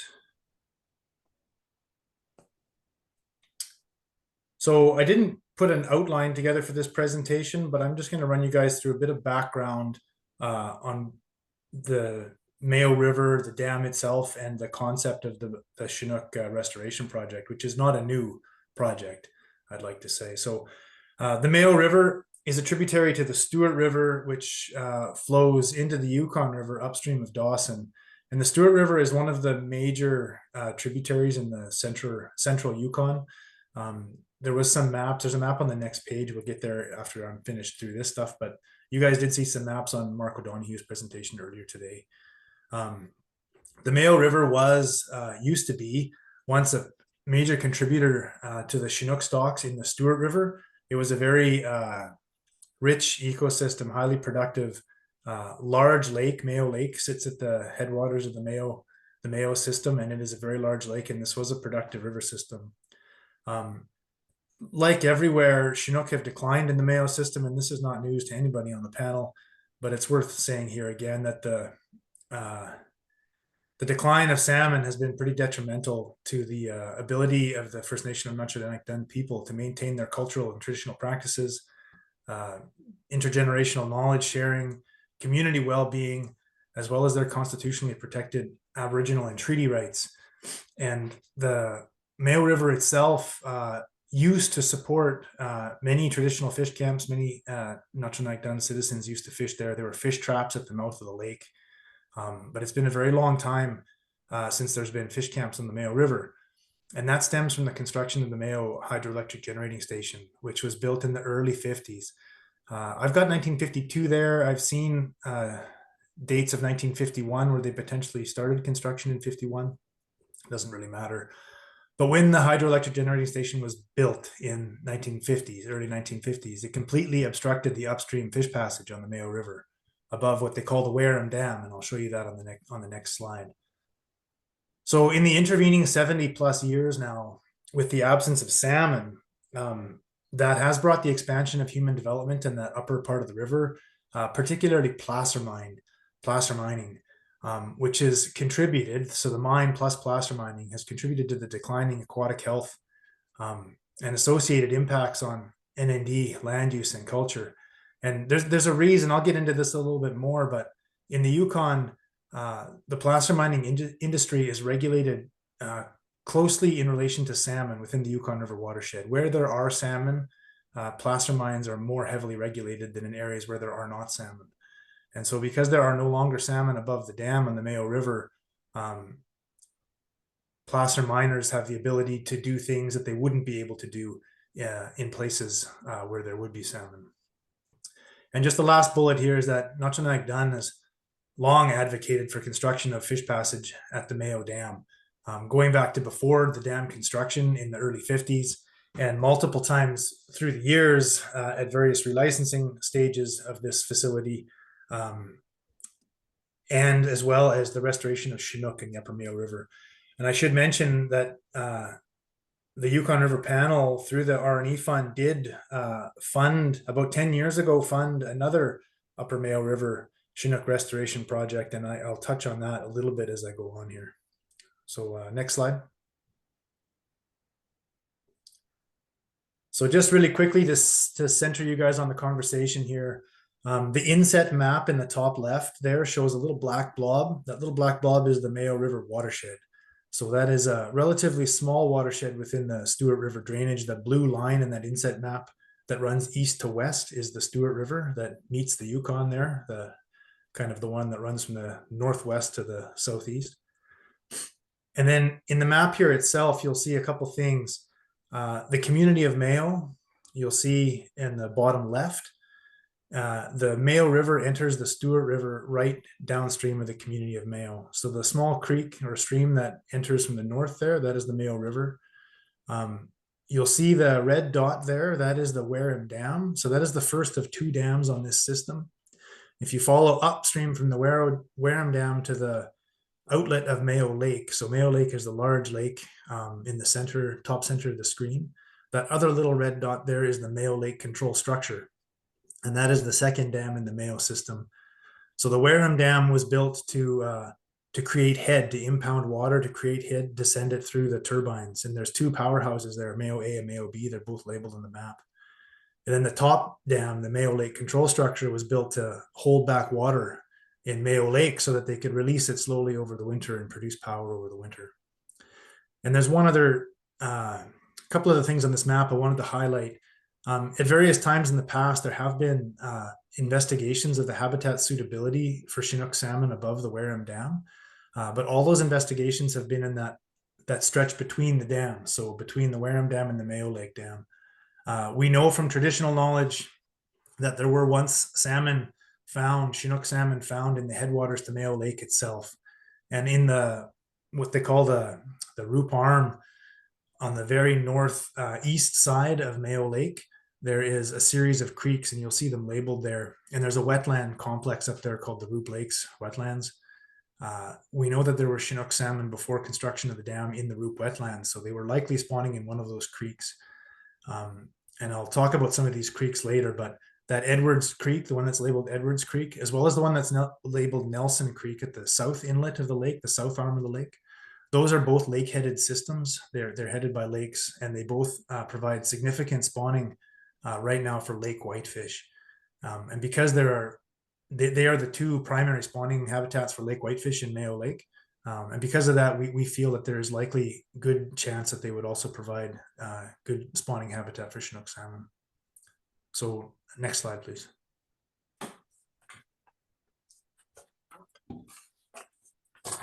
So after 1952, Chinook habitat was limited to that 12-kilometer stretch of the Mayo River below the Wareham Dam.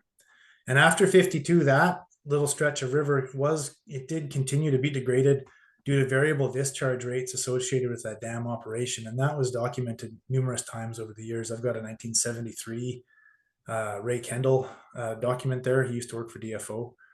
I guess it maybe wasn't DFO in 73, but anyway, since dam construction, FNND citizens have continued to report seeing fewer Chinook salmon return to the lower reaches of the Mayo River, coupled with returning Chinook being smaller than fish observed in the past. And some of those reports were from a local and traditional knowledge report that was from 1993. And so those observations have been ongoing for a long time. Since 2012 and the construction of the Mayo B powerhouse, so if you saw on that map, there was two powerhouses. Mayo B was built in 2011, started operating in 2012.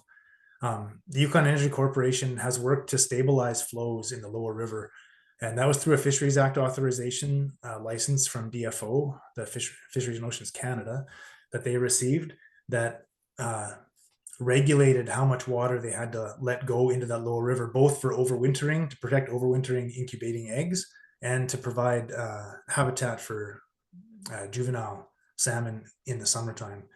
And so things in terms of flow in the lower river have improved since 2012. I just wanted to point that out.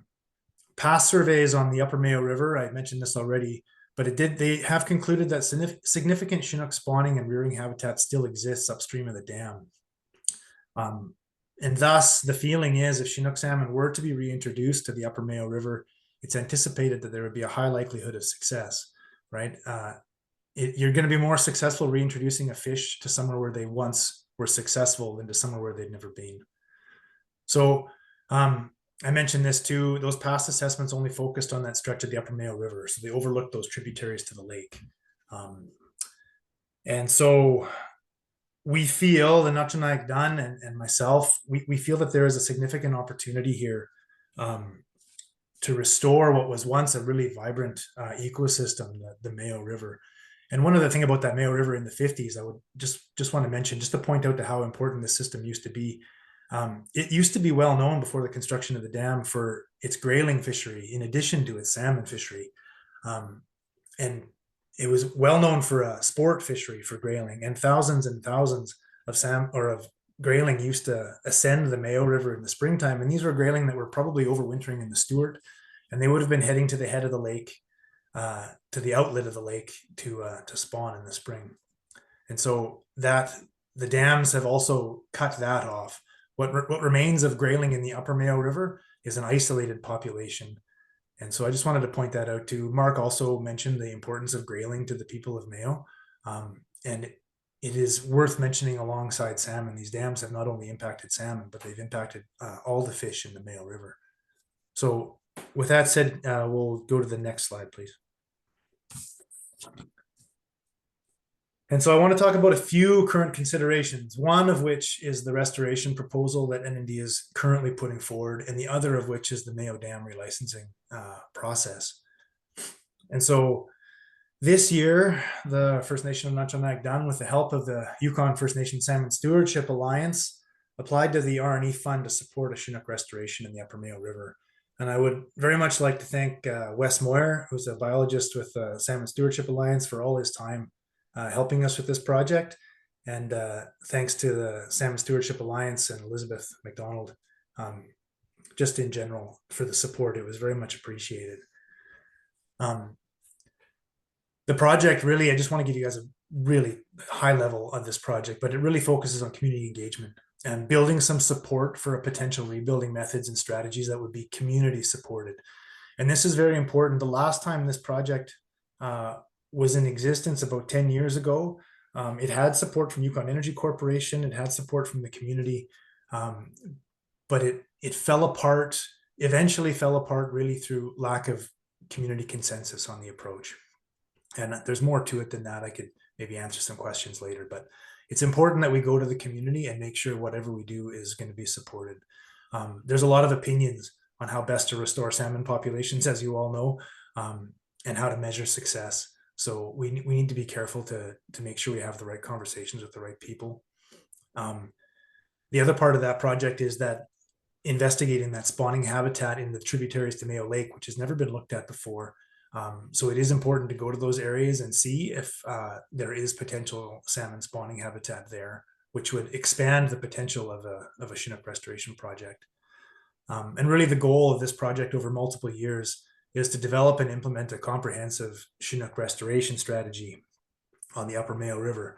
And now there are a number of challenges. And so with that, let's go to the next slide and I'll talk about the first challenge. So the first and biggest challenge is, of course, the Mayo generating station. So the Chinook restoration project is very closely linked with the ongoing operation of the Mayo hydroelectric generating station, what everybody tends to call the NGS, and the need to address both upstream and downstream fish passage at this facility. And again, I'd like to reiterate, there is no fish passage, upstream fish passage at either one of the dams in this system. Fish can get downstream. They can get downstream safely at the Mayo Dam because it's a small dam. Safely getting downstream at the Wareham Dam is potentially questionable, and I can talk about that in a minute. But of the hydro projects in the Yukon, there are really only 3 hydro projects in the Yukon, only 2 of which impact salmon. This one, the Mayo Dam and the Whitehorse Dam. Of the 2 that impact salmon, the Whitehorse Dam has fish passage. And you guys are familiar through the process last year to relicense the Whitehorse Dam and through other conversations, you're familiar with the struggles to successfully pass fish at the Whitehorse Dam, but at least this fish passage there exists. At the Mayo Dam, it has never existed. And right now, the Mayo Dam, the MGS, is currently undergoing a relicensing process, very similar to what Whitehorse Dam did last year. The Yukon Environmental and Socioeconomic Assessment Board is currently collecting public feedback on the proposed project. So that's what YESAB calls their seeking views period. That seeking views period is open until the 17th of February of 2025. So they have another 2.5 weeks of collecting public opinion, boards and councils opinion, First Nation opinions. Anybody who wants to weigh in on these projects can do so until the 17th of February. So just a couple details about their proposal. So right now, Yukon Energy Corporation, they're the Crown Corporation that operates these hydro dams in the Yukon. Their proposal outlines a potential process, just a potential process, by which Yukon Energy Corporation, Natchanag Dunn, and other parties, such as Fisheries and Oceans Canada or the government of Yukon, might work together to address upstream fish passage at the Wareham Dam. They're not proposing to fix fish passage or create fish passage structures at the Wareham Dam. They're proposing that they might talk about it.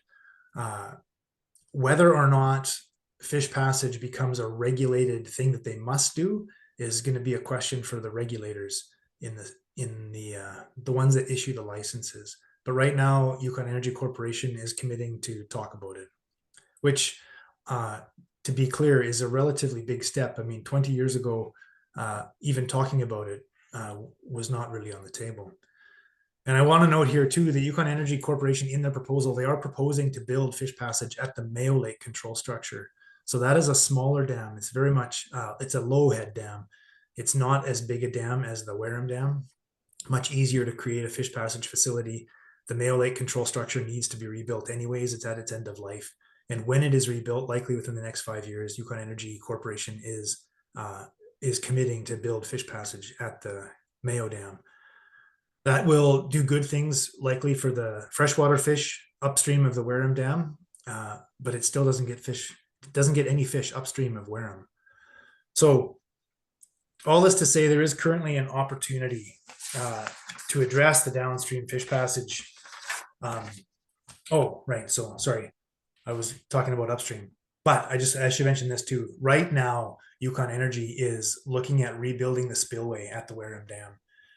They're doing it through an emergency amendment. This is not part of the project proposal, but NND is hoping that we can use this as an opportunity to address downstream fish passage issues. And this project is happening in the very near term. And if you go to the next slide, I have a picture of the Wareham Dam spillway. And I apologize for the quality of this picture. I couldn't find one that I had taken myself. I had several, but I couldn't find them. This one is taken from the cbc.ca website. This is a aerial, probably a drone view of the Wareham Dam spillway. So that big earth, it's a big earth-filled dam. And you'll see on the right there, that's the spillway. You can see water coming out of one of two gates there. It comes down a bit of a concrete trough to it just pitches off the end there, almost like a little lip. And then it plunges over the bedrock outcrop and into the plunge pool down below. There is some data from Environmental Dynamics Inc. that they collected in the summer of 2023 using very small sensors that they sent down through that spillway and down. That indicates they had a very limited run, and I should qualify that. I think they only had 4 successful runs, but they had anticipated something like a 27%, somewhere between 25 and 30% chance of mortality for a fish like a juvenile salmon. And again, that was a very data limited study, but just looking at that picture, I'm sure you guys can see that that's not necessarily a smooth ride for fish. And so there is opportunity right now. Yukon Energy Corp is planning on creating a new structure to spill water at the Wareham Dam. So next slide, please. So a couple final thoughts for myself. And I want to put this kind of in the focus of the fish passage, the potential fish passage issues at the Mayo Lake. So, or on the Mayo River. So the creation of fish passage on the Mayo River does have potentially real benefit for the Mayo River Chinook stock. And this is a Mayo River Chinook stock that's been limited to only the spawning habitat below the dam. And their preferred spawning habitat, the beautiful lake-headed spawning habitat that's upriver, has been unavailable to them. And so this stock has been throttled, right? They don't have the opportunity for as much spawning and rearing habitat as they once had. And if that was opened up, there could be potential substantial benefit for that Mayo River Chinook stock. And from a biological basis, because the investigations have been done, the habitat still exists. It was once heavily utilized by Chinook salmon. We feel that it has a high likelihood of success. Additionally, there are potentially significant benefits to freshwater species, such as Arctic grayling, in canoe, broad whitefish, long-nosed sucker, fish that may be able to pass passage structure if one was constructed, as well as the broad ecological benefits of restoring Chinook. And I did hear panel member Andy Bassich talking yesterday about the importance of the marine-derived nutrients. And this upper Mayo River is an area that once was likely rich with marine-derived nutrients and has not had that opportunity for about 70 years. The construction of fish passage. So again, keeping on fish passage, the construction of fish passage at the Wareham Dam is technically feasible. And for a long time, the Natchanawek Dun were told that it wasn't technically feasible, but we have had a few engineers look at it. There are technically feasible options, but they're challenging. The Wareham Dam has an approximately 30 meters of head, the elevation difference between the head pond and the pool below. And that's it's also constrained in the valley, right? So it is built at the mouth of a canyon. And so you don't have a lot of room to construct things there either. But there are potential options, including a fishway on the right bank, which would be a long fishway on the right bank, or a potential permanent or temporary building towards a fishway trap and truck facility. And there's opportunity to build a good trap and truck facility. So not just stringing a net across and catching some fish, but building a proper facility to trap and safely transport salmon. However, all of that said, fish passage solutions at the Wareham Dam are sure to be very economically costly. Just addressing the fish passage issue itself will cost a lot of money, and that will require funding sources outside of the Yukon Energy Corporation. The Yukon Energy Corp is a Crown Corp. They don't have a very large operating budget, let alone capital budget for projects like this. And if we were to if they were to pay for this type of project, all those costs would be passed to Yukon ratepayers. And that is in NND's mind, not the solution. It would likely require outside funding. So last couple bullets here. Notchanaik Dun considers the Upper Mayo River to be a significant Chinook restoration opportunity with wider benefits for the overall health of the watershed and the community. And I just want to highlight some of those potential community benefits, right? This is a community, Mark talked about it a little bit, and you guys on the panel are all well aware of the impact of communities without having any salmon. There needs to be some local hope, somewhere to put your effort, right? If you're not being able to catch any fish, what are you going to do? And this project could provide lots of opportunity for engagement, involvement. Long term, if a truck and trap or a fish ladder facility was constructed, and in the short term, while you're rebuilding salmon, there may be several, if not many, local employment opportunities to work with salmon. And in the long run, this could do a lot of really good things for the community. So I wanted to highlight that as well. And then this last point, I just wanted to make to the big panel. I know there's a lot of people on the panel that represent a lot of different areas along a very, very large watershed.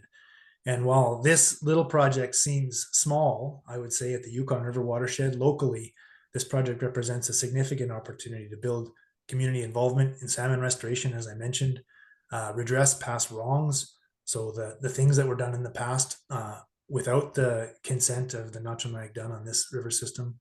And most importantly, I would say potentially, fingers crossed, bring more salmon back to the NND traditional territory. And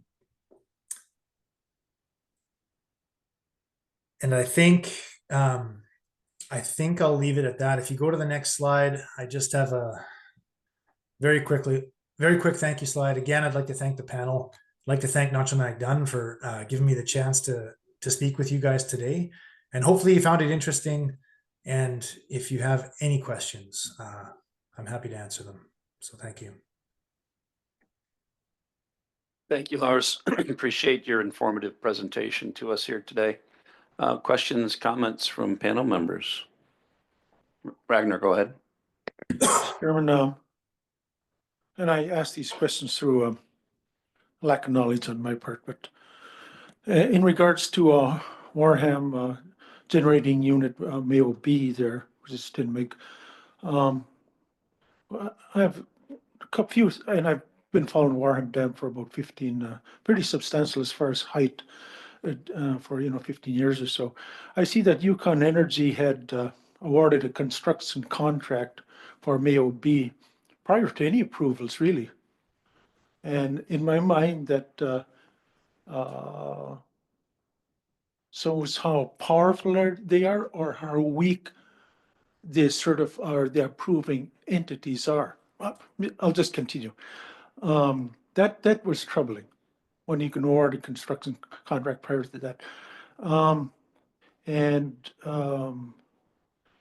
In the yes board approval, when they approved it, one of the rationale was, or the main rationale was, that it would provide energy for mining, the expansion of mining. Okay, I'm not opposed to mining done right.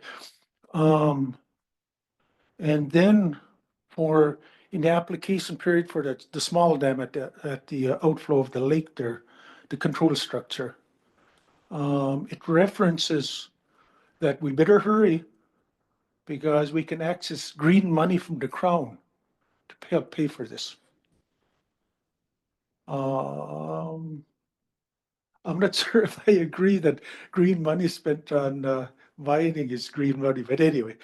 So, so it's kind of lack of knowledge on my part, Mr. Chairman. Yeah, I don't know if there is an answer. Thank you. Thanks for that, Ragnar. I certainly can't answer some of those things. I just in terms of context, though, when it was originally constructed, that Mayo Dam was built to provide power to the mines at El Sequino, especially.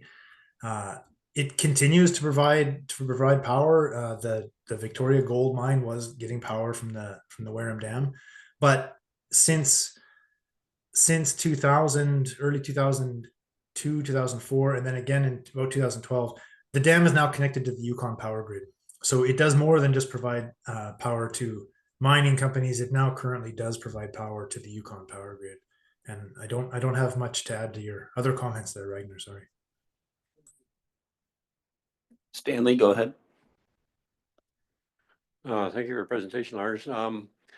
Which dam or is your consideration for the a fishway? Then I'll make my comments once you answer that. Yukon Energy is Yeah. they're proposing to build a fishway in this proposal that's before YESIB now. They're proposing to build a fishway at the Mayo Lake control structure, which is the smaller of the two dams, and it's the upstream dam. They are not proposing to build a fishway at the Wareham Dam. All that is on the table right now is to talk about how we could address fish passage issues at the Wareham Dam, but there is no proposal in front of anybody right now for that dam. Yeah, that's 30 meters. That'd be a 90-foot drop. That'd be at least 500 foot of fishway, at the least, anyway. Once you look at the grade and the elevation, so yeah, for consideration, be nice to push them on it and get political push to look at sometime down the road within a time frame anyway, rather than not have a time frame for it. But I'm sure you're working on that. Thank you. Yeah, and we have had a conversation with a fish passage engineer. A fishway, if it was built there to cover that 30 meters of head, it would be over 360 meters long to keep it at a 5% gradient, which would put it into about the same length as the Whitehorse Fishway, which is over 360 meters. Elizabeth? Yeah, thanks, Lars, very much for that. I did want to point out that the fish structure they're proposing at the top is for freshwater fish only, and currently they are not going to design it to accommodate Chinook. So that's one thing I know I'm going to take note of. But the other question we often hear, and I know Lars hears this all the time, is why should we care? There's not enough Chinook to fill the spawning grounds. There's lots of room down below. And it's a difference in productivity. So when you look at Chinook spawning within the Yukon Territory, below lakes are extremely productive areas. And you often see these structures called spawning dunes, and they almost look like waves of gravel going down the stream. And when you see those, that's from thousands and thousands of years of spawning to create those dunes. And they move them slowly downstream, and then they start forming a new one. So these are living structures, are really great for Chinook salmon. And if you fly over, and I've asked Al von Finster, and he has confirmed that they are spawning dunes between those two dams. So we know if we can get that habitat opened up again, that it'll be more productive than where those fish are spawning right now. And Chinook are very smart, and they know where to go and find a good place to put their eggs. We don't know, but the salmon know that. That's their knowledge. And if we can open that up to them, I don't doubt that we'll see fish up in there spawning. But it'll take work, because it's not just going to be the fish structure as Lars described and Stan asked about. It's also changing placer regulations. It's also making sure the hydroelectric maintains the correct flow throughout the winter, so the eggs in that productive area don't get dewatered or flushed out with rapid changes, right? So there's a lot of work to be done, and I'm hopeful that we will get there and we'll see fish spawning there. And I also feel slightly responsible, because the first job my grandfather had was at the Mayo at Keno, and my grandmother my grandmother lived in Mayo. So I know they benefited from that electricity and that work. So I think, well, and we all continue to in the Yukon Territory. So we all are a little bit responsible and we all need to make that effort to make it better. So thank you, Lars. Yeah, I just wanted to thank you, Elizabeth, for that context. I think that was really important what you added. And I just want to add a little bit myself here. The opportunity to provide this presentation is really to talk to more people about this potential opportunity in this project. Nachanayagdan very much need allies to overcome the challenges that exist on this system. And just to demonstrate one of those challenges, Elizabeth alluded to this, but NND has been told in meeting rooms before that there's no point in allowing salmon access to that upper river anymore because the interests of local placer miners are likely to shut the project down anyway, and that the impact of placer mining in that system since the dam was built in the last 70 years has degraded the ecological conditions such that salmon might not take to it again. And that is I don't know, a poignant statement about the cumulative effects, that the way that projects interact with each other to bring down, environmental systems and the communities that rely on them. And I think that that type of negativity is just that it's negative thinking, and that isn't the limit in this system. This system is a important lake-headed system, as Elizabeth pointed out. It was once highly productive, and it could be that way again. But we very much, Nachanayagdan very much needs allies and support in this project.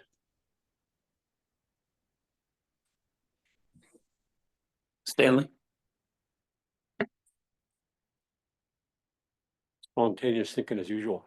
What's the possibility of transporting the eggs past the Mayo Dam up into the lake? They'll have no way of getting down, but they'll have, when they come out, they have no way of getting back. So you have a plan within 5 years to put a fishway in there within 5 years so you can get back in there in real time. YG and Yukon Energy owes that to the salmon after all these years. So they can put in a plan in real time, at least start something somewhere. And that's realistic as you can get and practical and makes a lot of sense. So it's possible to do.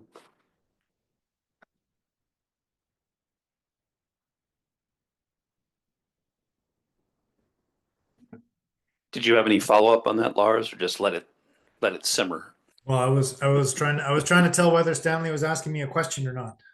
Let's see. Was there a question there, Stan, or just a statement? Just what are your thoughts on that? What do you think? What do you think of the reality of that's happening? Or it does make sense. My belief, as a fisheries, if I put a fisheries biologist hat on here, my belief is there are lots of options in terms of a local restoration project on the Mayo River. There are ways to get it done, and there are lots of creative people before I've been thinking about this job that have been thinking of ways to get it done on the Mayo River. And there are many options, including in-stream incubation, including hatcheries in a box on the Mayo River, including truck and trap facilities, all kinds of stuff.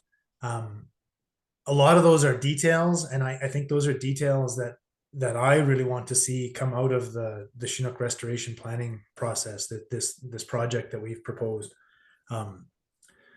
Because as I mentioned, a lot of people have pretty strong feelings about what the best approach is, what are viable approaches, what are ethical approaches, and I think it's really important that we get it right.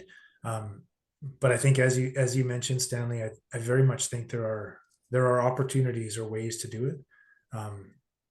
It just needs to get done. Andy? Yeah, I get, I'm always in support of trying to open up these spawning grounds. I can remember we spent quite a bit of time on some of this discussion. I guess from my perspective, I'm very much in support of work that could be done, cognizant of that, what the ask is of the Yukon River Panel financially. And I guess I always leave it up to the Canadians to do and recommend what they think is the most effective, but, certainly building fish ladders or things of that nature are way beyond our funding capacity, possibly studies. And then I guess what I would just ask to be informed of is, the order in which you do things. Don't put the cart in front of the horse. Are we going to spend $200,000 on studies on feasibility and then think, well, okay, maybe we'll build a fish ladder? Or, I guess that what I'm struggling here is what is the ask, Lars? Like, what are you asking the panel right now for? Anything? Or is this more just informational? I guess, well, there's two connected paths here, I guess, Andy. One is this presentation, which was information. This was mostly information from the panel that we hoped would be interesting and ways for NND to spread their interest in this project. At the Yukon River Panel, which does very much seem like the right forum. On the R&E fund proposal itself, which I wasn't really trying to present on that today. Sorry, Lars, I'm going to have to interrupt you. Let's keep it focused on the informational component, please.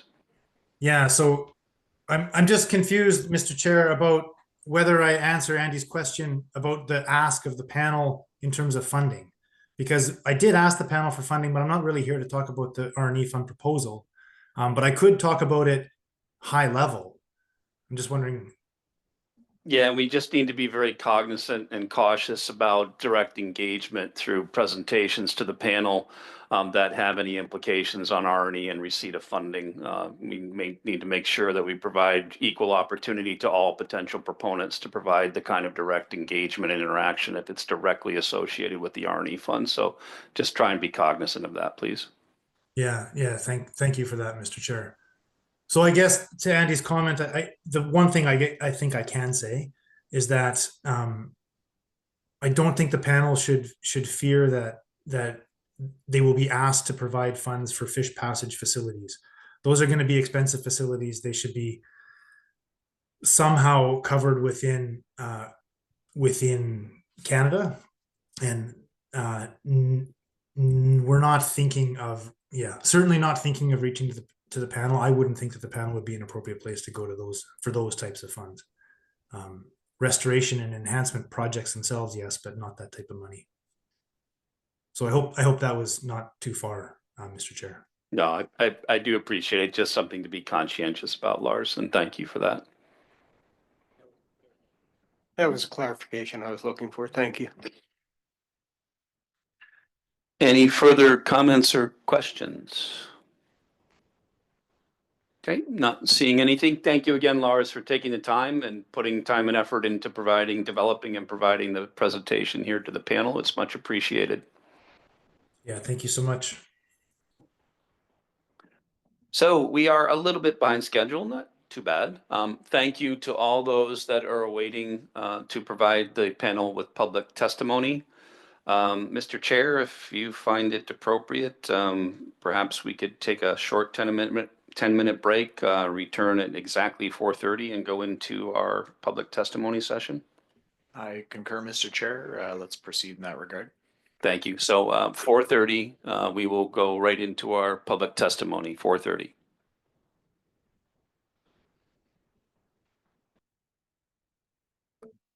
Okay, let's go ahead and get started here, folks. We'll move into our public testimony session here for the end of our public session. Again, we'd invite all folks providing public testimony to please come up to the front of the room here at the podium for your testimony. First up, Jasmine Vent, who I believe is here in person. Jasmine Vent.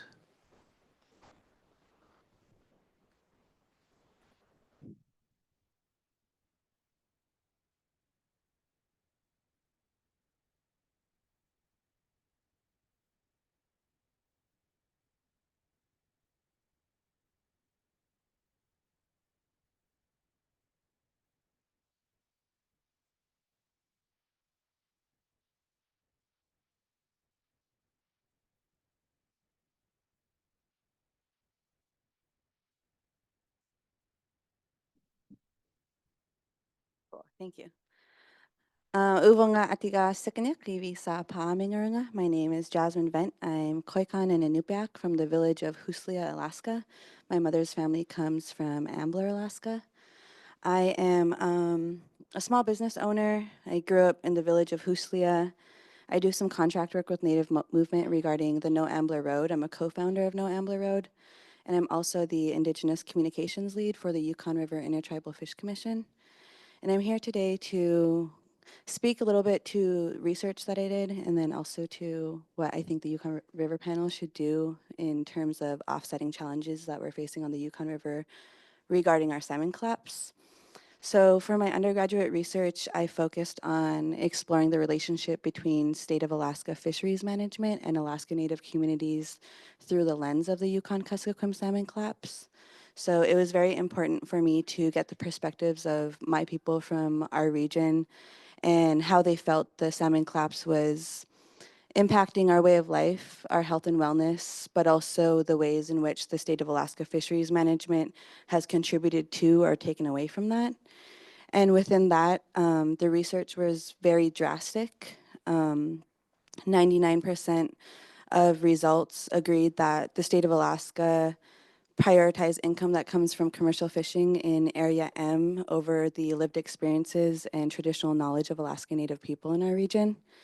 Not only that, but 93% of this region believes that the closure of subsistence fishing in these river areas is causing food insecurity, and there's evidence in this impacting the health and wellness of our communities through some studies that Tana Chiefs has put out. For example, we haven't been able to legally fish for 5 years, and in the last 6 years, there's been a 72% increase in pre-diabetic patients in our region. And within that, I really think that, you know, I'm not going to stand up here and explain what we're experiencing because we've been doing that for the last few decades. But I think that right now we are in such a vital time where we need to prioritize and center Alaska Native knowledge and lived experiences within these decision-making processes, because right now, Alaska Native people in our region are carrying the burden of conservation, while there's trawlers and salmon being bycaught in the Bering Sea. You know, our fish camps are empty, while there's nets the size of football fields being dragged across the ocean floor and restricting that salmon from entering our waterways. So within that, I think that this panel should really prioritize Alaska Native knowledge and traditional ecological knowledge within their salmon rebuilding plan, not only being inclusive of Alaska Native people, but centering our knowledge, prioritizing coming to us and trying to find solutions or ways to offset these challenges that we're facing. So within my research, it was really important for me to get the perspectives of our region out because we've been so marginalized. The state of Alaska does a very good job at leveraging speculative ideas.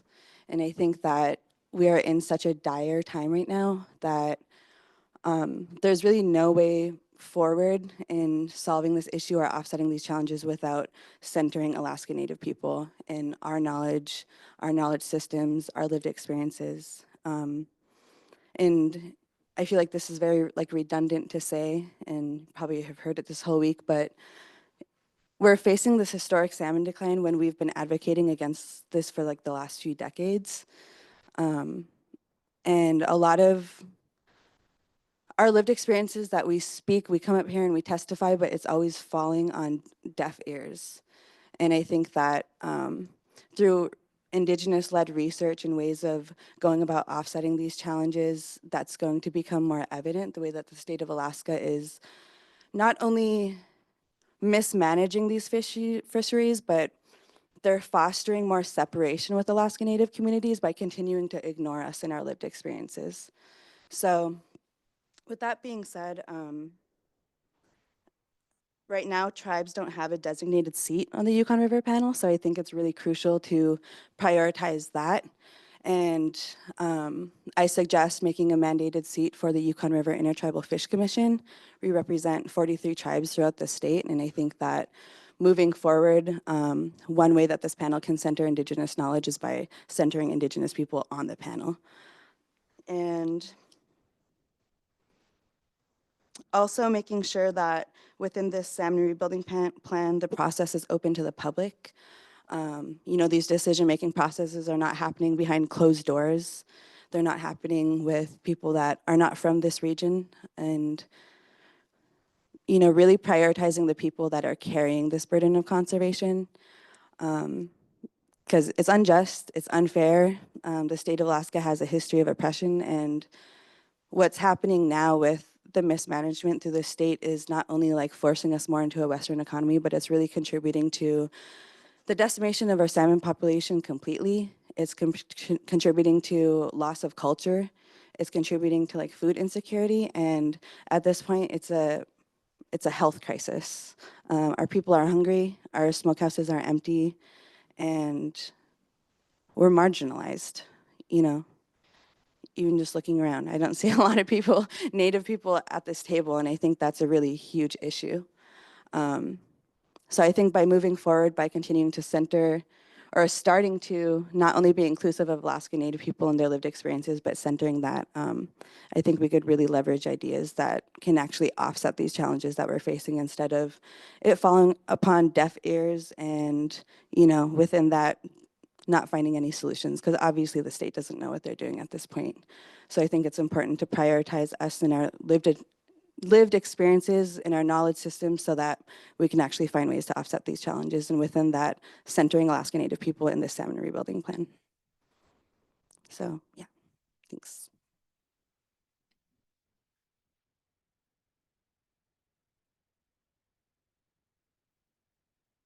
Questions or comments from panel members? Brandy? Nice to see you again, Jasmine. Hey, Brandy. How's it going? Good, how are you? I just wanted to mention that I had met Jasmine when in Norway and Finland when we were on our travels over there, and she presented that there and really touched the Sampi people there on this issue which is happening there. But I as for your words and what your recommendations are, I will advocate for you as well that, you know, just as others have said, that the Alaska Native people need a seat at this table. We fought for that in Canada, and we have it now. We have our First Nation advisors from the communities, and I really think that that's just as equally important for the Alaskan side. And I really looked at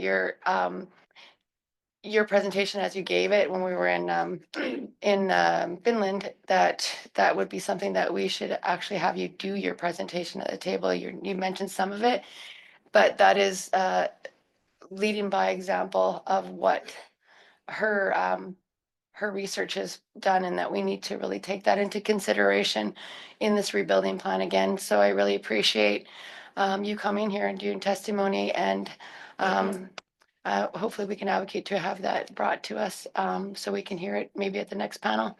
Thank you very much. Thank you, Brandy. Finish cheese. Any additional comments or questions? No. Well, thank you for joining us today to provide your testimony. It's much appreciated.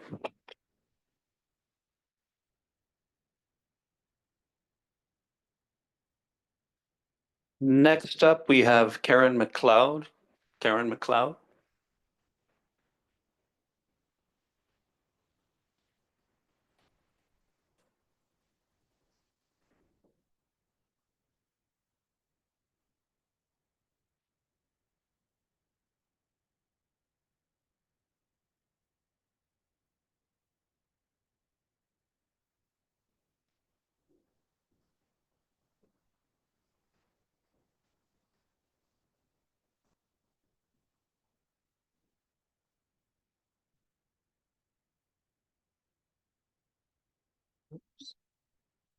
Hi, oh, you guys can hear me? Okay. I'm Karen McLeod. I'm from Whitehorse, Yukon. I'm one of the elders that Brandy had invited us to this. I heard a lot, and being an elder for the last 30 years, we were not able to do any fishing in the Yukon. I remember my parents, when land claims and that went through, the biggest thing they were saying to my generation is that we got to protect our fish, we got to protect our land, and we got to protect our rights, our hunting rights, our animals and that. They never went into details of what, but there was a big warning. They were saying that, you know, the luxury that we had when we were children to be able to go out hunting, to be able to go out fishing and that is not going to be there all the time. It's going to be taken away. I remember when I was a child, young, my mom, she was the one that done the fishing and hunting and stuff for the family. And we went all over the place in the Yukon. There was no borders or anything. We never just fished out one area. Like we will do some fishing maybe at Tuckshoe, and then we'll go to Carmack's, and then other places. And they were able to communicate with each other, like, and there was always a welcome and a very good hospitality of inviting each other. Ever since the land claims went through, we got borders, we got places where we're starting to say, like, you know, you got to phone this band or this chief to see if we can go fishing in their area or go hunting and that. I was writing down too that my mother is Mary Jackson. She's from Hinge Junction. Her parents came from over Haines, Alaska. My father, Clifford Andrew McLeod, is from Dawson City, and his mother and them had came from Tok, Alaska, and that. And like the traveling over the 100 years, there was a couple ladies that was up here that mentioned of how much damage has been done to the Yukon, to the Alaska, to our fresh waters. My understanding, the frontier of the land, the Yukon, the Alaska, the fresh water, this is the only place, the fresh water and that, and the animals come to have their babies and everything. The animals come up here to have their babies because this area is supposed to be protected. And I believe it is our responsibility to continue protecting the land.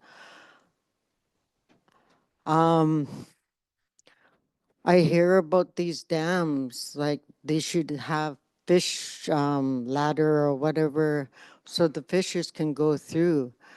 Back in my parents' days, they never had dams. They never had mines coming up here.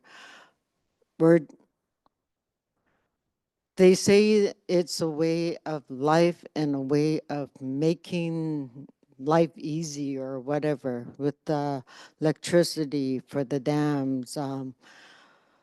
The mines, they're bringing money into the land and that. Overall, when you look at it, it is not so.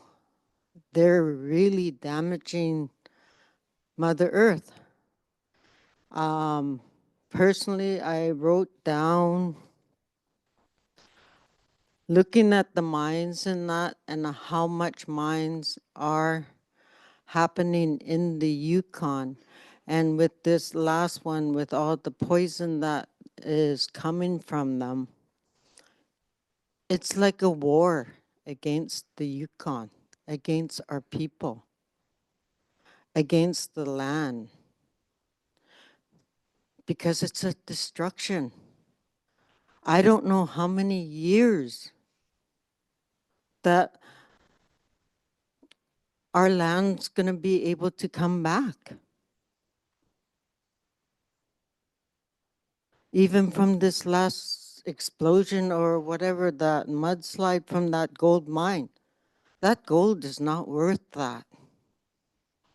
It's taking out our fish, it's taking out our animals and our people. What, maybe 50 years from now, they might be able to clean it up. They might not be able to. The rivers, the water is Mother Earth's vein. That's the blood, that's our life. We need that. And they're saying all that poison is going into our waters, into the fish. We might, in a couple of years, we might not even have salmon to talk about.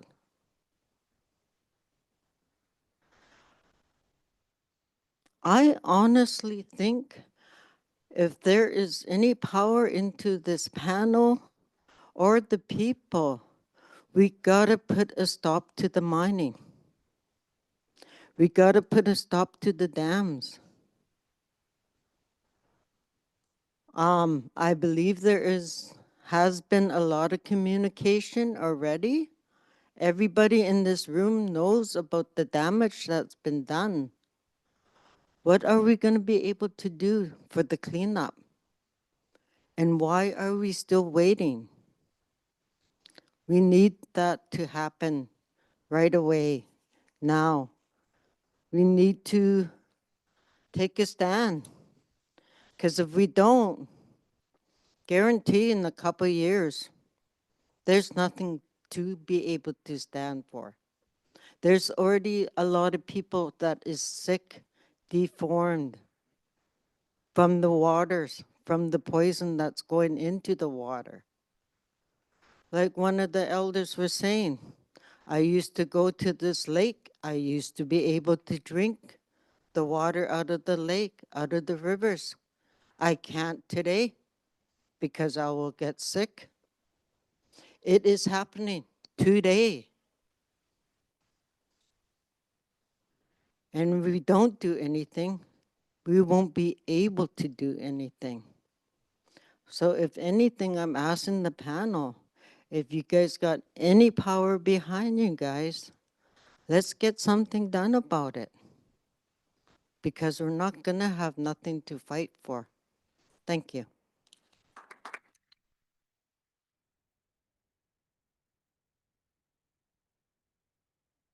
Questions or comments from panel members? Thank you very much for joining us here today, Karen, and providing us your testimony and sincere thoughts. It's much appreciated. Next up, we have Tiffany Agayar. Tiffany?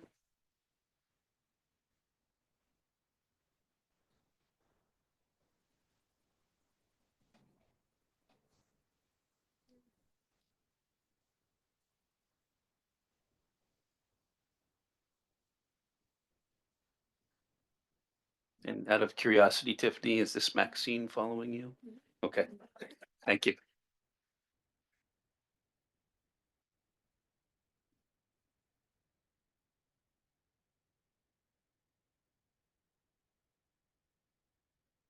Good afternoon, everybody. My favorite joke is for this body. Closer. Better. My favorite joke for this body is when I first came, I was in stranger danger alert and somebody asked me, "Where are you from?" And I was taught not to tell anybody exactly where I'm from. So I was like, I'm from the Yukon River. And then they said, yeah, we all are. Anyways, I'm From the village of Alakanak, I also work for the CDQ group, Community Development Quota group called Yukon Delta Fisheries Development Association. And I am also a commercial fisher, but I probably haven't fished for over half the time I've owned that commercial fishing permit. And we have 6 villages in our CDQ group. There's Nuna, Malaknak, Imana, Kotlik, Mountain Village, Grayling. But adding to that, we also have another CDQ group called Coastal Villages Regional Fund. Had to think about it. So used to saying only the acronyms for it. Anyways, we do benefit from those CDQ groups, and a lot of times we do a lot of work together with a lot of communications. And I also am an advisory panel member along with Eva Burke. But coming from that area, we don't really have much out there. There's like no road systems, no major stores, no anything, pretty much just subsistence, accessible only via airplane or as the river allows us. And in the past so many years, we've been heavily regulated, not only by Board of Fish, not only here, not only by Fish and Game. That's Fish and Game's under Board of Fish. Something like that. And then there's also the federal people, USFWS, and what everybody's just learning about is North Pacific Fisheries Management Council. And a lot of them's NOAA work under NIMFS or National Marine Fisheries Service. Going back to my commercial fishing permit, I've never been able to sell a king salmon, and I don't think I ever wanted to. She actually convinced me to buy one. I said, I don't want to do none of that stuff. I hated commercial fishing just as much as I don't like bingo. But once I started fishing, I was like, oh man, I love this stuff. No wonder they all come back for it. Same with bingo. But yeah, we have all these people telling us how we can live. But first, my grandma taught me how to live. And it was always providing from what the land and water are able to give us and what the men can bring home. But there's all those regulations kind of overruling our ways of life. But here we are, all trying to do something about it. And with all those regulations, the people of the coastal areas, I've seen some of my cousins and their friends go out to the oceans in their little 24-foot boats, sometimes even smaller, like a land boat, into the open water. And if I tried to make it sound like those series, I'd be like, these fishermen are heading out in these small uncovered boats, trying to fill their freezers for the winter. No, it doesn't really work out like that. They just get ready and go out with their plans. But yeah, our people have learned to adapt to the regulations and the low salmon numbers. When I was small, my grandma, I remember watching her and counting, and they counted summer chum salmon by the hundreds. I don't remember about king salmon, but we used to put them away by that many. But now it's just by like the 10, 20, 30 chum. really low. And then somebody said, "Oh yeah, you guys had fishing opportunities." I'm like, fishing opportunities, yeah, when the bulk of the run passed by. So I don't know how much of a take that was. I think that's the most of what I had to say. Oh, other than how my CDQ group helped me, they're helping me get through college. I'm taking classes part-time, and they provide a scholarship. They've helped me get my snow machine and boat, but through a loan program. They don't just give handouts. They're like, we'll help you with this, but you gotta pay it off yourself over some time. And it works out.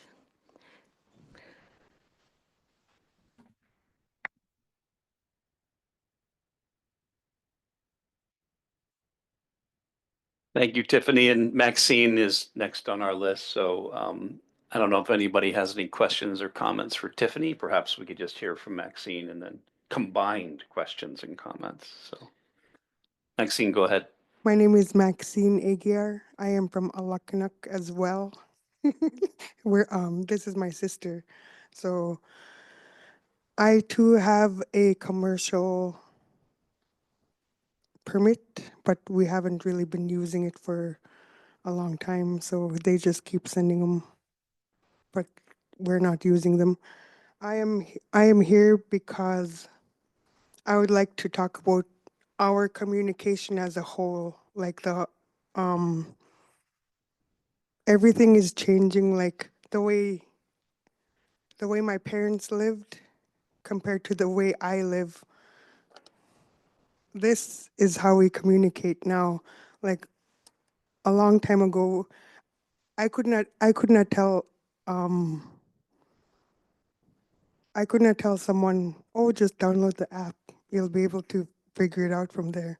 They had to just figure it out themselves. So I would like to ask that my villages be included in some of your meetings about fishing in the Bering Sea. And another thing, my company helped me with my education and my trainings throughout my whole life, from graduation until now. So I've been able to do, like after fishing was stopped, I used to be a skiff driver for my company, and I used to bring people, like people and freight and stuff from point A to point B, and I did it every day. I think I only missed work once in like 10 years. So I was able to get a guide license. My company helped me get a guide license. They helped me get a couple associate degrees. And after fishing was done, I had to find a new line of work. And I felt too old to be finding a new line of work at my age. So I started firefighting. So we came back a couple days ago from California. So my company helped me with all the trainings and stuff like that. So, what am oh yeah. I saw everybody and forgot. Oh, but yeah. Um,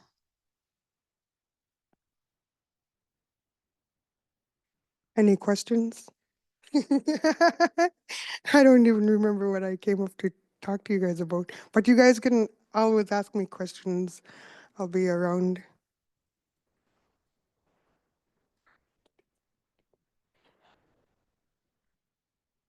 Hold on, don't go away yet. Hold on. Andy, go ahead. Yeah, thank you. I just want you to clarify that your company so that everybody fully understands who you mean when you say your company. I think that's really important.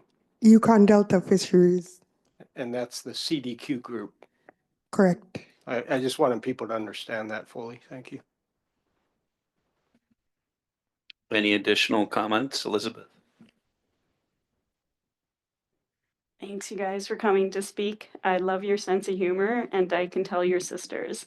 But I also really enjoy hearing about how your life is very different than some places along the Yukon River, and I appreciate that insight. And I know I've told you that before, Tiffany, and I do take it to heart and share when I go home to the Yukon as well, so others there hear the same stories you've told. But I will admit I'm not as humorous as you guys, so you'll have to come and visit to share your humor. I think it's an Yupik. Mr. Co-Chair. Thank you, Mr. Chair, and thank you, Tiffany and Maxine. I was wondering if you could share some perspectives, even through your experiences in your life, on how things have changed in your community with the loss of commercial fishing opportunities. Can you share some insights with the panel on what you've observed? I never thought I'd go fishing to hang fish with a dip net. Like that's one thing I had to learn to do with like, and I never thought I'd go seining for salmon because I just grew up using a net. And over the years, they'd go, like get smaller, like 7.5 mesh to like 6-inch, 4-inch, and then like the net just kept getting smaller, shallower. Like it was, just gets smaller and smaller. And I was like, oh, geez, now we have to use a dip net, and then we have to seine, and then like and buying ice and bleeding and doing all the sanitation stuff of fishing. So yeah, I saw the changing and the fish getting smaller and stuff like that. And I think it just had to do with like the size of the net you're using and stuff like that. And then the hours of fishing. It's like commercial fishing used to be where you'd go fishing for a certain amount of hours, and then like when Fish and Game opened fishing for only like 4 hours, everybody from the village, because we have a lot of commercial fishermen, but when there was like maybe like a 12-hour opening or something like that, everybody was trying to fish all at the same time, and it was worse than commercial fishing. There was a net, like I was trying to find room to go drift, and I couldn't really find any space to drift because there was just like this little open hole, and everybody was trying to collect their salmon at the same time. So I never thought I'd see that happen, because people usually just get the amount of fish they want and never over harvest.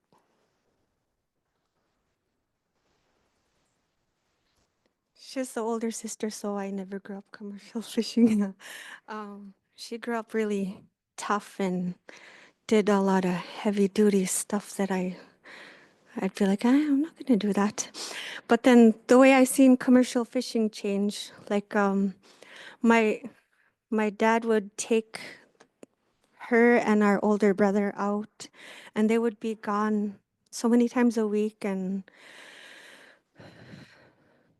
now, or comparing that to when I started, it was like pretty much nothing. And then I did it for fun, not to be like, ooh, I need that money.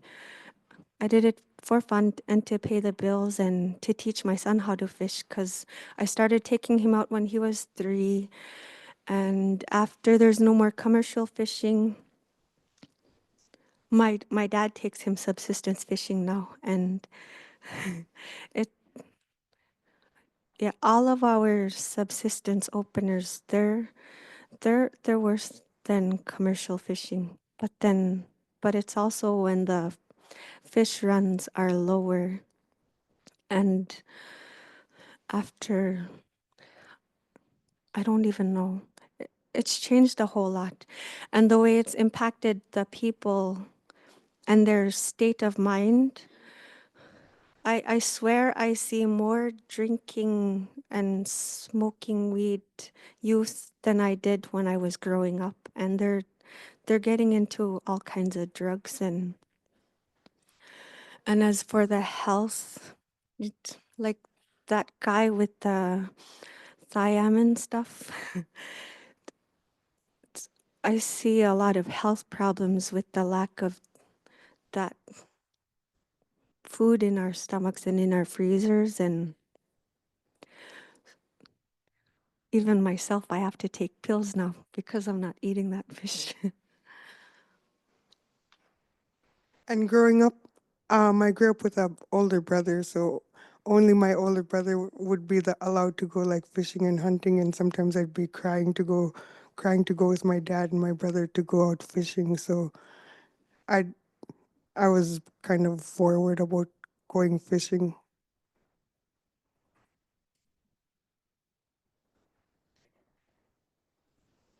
Pauline? No, thank you. Appreciate your presentation. I just did a little research while I sat here with respect to the some things I think about. In my country, I sit on this committee. It's called the Chiefs Committee on Health Transformation. So it's really about trying to transform healthcare models within our territory, redefining the scope of how we deliver services.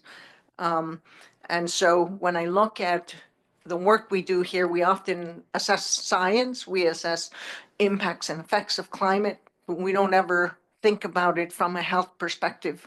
The impacts and effect of the decline of the Chinook salmon or any type of salmon on the people. And if it's no longer in your subsistence diet, in your traditional diet, then you're not only just missing a thiamine, but there's, the omega fatty acids that you get. You look at selenium, you look at, well, bone health, thyroid, that antibodies for thyroid. You look at the reduction of the risk of cancer by consuming 2 servings a week. And it affects our heart health. So I think about it from that perspective as well. So in my community, I think I try to look at what does this mean for the people? If you no longer have that important food source in your diet, what have we seen in the last 30 years? And, we might want to ask the people on the headwaters, what have you observed in the trends of your people with respect to the health risks associated? So I, food, vitamin supplements, sure, but that essential source is really important. So I just am curious to know, sure, mental health issues associated with the decline of the economy is what we often see as a result of low income, but there's the other side, right? There's the health side, the human health side. So have you seen a lot of potential health, other health impacts from the decline of or the consumption of this important food source? From just observing the people in my village only, I've seen a lot of people have like more depression and more anxiety, but then they wouldn't really go to the hospital or the clinic for it because growing up, a lot of our elders taught us what kind of steps to take and how to take care of it. And without that connection of working with the fish during the summer and all the smokehouse family interactions, I've seen a lot less cultural knowledge being passed down. It's not as much as it used to be. It's even gotten to the point where our traditional behavioral health coordinators are hosting events to bring people together, like even for simply storytelling. And there's a lot of health related issues that have gone on since we've been heavily regulated, but we're still happy to have the 4-inch and the dip nets and I don't know if too much people go seining. But with that big elimination of all the family gatherings, and it hasn't been good on our younger generations. And then sitting,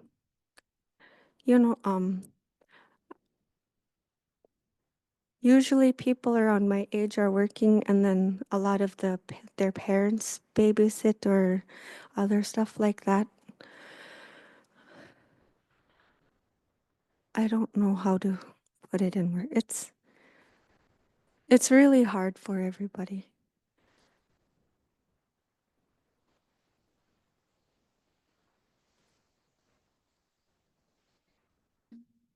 Any additional comments or questions? Well, thank you very, very much, Tiffany and Maxine, for joining us here today.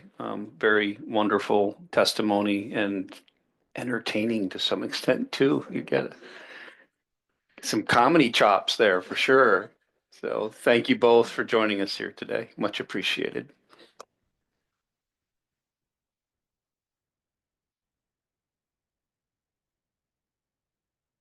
Next up, we have George Smith, who I believe is on line or by phone. George Smith, are you with us?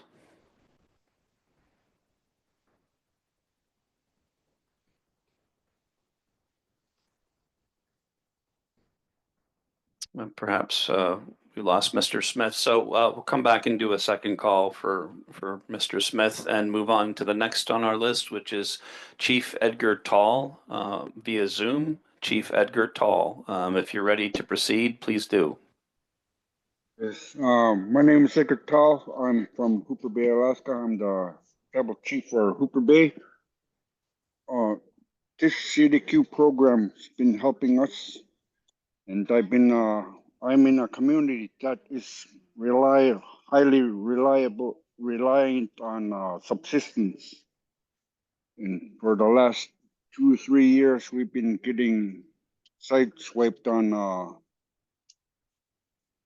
gathering our subsistence food because it's getting harder for us to fish, hunt seals, which we use the fat to store fishing, called poke fish with seal oil and other stuff that we need to use that fish.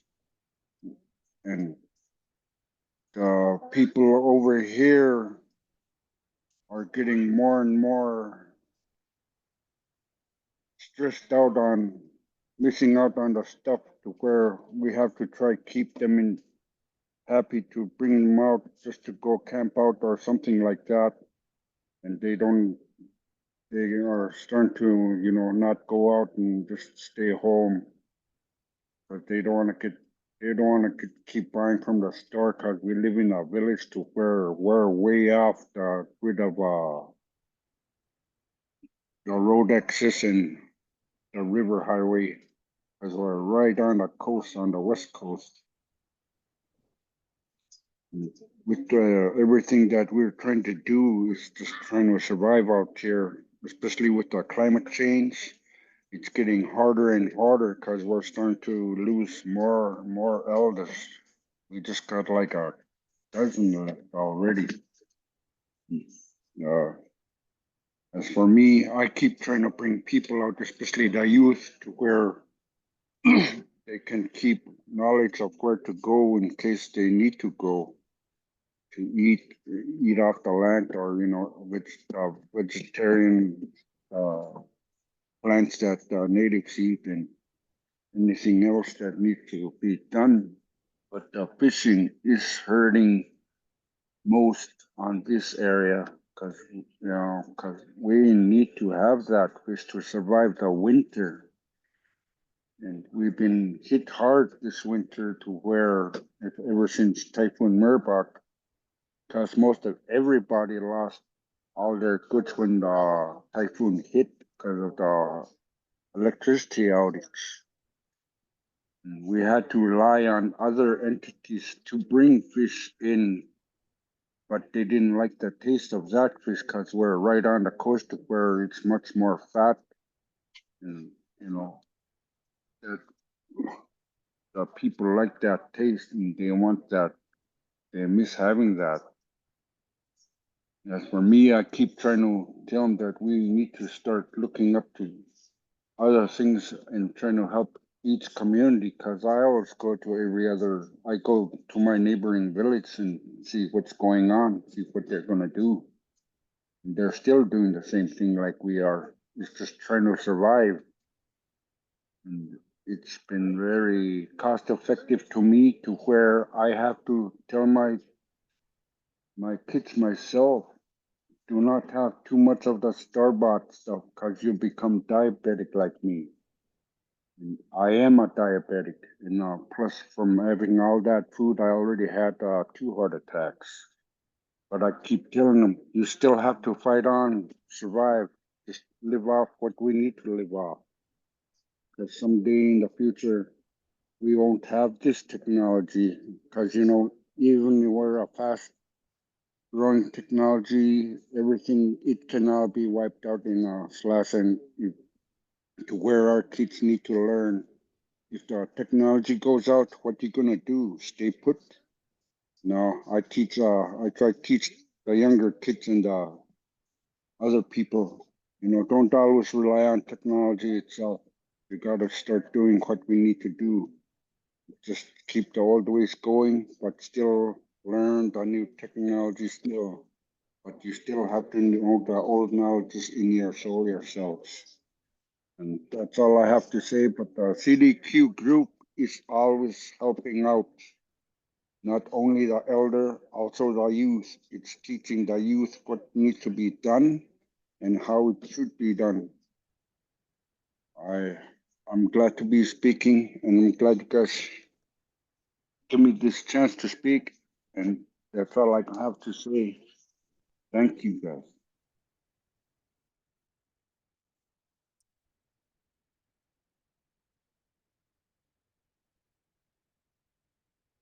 Any questions or comments from panel members? Not seeing anything here. So thank you very much, Chief Tall, for joining us here today, providing your comments and information. It's very much appreciated that you took the time. Thank you. Next, we'll go on to, I guess, kind of a second call for Sheila Minock. Sheila Minock.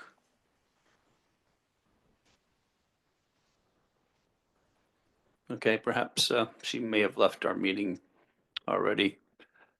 We'll do another second call for George Smith by phone or online. George Smith.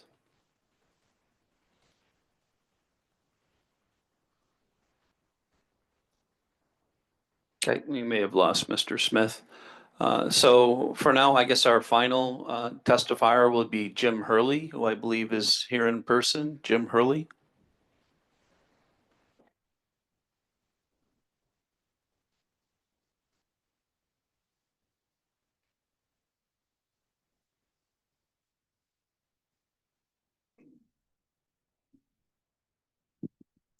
Yeah, my name is Jimmy Hurley. I'm from the Bristol Bay region. A lot of your communities has benefited from what I've done. I'm the original person who started a CDQ program with Ted Stevens, Harvey Samuelson, and I. So I don't take no credit for what I done there. I was out there at Bering Sea. I did a lot of contracts, a lot of work, a lot more work than more people do. 120-day contracts with 4 months and 16-hour days. There's a lot into it. And a lot of people could talk about the benefits. I've sat on the BBDC, and but I kind of don't agree with totally what the CDQ program is doing. I'm kind of at odds with them because they're participating in a bycatch, and I've been talking about bycatch at North Pacific for the last 15 years, and I'm not done. I moved into here to try to testify at North Pacific and my knowledge out there at the Bering Sea, because I know that reason why the CDQ program, you know, it's because we're throwing trash overboard, bycatch, everything else dirty out there. I got fired for doing something like that, you know, but you know, I don't want to emphasize too much on that, but I like to see if the panel could be strongly, you know, oppose, you know, king salmon bycatch has been my target, but I could see on the Nushagak River, the king salmon and the chum come in the same time. I've seen on the Nushagak River where we have, like you said, 2019, water is pretty warm. You never see no small fish or nothing. They go into the deep. Them are the ones that survive, and they go in the channel. And Nushagak River, where I live, has been #1 for kings, but we're going dead. I've seen chums on our creek down below. We call it Klutuk, and there's hardly any. So this stuff has to be brought to light. You know, it's not a very, you know, I really feel bad for people on the Yukon River and that's why I'm standing up here. I feel like we're fortunate to have kings, but we're going to be in the same boat as you guys in no time, where we have #1 because of bycatch. I call it the throw it overboard syndrome. They put me up in front to testify at North Pacific. They've done everything to try to trash my name, do everything. But you know, I'm not giving up. I'm going to fight this battle till we could see fish on these rivers. You know, I'm a native, #1. #1, I'm a native out of Bristol Bay, and I'm going to stand up for my people, and that's the main thing. But I'd encourage all of you, if you could testify in North Pacific, do so, you know, because it's pretty hard to stand up in front of people that don't kind of like you, you know, but I've done that all my life, fisheries, politics. I've been in politics all my life, but I don't want to get long-winded, I'm sorry, but, you know, you know, it's just, you know, I've done a lot for Bristol Bay, you know. I've done more than probably most people sitting on BBDC or any other ones. I mean, so, but I'm still here. That's the main thing, talking about what I love is fish, you know. Thank you.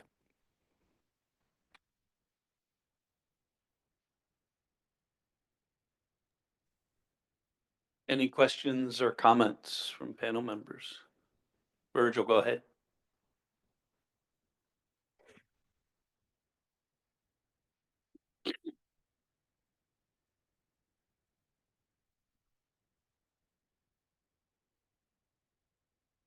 Yeah, go ahead, Virgil. Yeah, Jim, I know that hardly any chum salmon are coming back to the Nushagak River anymore, along with the king salmon.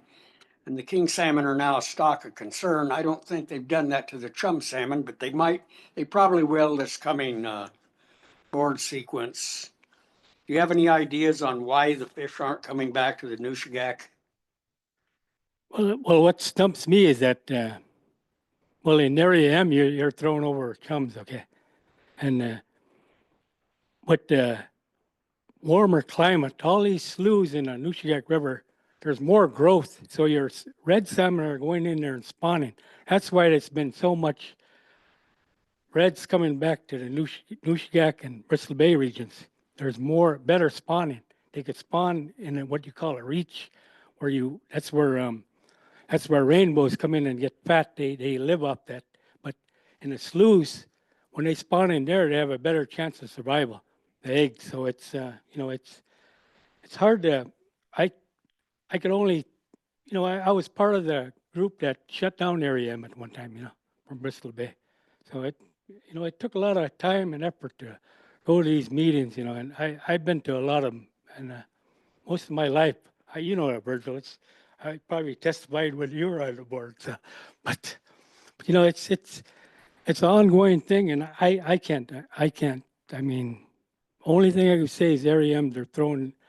I call it throw it overboard. I throw overboard king salmons out there in the Bering Sea. I know that. I know what we did, you know, and it's a total waste. That's why I had to testify. That's the reason why the CDQ program came into place. Is something like that they were doing wrong, the trawlers. So And it's not, and today it's still happening. So I don't know what to say. I mean, you could say that your fish are going to some other company trying to feed people, but it's not coming back to you.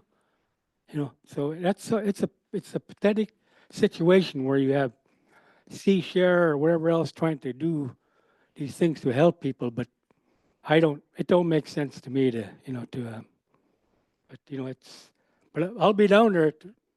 I'll be signing up for North Pacific Guaranteed, to be there and talking.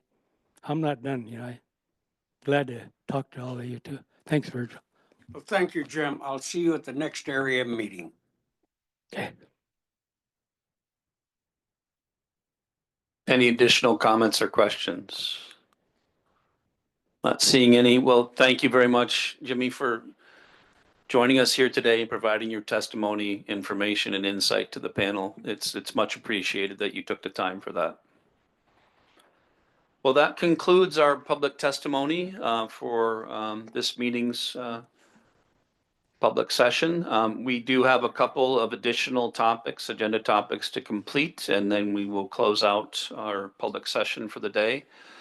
First will be confirmation of the 2025 preseason Yukon River Panel meeting. It's scheduled to be held in Dawson, Yukon. Let me get the specific dates here. Do you have them handy, Mr. Chair? Go ahead. Yes, Mr. Chair. So certainly Canada is looking forward to hosting the Yukon River Panel 2025 preseason meeting in Dawson City, Yukon, April 5th to the 10th. We will have public sessions planned for the 9th and 10th of April, and similar format to this meeting where we'll have opportunity for in-person participation as well as participants joining online. So very much look forward to hosting that meeting in Dawson City, Mr. Chair. Thank you, Mr. Chair, and certainly there'll be much more planning and preparations to come in preparation for that April meeting. But I know maybe just to follow up, and we could certainly talk about this on the side, but I believe you and I chatted briefly back in April of 2024 about the ability to fly straight into Dawson and so on and so forth, and that's unchanged at this point. I'm asking from the standpoint of what do we need to start preparing for our travel for this upcoming meeting. Thank you, Mr. Chair. Happy to go over details with you perhaps after the meeting, and yes, confirming that the runway in Dawson City is open and ready to welcome our Alaskan neighbors. Wonderful to hear. Thank you. Any questions or comments from panel members on plans for the April 2025 preseason meeting? Okay, not seeing anything. So next we'll go through a round of closing remarks to close out our public session for today. I'd like to invite any of our panel members up here at the front table if they would like to make some closing remarks. We'll start with Mr. Chair. Thank you, Mr. Chair. I'd like to begin by acknowledging the presentations and the presenters who provided presentations to the panel, and in particular the public testimony, the reports from the Traditional Knowledge Committee, the Communications Committee, and the Joint Technical Committee. And I'm doing so because I would like to take a moment just to acknowledge the considerable time and effort and preparations that individuals and groups take to compile their either testimony or their presentations to the panel. The testimony provided to the panel is of tremendous value to us as panel members, as delegations, and I want to ensure all of those that bring their testimony forward that your words matter to us. Your messages inform the panel's deliberations. They provide us insight in making decisions, and they help guide our recommendations to the management agencies and the parties. As we heard this week, the panel has an extremely important task ahead of itself in developing a rebuilding plan. And I wanted to emphasize that on behalf of the panel, we acknowledge that this is not just about developing a plan, but more importantly, translating that plan to action. The plan is obviously for salmon, but it's as much about being a plan for the people and both maintaining and rebuilding the connection between people and salmon throughout the Yukon River and the ocean for that matter.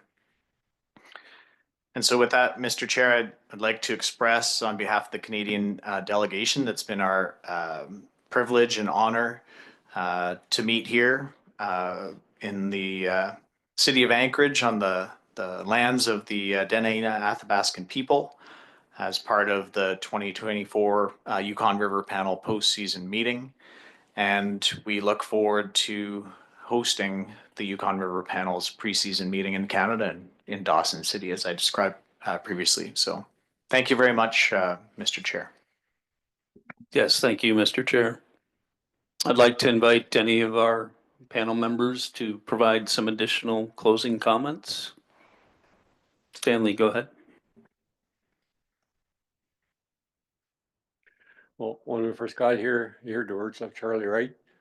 Don't forget about the salmon. We're here for the salmon. And I think we definitely heard that throughout this panel meeting of the seriousness and sincerity of how we're going to represent the salmon for the future. And hopefully we have it down the road. And to the people that travel a long ways to get here, I think, it's, yeah, that's the seriousness of it, and having, the presentation, Steve summed it up in terms of how do we put this into management and how do we use that for guidance.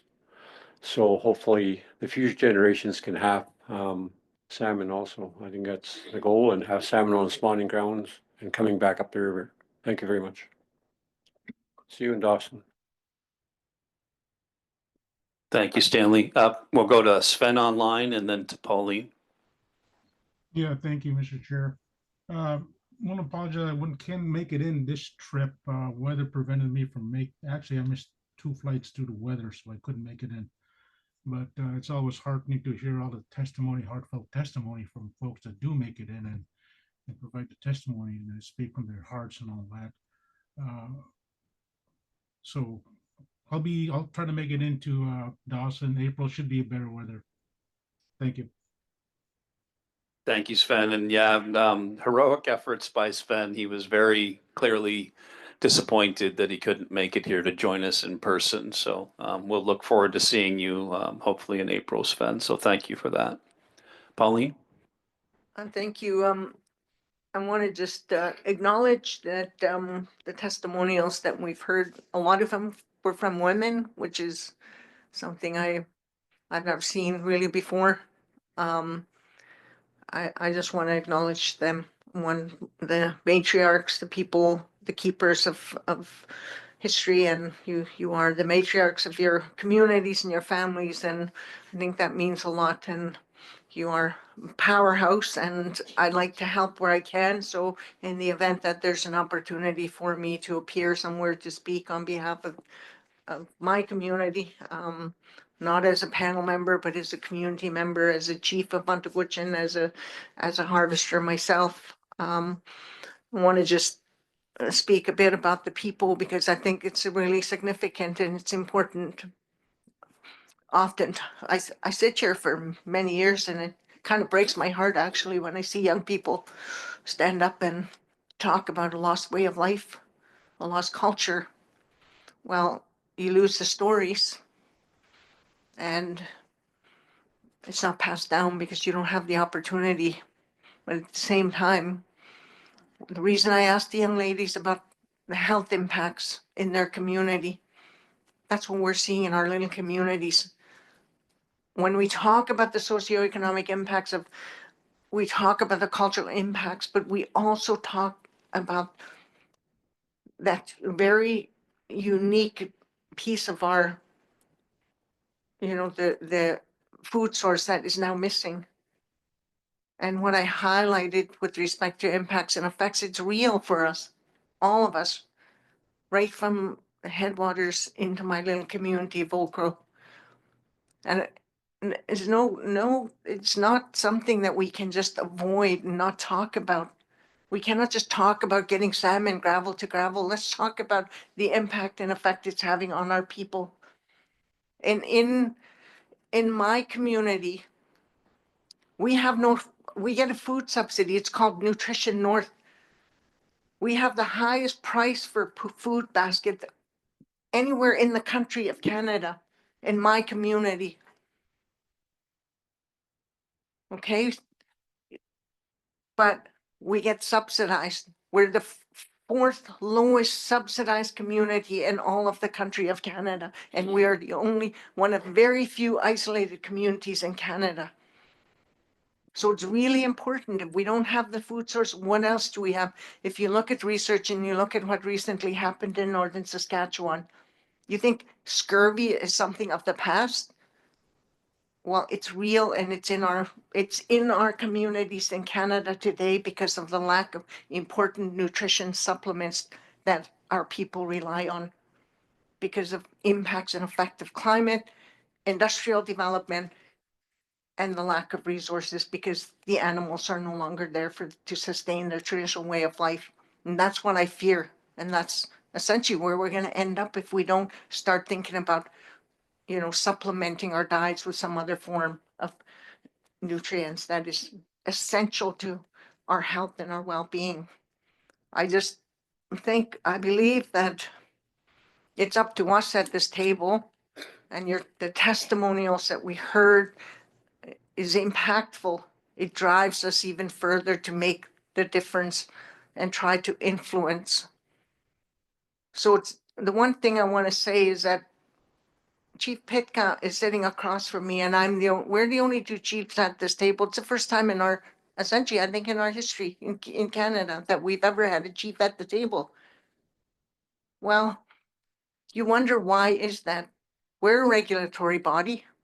We control and we have input and we have relationships. I have a relationship with every chief in the Yukon. I sit at the table with them. I have a direct link to the minister. I have a direct link to the federal minister. I sit at a table with the prime minister, with all of the chiefs. It's called the Prime Minister's Forum, to talk about salmon, to talk about our way of life and talk about health. It's important we bring these matters forward. And I want to just say that I don't have the energy anymore, but I keep coming because my plate's kind of full right now. But if you see me stepping out, it's not because I'm, not interested. It's I have other pressures, and I apologize for that. But I do want to just thank you all. I appreciate all of you, particularly the young people that showed up. You're all amazing. Keep pushing. You're going to be at this table one day, and I look forward to seeing you here, Kishon.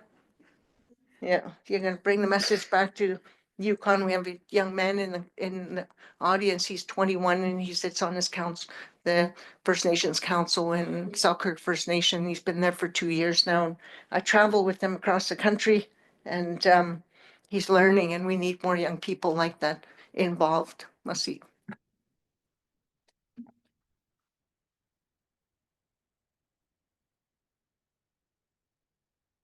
Charlie, go ahead. Thank you, Mr. Chair. I want to say that salmon is mental, physical, and spiritual to our people. For maximum health, natives need to eat the food that's in their demographic. Nothing can replace our salmon for our health. In the Tana Chiefs region, 70% hike in diabetes in 5 years, hot dogs and chicken, and other things that our people are not supposed to eat. I just wanted to say that. That's my comment. Thank you. And one other thing, thanks everybody that came. And it's good to see the youth sitting in the audience. And like she said, this is you next, sitting up at the table. We appreciate you all being here. Thank you for your long haul to get here. All the people that came from Canada. It's good to see you here. And I appreciate you being here and speaking up. Thank you.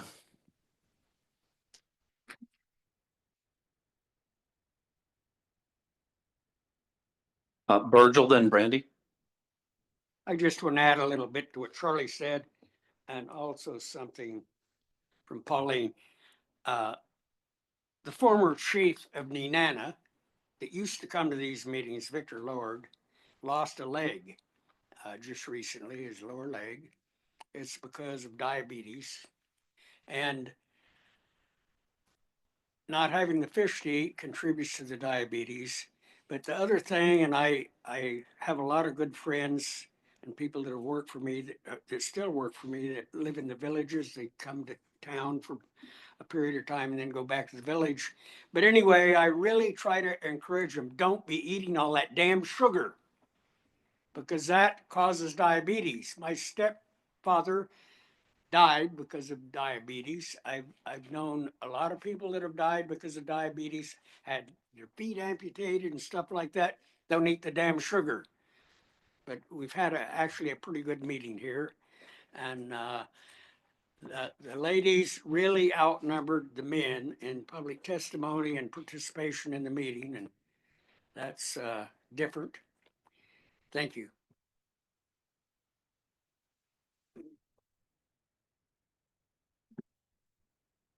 Woman power, no. I wanted to just echo what everybody else is saying, but I also wanted to really thank my elders for coming on that long drive.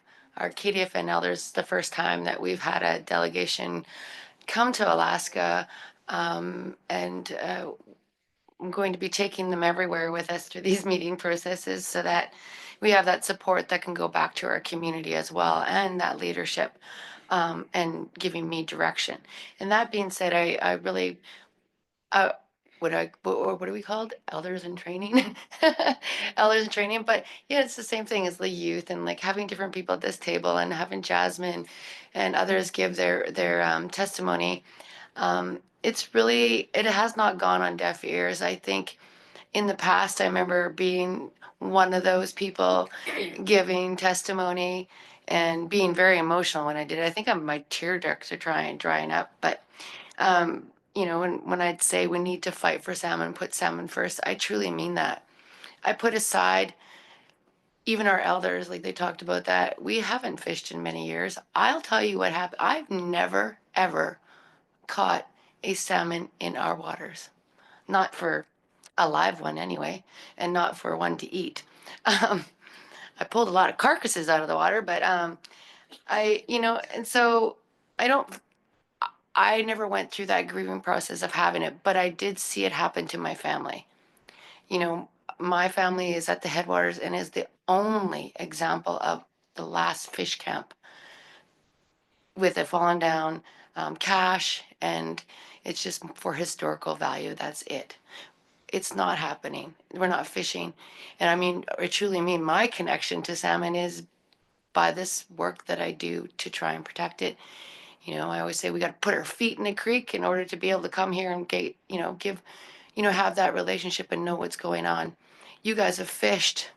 You guys are now stop fishing. And like we say, it's not a subsistence issue. It's bigger than that. And the policies, when I said that, we need to look at changing policy. We need to look at what the real issue is. I mean, I just read a document that the Russians are putting bigger boats in the water with more technology and being taken out over to 150 million metric cubic, whatever the hell the words they use. Anyway, and they're saying they're going to send them to Alaska to take even more fish. So these things need to be addressed at a bigger level than us. And I know going to these fishery councils and testimony, but I listen to how you guys have gone around over and over. Elder Thompson said to me, he goes, I'm 20 years younger because I'm hearing the same thing over and over again. It's time to not keep hearing the same thing over and over again. It's time that we make change, because I don't want our youth sitting at this table saying the same thing we're saying. If we want them to be here, it's because we did a good rebuilding strategy and we got fish back on the river. That's what we should be leaving behind. That should be our legacy. That shouldn't be that we're hearing it 20 years later over and over again. So I don't know what else I can finish that with, but that is what I think our job here, I know it is our job at this panel, to make the agencies that are involved with this responsible to the people, not to economics or money. Because when it's gone, When you have no more fish, you have no more animals, the water's no good, that money is not gonna mean crap. Nothing. And we've been saying that as one of our lessons back from when we were before time. Our people lived by those rules. You can't eat money. You can't eat it. It doesn't matter. You can make all the refined stuff in the world and then everybody's gonna get their legs chopped off because they have diabetes or every other kind of disease that comes with eating that crap. So it's time to wake up and it's time for us to make a change and the agencies to listen. And I hope to God that those other channels that you guys go through, I'll be standing up and going to those. I was looking at the meeting schedule and I'll be there. Promise you that. Thank you very much. Gunachis.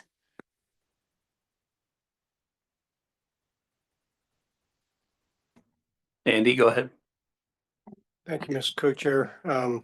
Building off of Virgil's last comment, go girls, get it done. Because you're doing a darn good job. I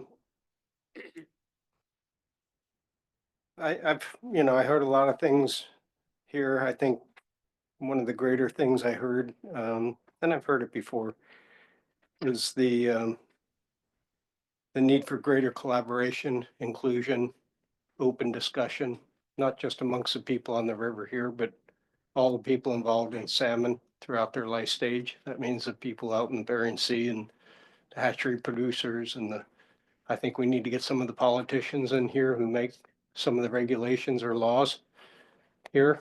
And along with that, we have been bringing up the topic of this panel being more involved in those areas, those arenas. I think for note to the co-chairs, I think this panel should, as an action item, develop a Yukon River conservation position paper. Something that we can develop a position on things such as bycatch, hatchery production, area M, genetics, conservation corridors, lethal sampling during research, not only on the Yukon, but in anywhere that salmon are being researched to the extent possible, mining, water quality, and something I've been bringing up for 10 years at this panel, international conservation of the Bering Sea. And what I mean by that is getting our nation's governments into international discussions on hatchery productions around the Pacific Rim and fishing quotas in those arenas. Those are all things that are impacting us and they take a long time to fix. And the longer we wait to start, the longer it's going to be before we get any kind of action that's meaningful. So those are some of the things that I've heard here and that I'm going to continue to work at. I hope we can, as a panel, seriously address those because I think we're too tight. We need to branch out. And I see a lot of collaboration here and there's a lot of strength in that and that needs to be carried out. And I think we can do it.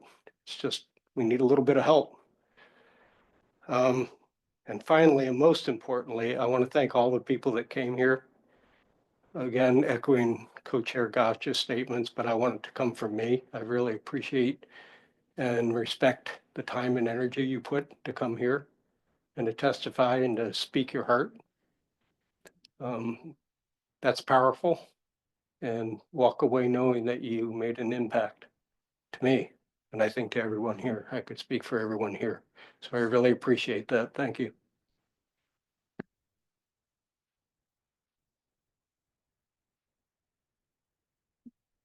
Danny, go ahead. Thank you, Mr. Chair. I like to echo a lot of what has already been said, so I won't echo it too loud. I fully agree, and you start getting frustrated, and you just look at what we're up against, and collaboration. That is it, and getting those statements out. It was about somewhere around 30 years ago. 3 little Sami women in their outfits and just the cutest little things. They were middle-aged to older women, elder, and they came to Carcross. They came to the Yukon, and anyway, they ended up in Carcross, and they were trying to learn how we do things, and they were telling us what it was like where they're from.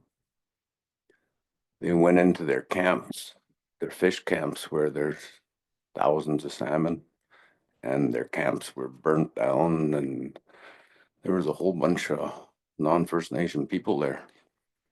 Russia sold their salmon. They sold it for $1 to $2 million, and right where their camps were, that was the best place. So these American and Canadian companies set up their own camps and charged thousands of dollars for people to come in and go fishing. And those little Samis were threatened with their lives. And the reindeer was having problems. Like this little group there was telling us a story, and it's like, oh my God, like just tear your heart out.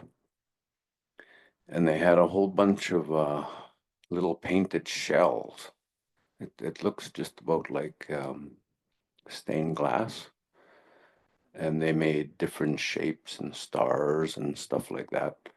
And they had tiny little reindeer boots, and they were selling these so that people who made them, they could take that money back home and help them. So I have a little star that I put a magnet on. It's on my fridge, and I still have a pair of those little tiny slippers, because whatever they were asking, it didn't matter. I just here,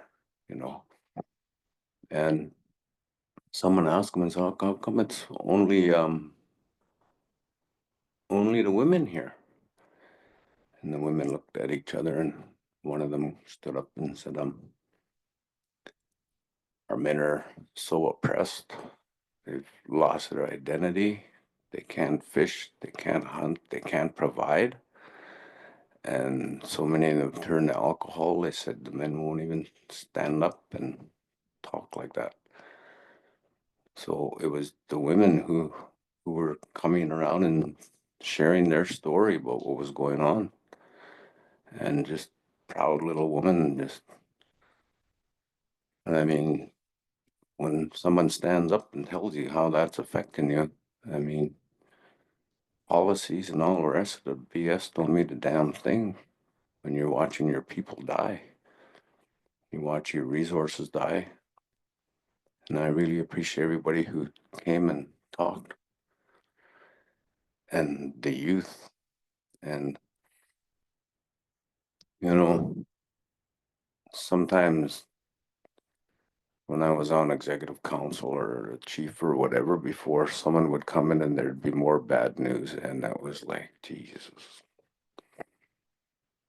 And one time I just couldn't help but I started laughing. And I was the deputy chief, and my chief, he looked at me and he said, what are you laughing about? I said, if I don't laugh, I'm just going to sit here and cry.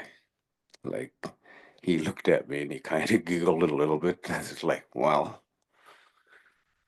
when we see young women come in here and tell us what's going on and can still have some humor in there, I mean, that means a lot to me too. I mean, I get a little funny once in a while, but usually takes a glass of wine or two. Anyway, once again, thank you, everybody. Thank you, Mr. Chair.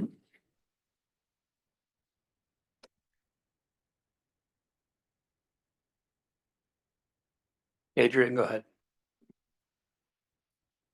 I just wanted to, I don't want to echo, just wanted to share my gratitude for everyone, that the knowledge keepers, the people that have been at this table and a part of this work for the last 35 years. I have a lot to learn. Last spring was the first time doing a testimony and having any involvement in this procedure, and today I'm here at the table. It's just the work that has been put in to get to where we are today. I'm super grateful for the welcoming and just being willing to teach me and to share that fortune. Yeah, only a year in this process, but salmon has been a part of my life my whole life and through generations and generations, and absolutely grateful for being able to learn about our Alaskan relatives and what is happening in your communities. And I just want to say masicho to the Dena'ina people for having us and hosting us. Masi.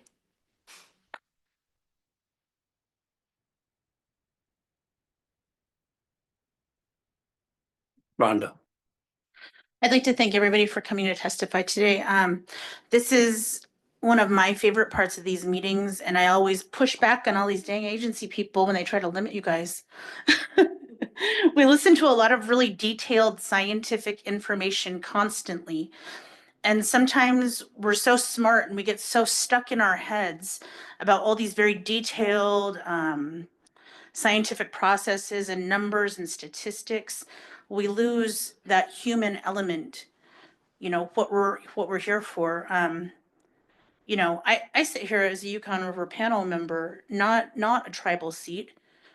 I had to apply on the state website, like most of the other people on the Alaskan side. I really appreciate all of the detailed testimony and the solutions today. That was very, very effective and very, very good use of time. Every single regulation that we put forth has a human effect. We can talk about abstracts and numbers and ranges and this and that, but every time I'm going to think about a dip net, I'm going to think about Maxine learning how to dip net.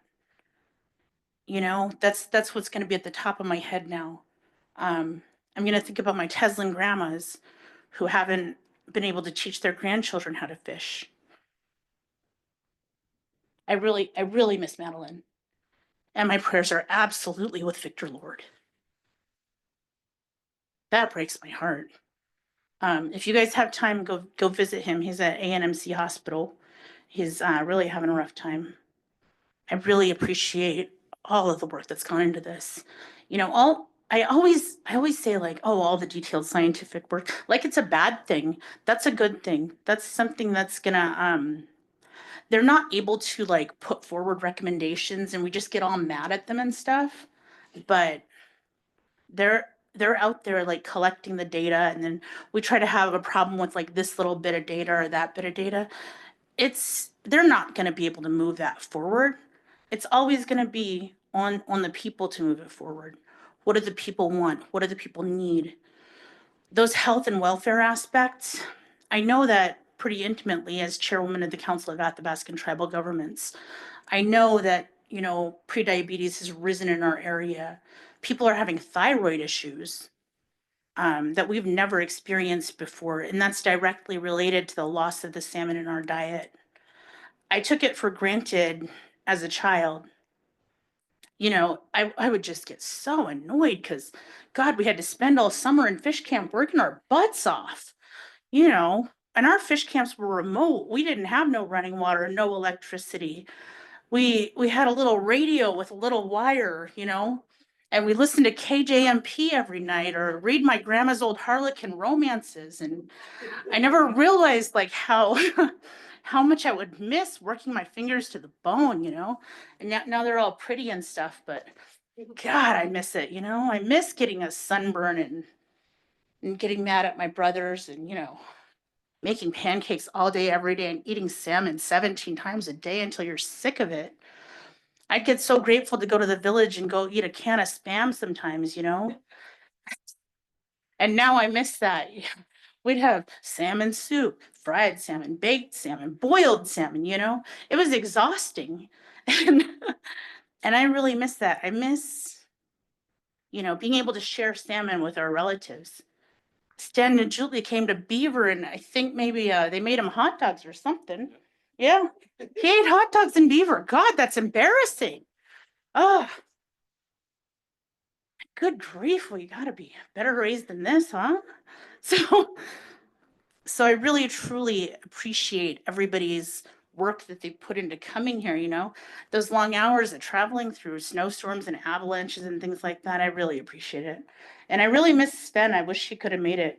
And thank you guys. And I look forward to meeting you all again in Dawson and meeting more First Nations people. Thank you all.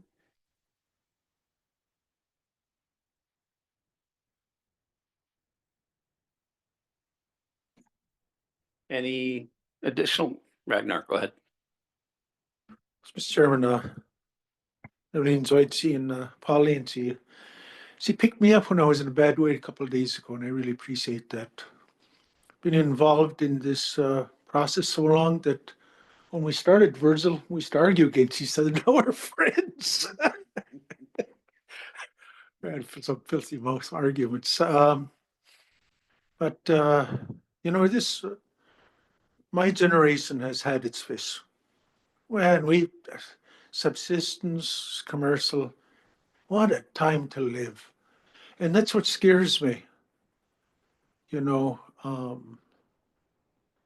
Maybe that's what brings me down, that, on the US section, the river basically has been closed for 5 years. I mean, closed. We had a piddling amount here and there. And going ahead another 5 years, we might take a little bit summer some. But what happens after 10 years of closure? You might, that it scares me and it brings me down. And because there's something bigger happening out there. I think climate change, which some people still don't agree, think there's climate change going on, and it's real troubling. I can sit here and reminisce about all. I had a fantastic time, subsistence and so on, but I'm scared that my grandkids are not going to have that, and we'll continue to close. Salmon closers and try to utilize other fish. And it's like Tiffany said, we're trying to learn new fisheries going offshore. Very dangerous with these small skiffs. And I went out 5 or 6 times last summer, 42 miles out in a skiff. It's dangerous. We're going to lose someone. It's just a matter of time. But we're going to keep doing it. But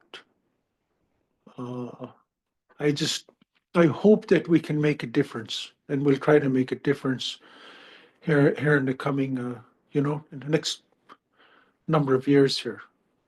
But it scares me to think, what if we don't? But on that happy note, it's good to see Pauline and the rest of you, Mr. Chairman.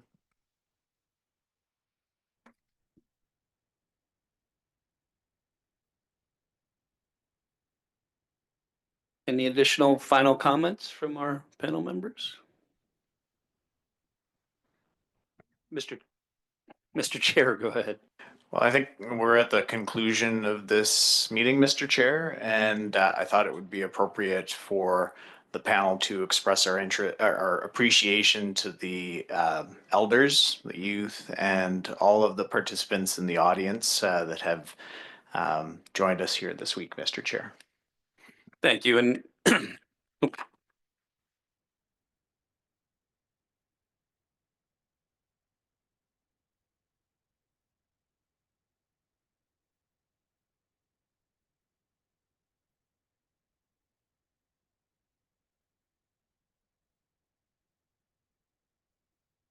so I would like to thank all of the folks that joined us both in person, the time, effort, and energy that you put into joining us and traveling here today.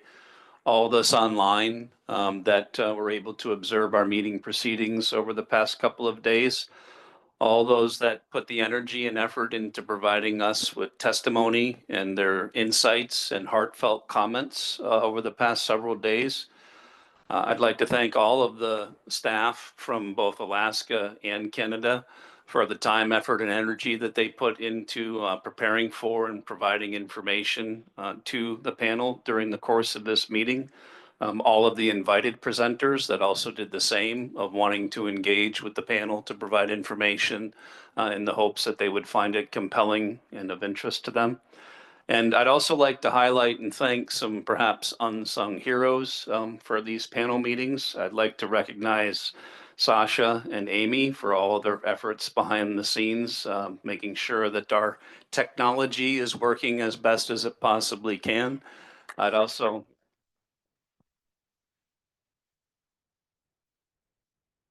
like to highlight and thank Faree and also Nick Ellickson, who is he still here? He is still here, who did all of their work to secure the venue, to work behind the scenes with Sasha and Amy on our IT. And also for those that enjoyed the reception last night, you can very much thank Faree for all the effort that she put into organizing and ensuring that that happened in that regard. And lastly, I'd like to thank all of our US and Canadian delegation members and for the ongoing dedication, time that you and the energy that you expend on staying engaged and focused on this process. It's more appreciated than you know. Thank you for continuing to do so in that regard. So I look forward to our further deliberations and discussions at the April meeting, Mr. Chair. And on that note, I guess if you would, Brandy, were you volunteering to do a closing prayer for us? No, but I would recommend that see if one of my elders would do it. There was a minute ago. Oh, she just stepped out. And I don't know if there's be somebody that wants to do a closing prayer. I'm not very good at that. So if there's somebody in the audience that would like to do it or one of our delegations, maybe Stan. Oh, okay.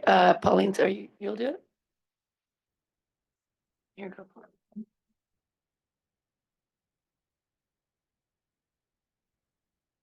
I would. No.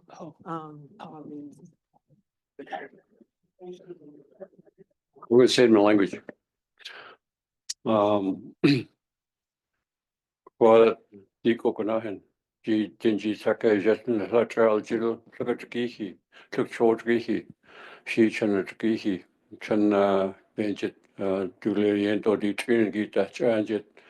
Nan nin sakyan gita chu chan chu kuja chan kukondai taki gita chu anjit.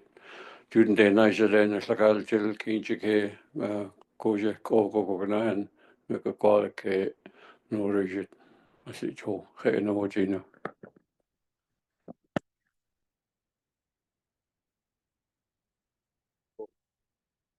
Thank you, Stanley.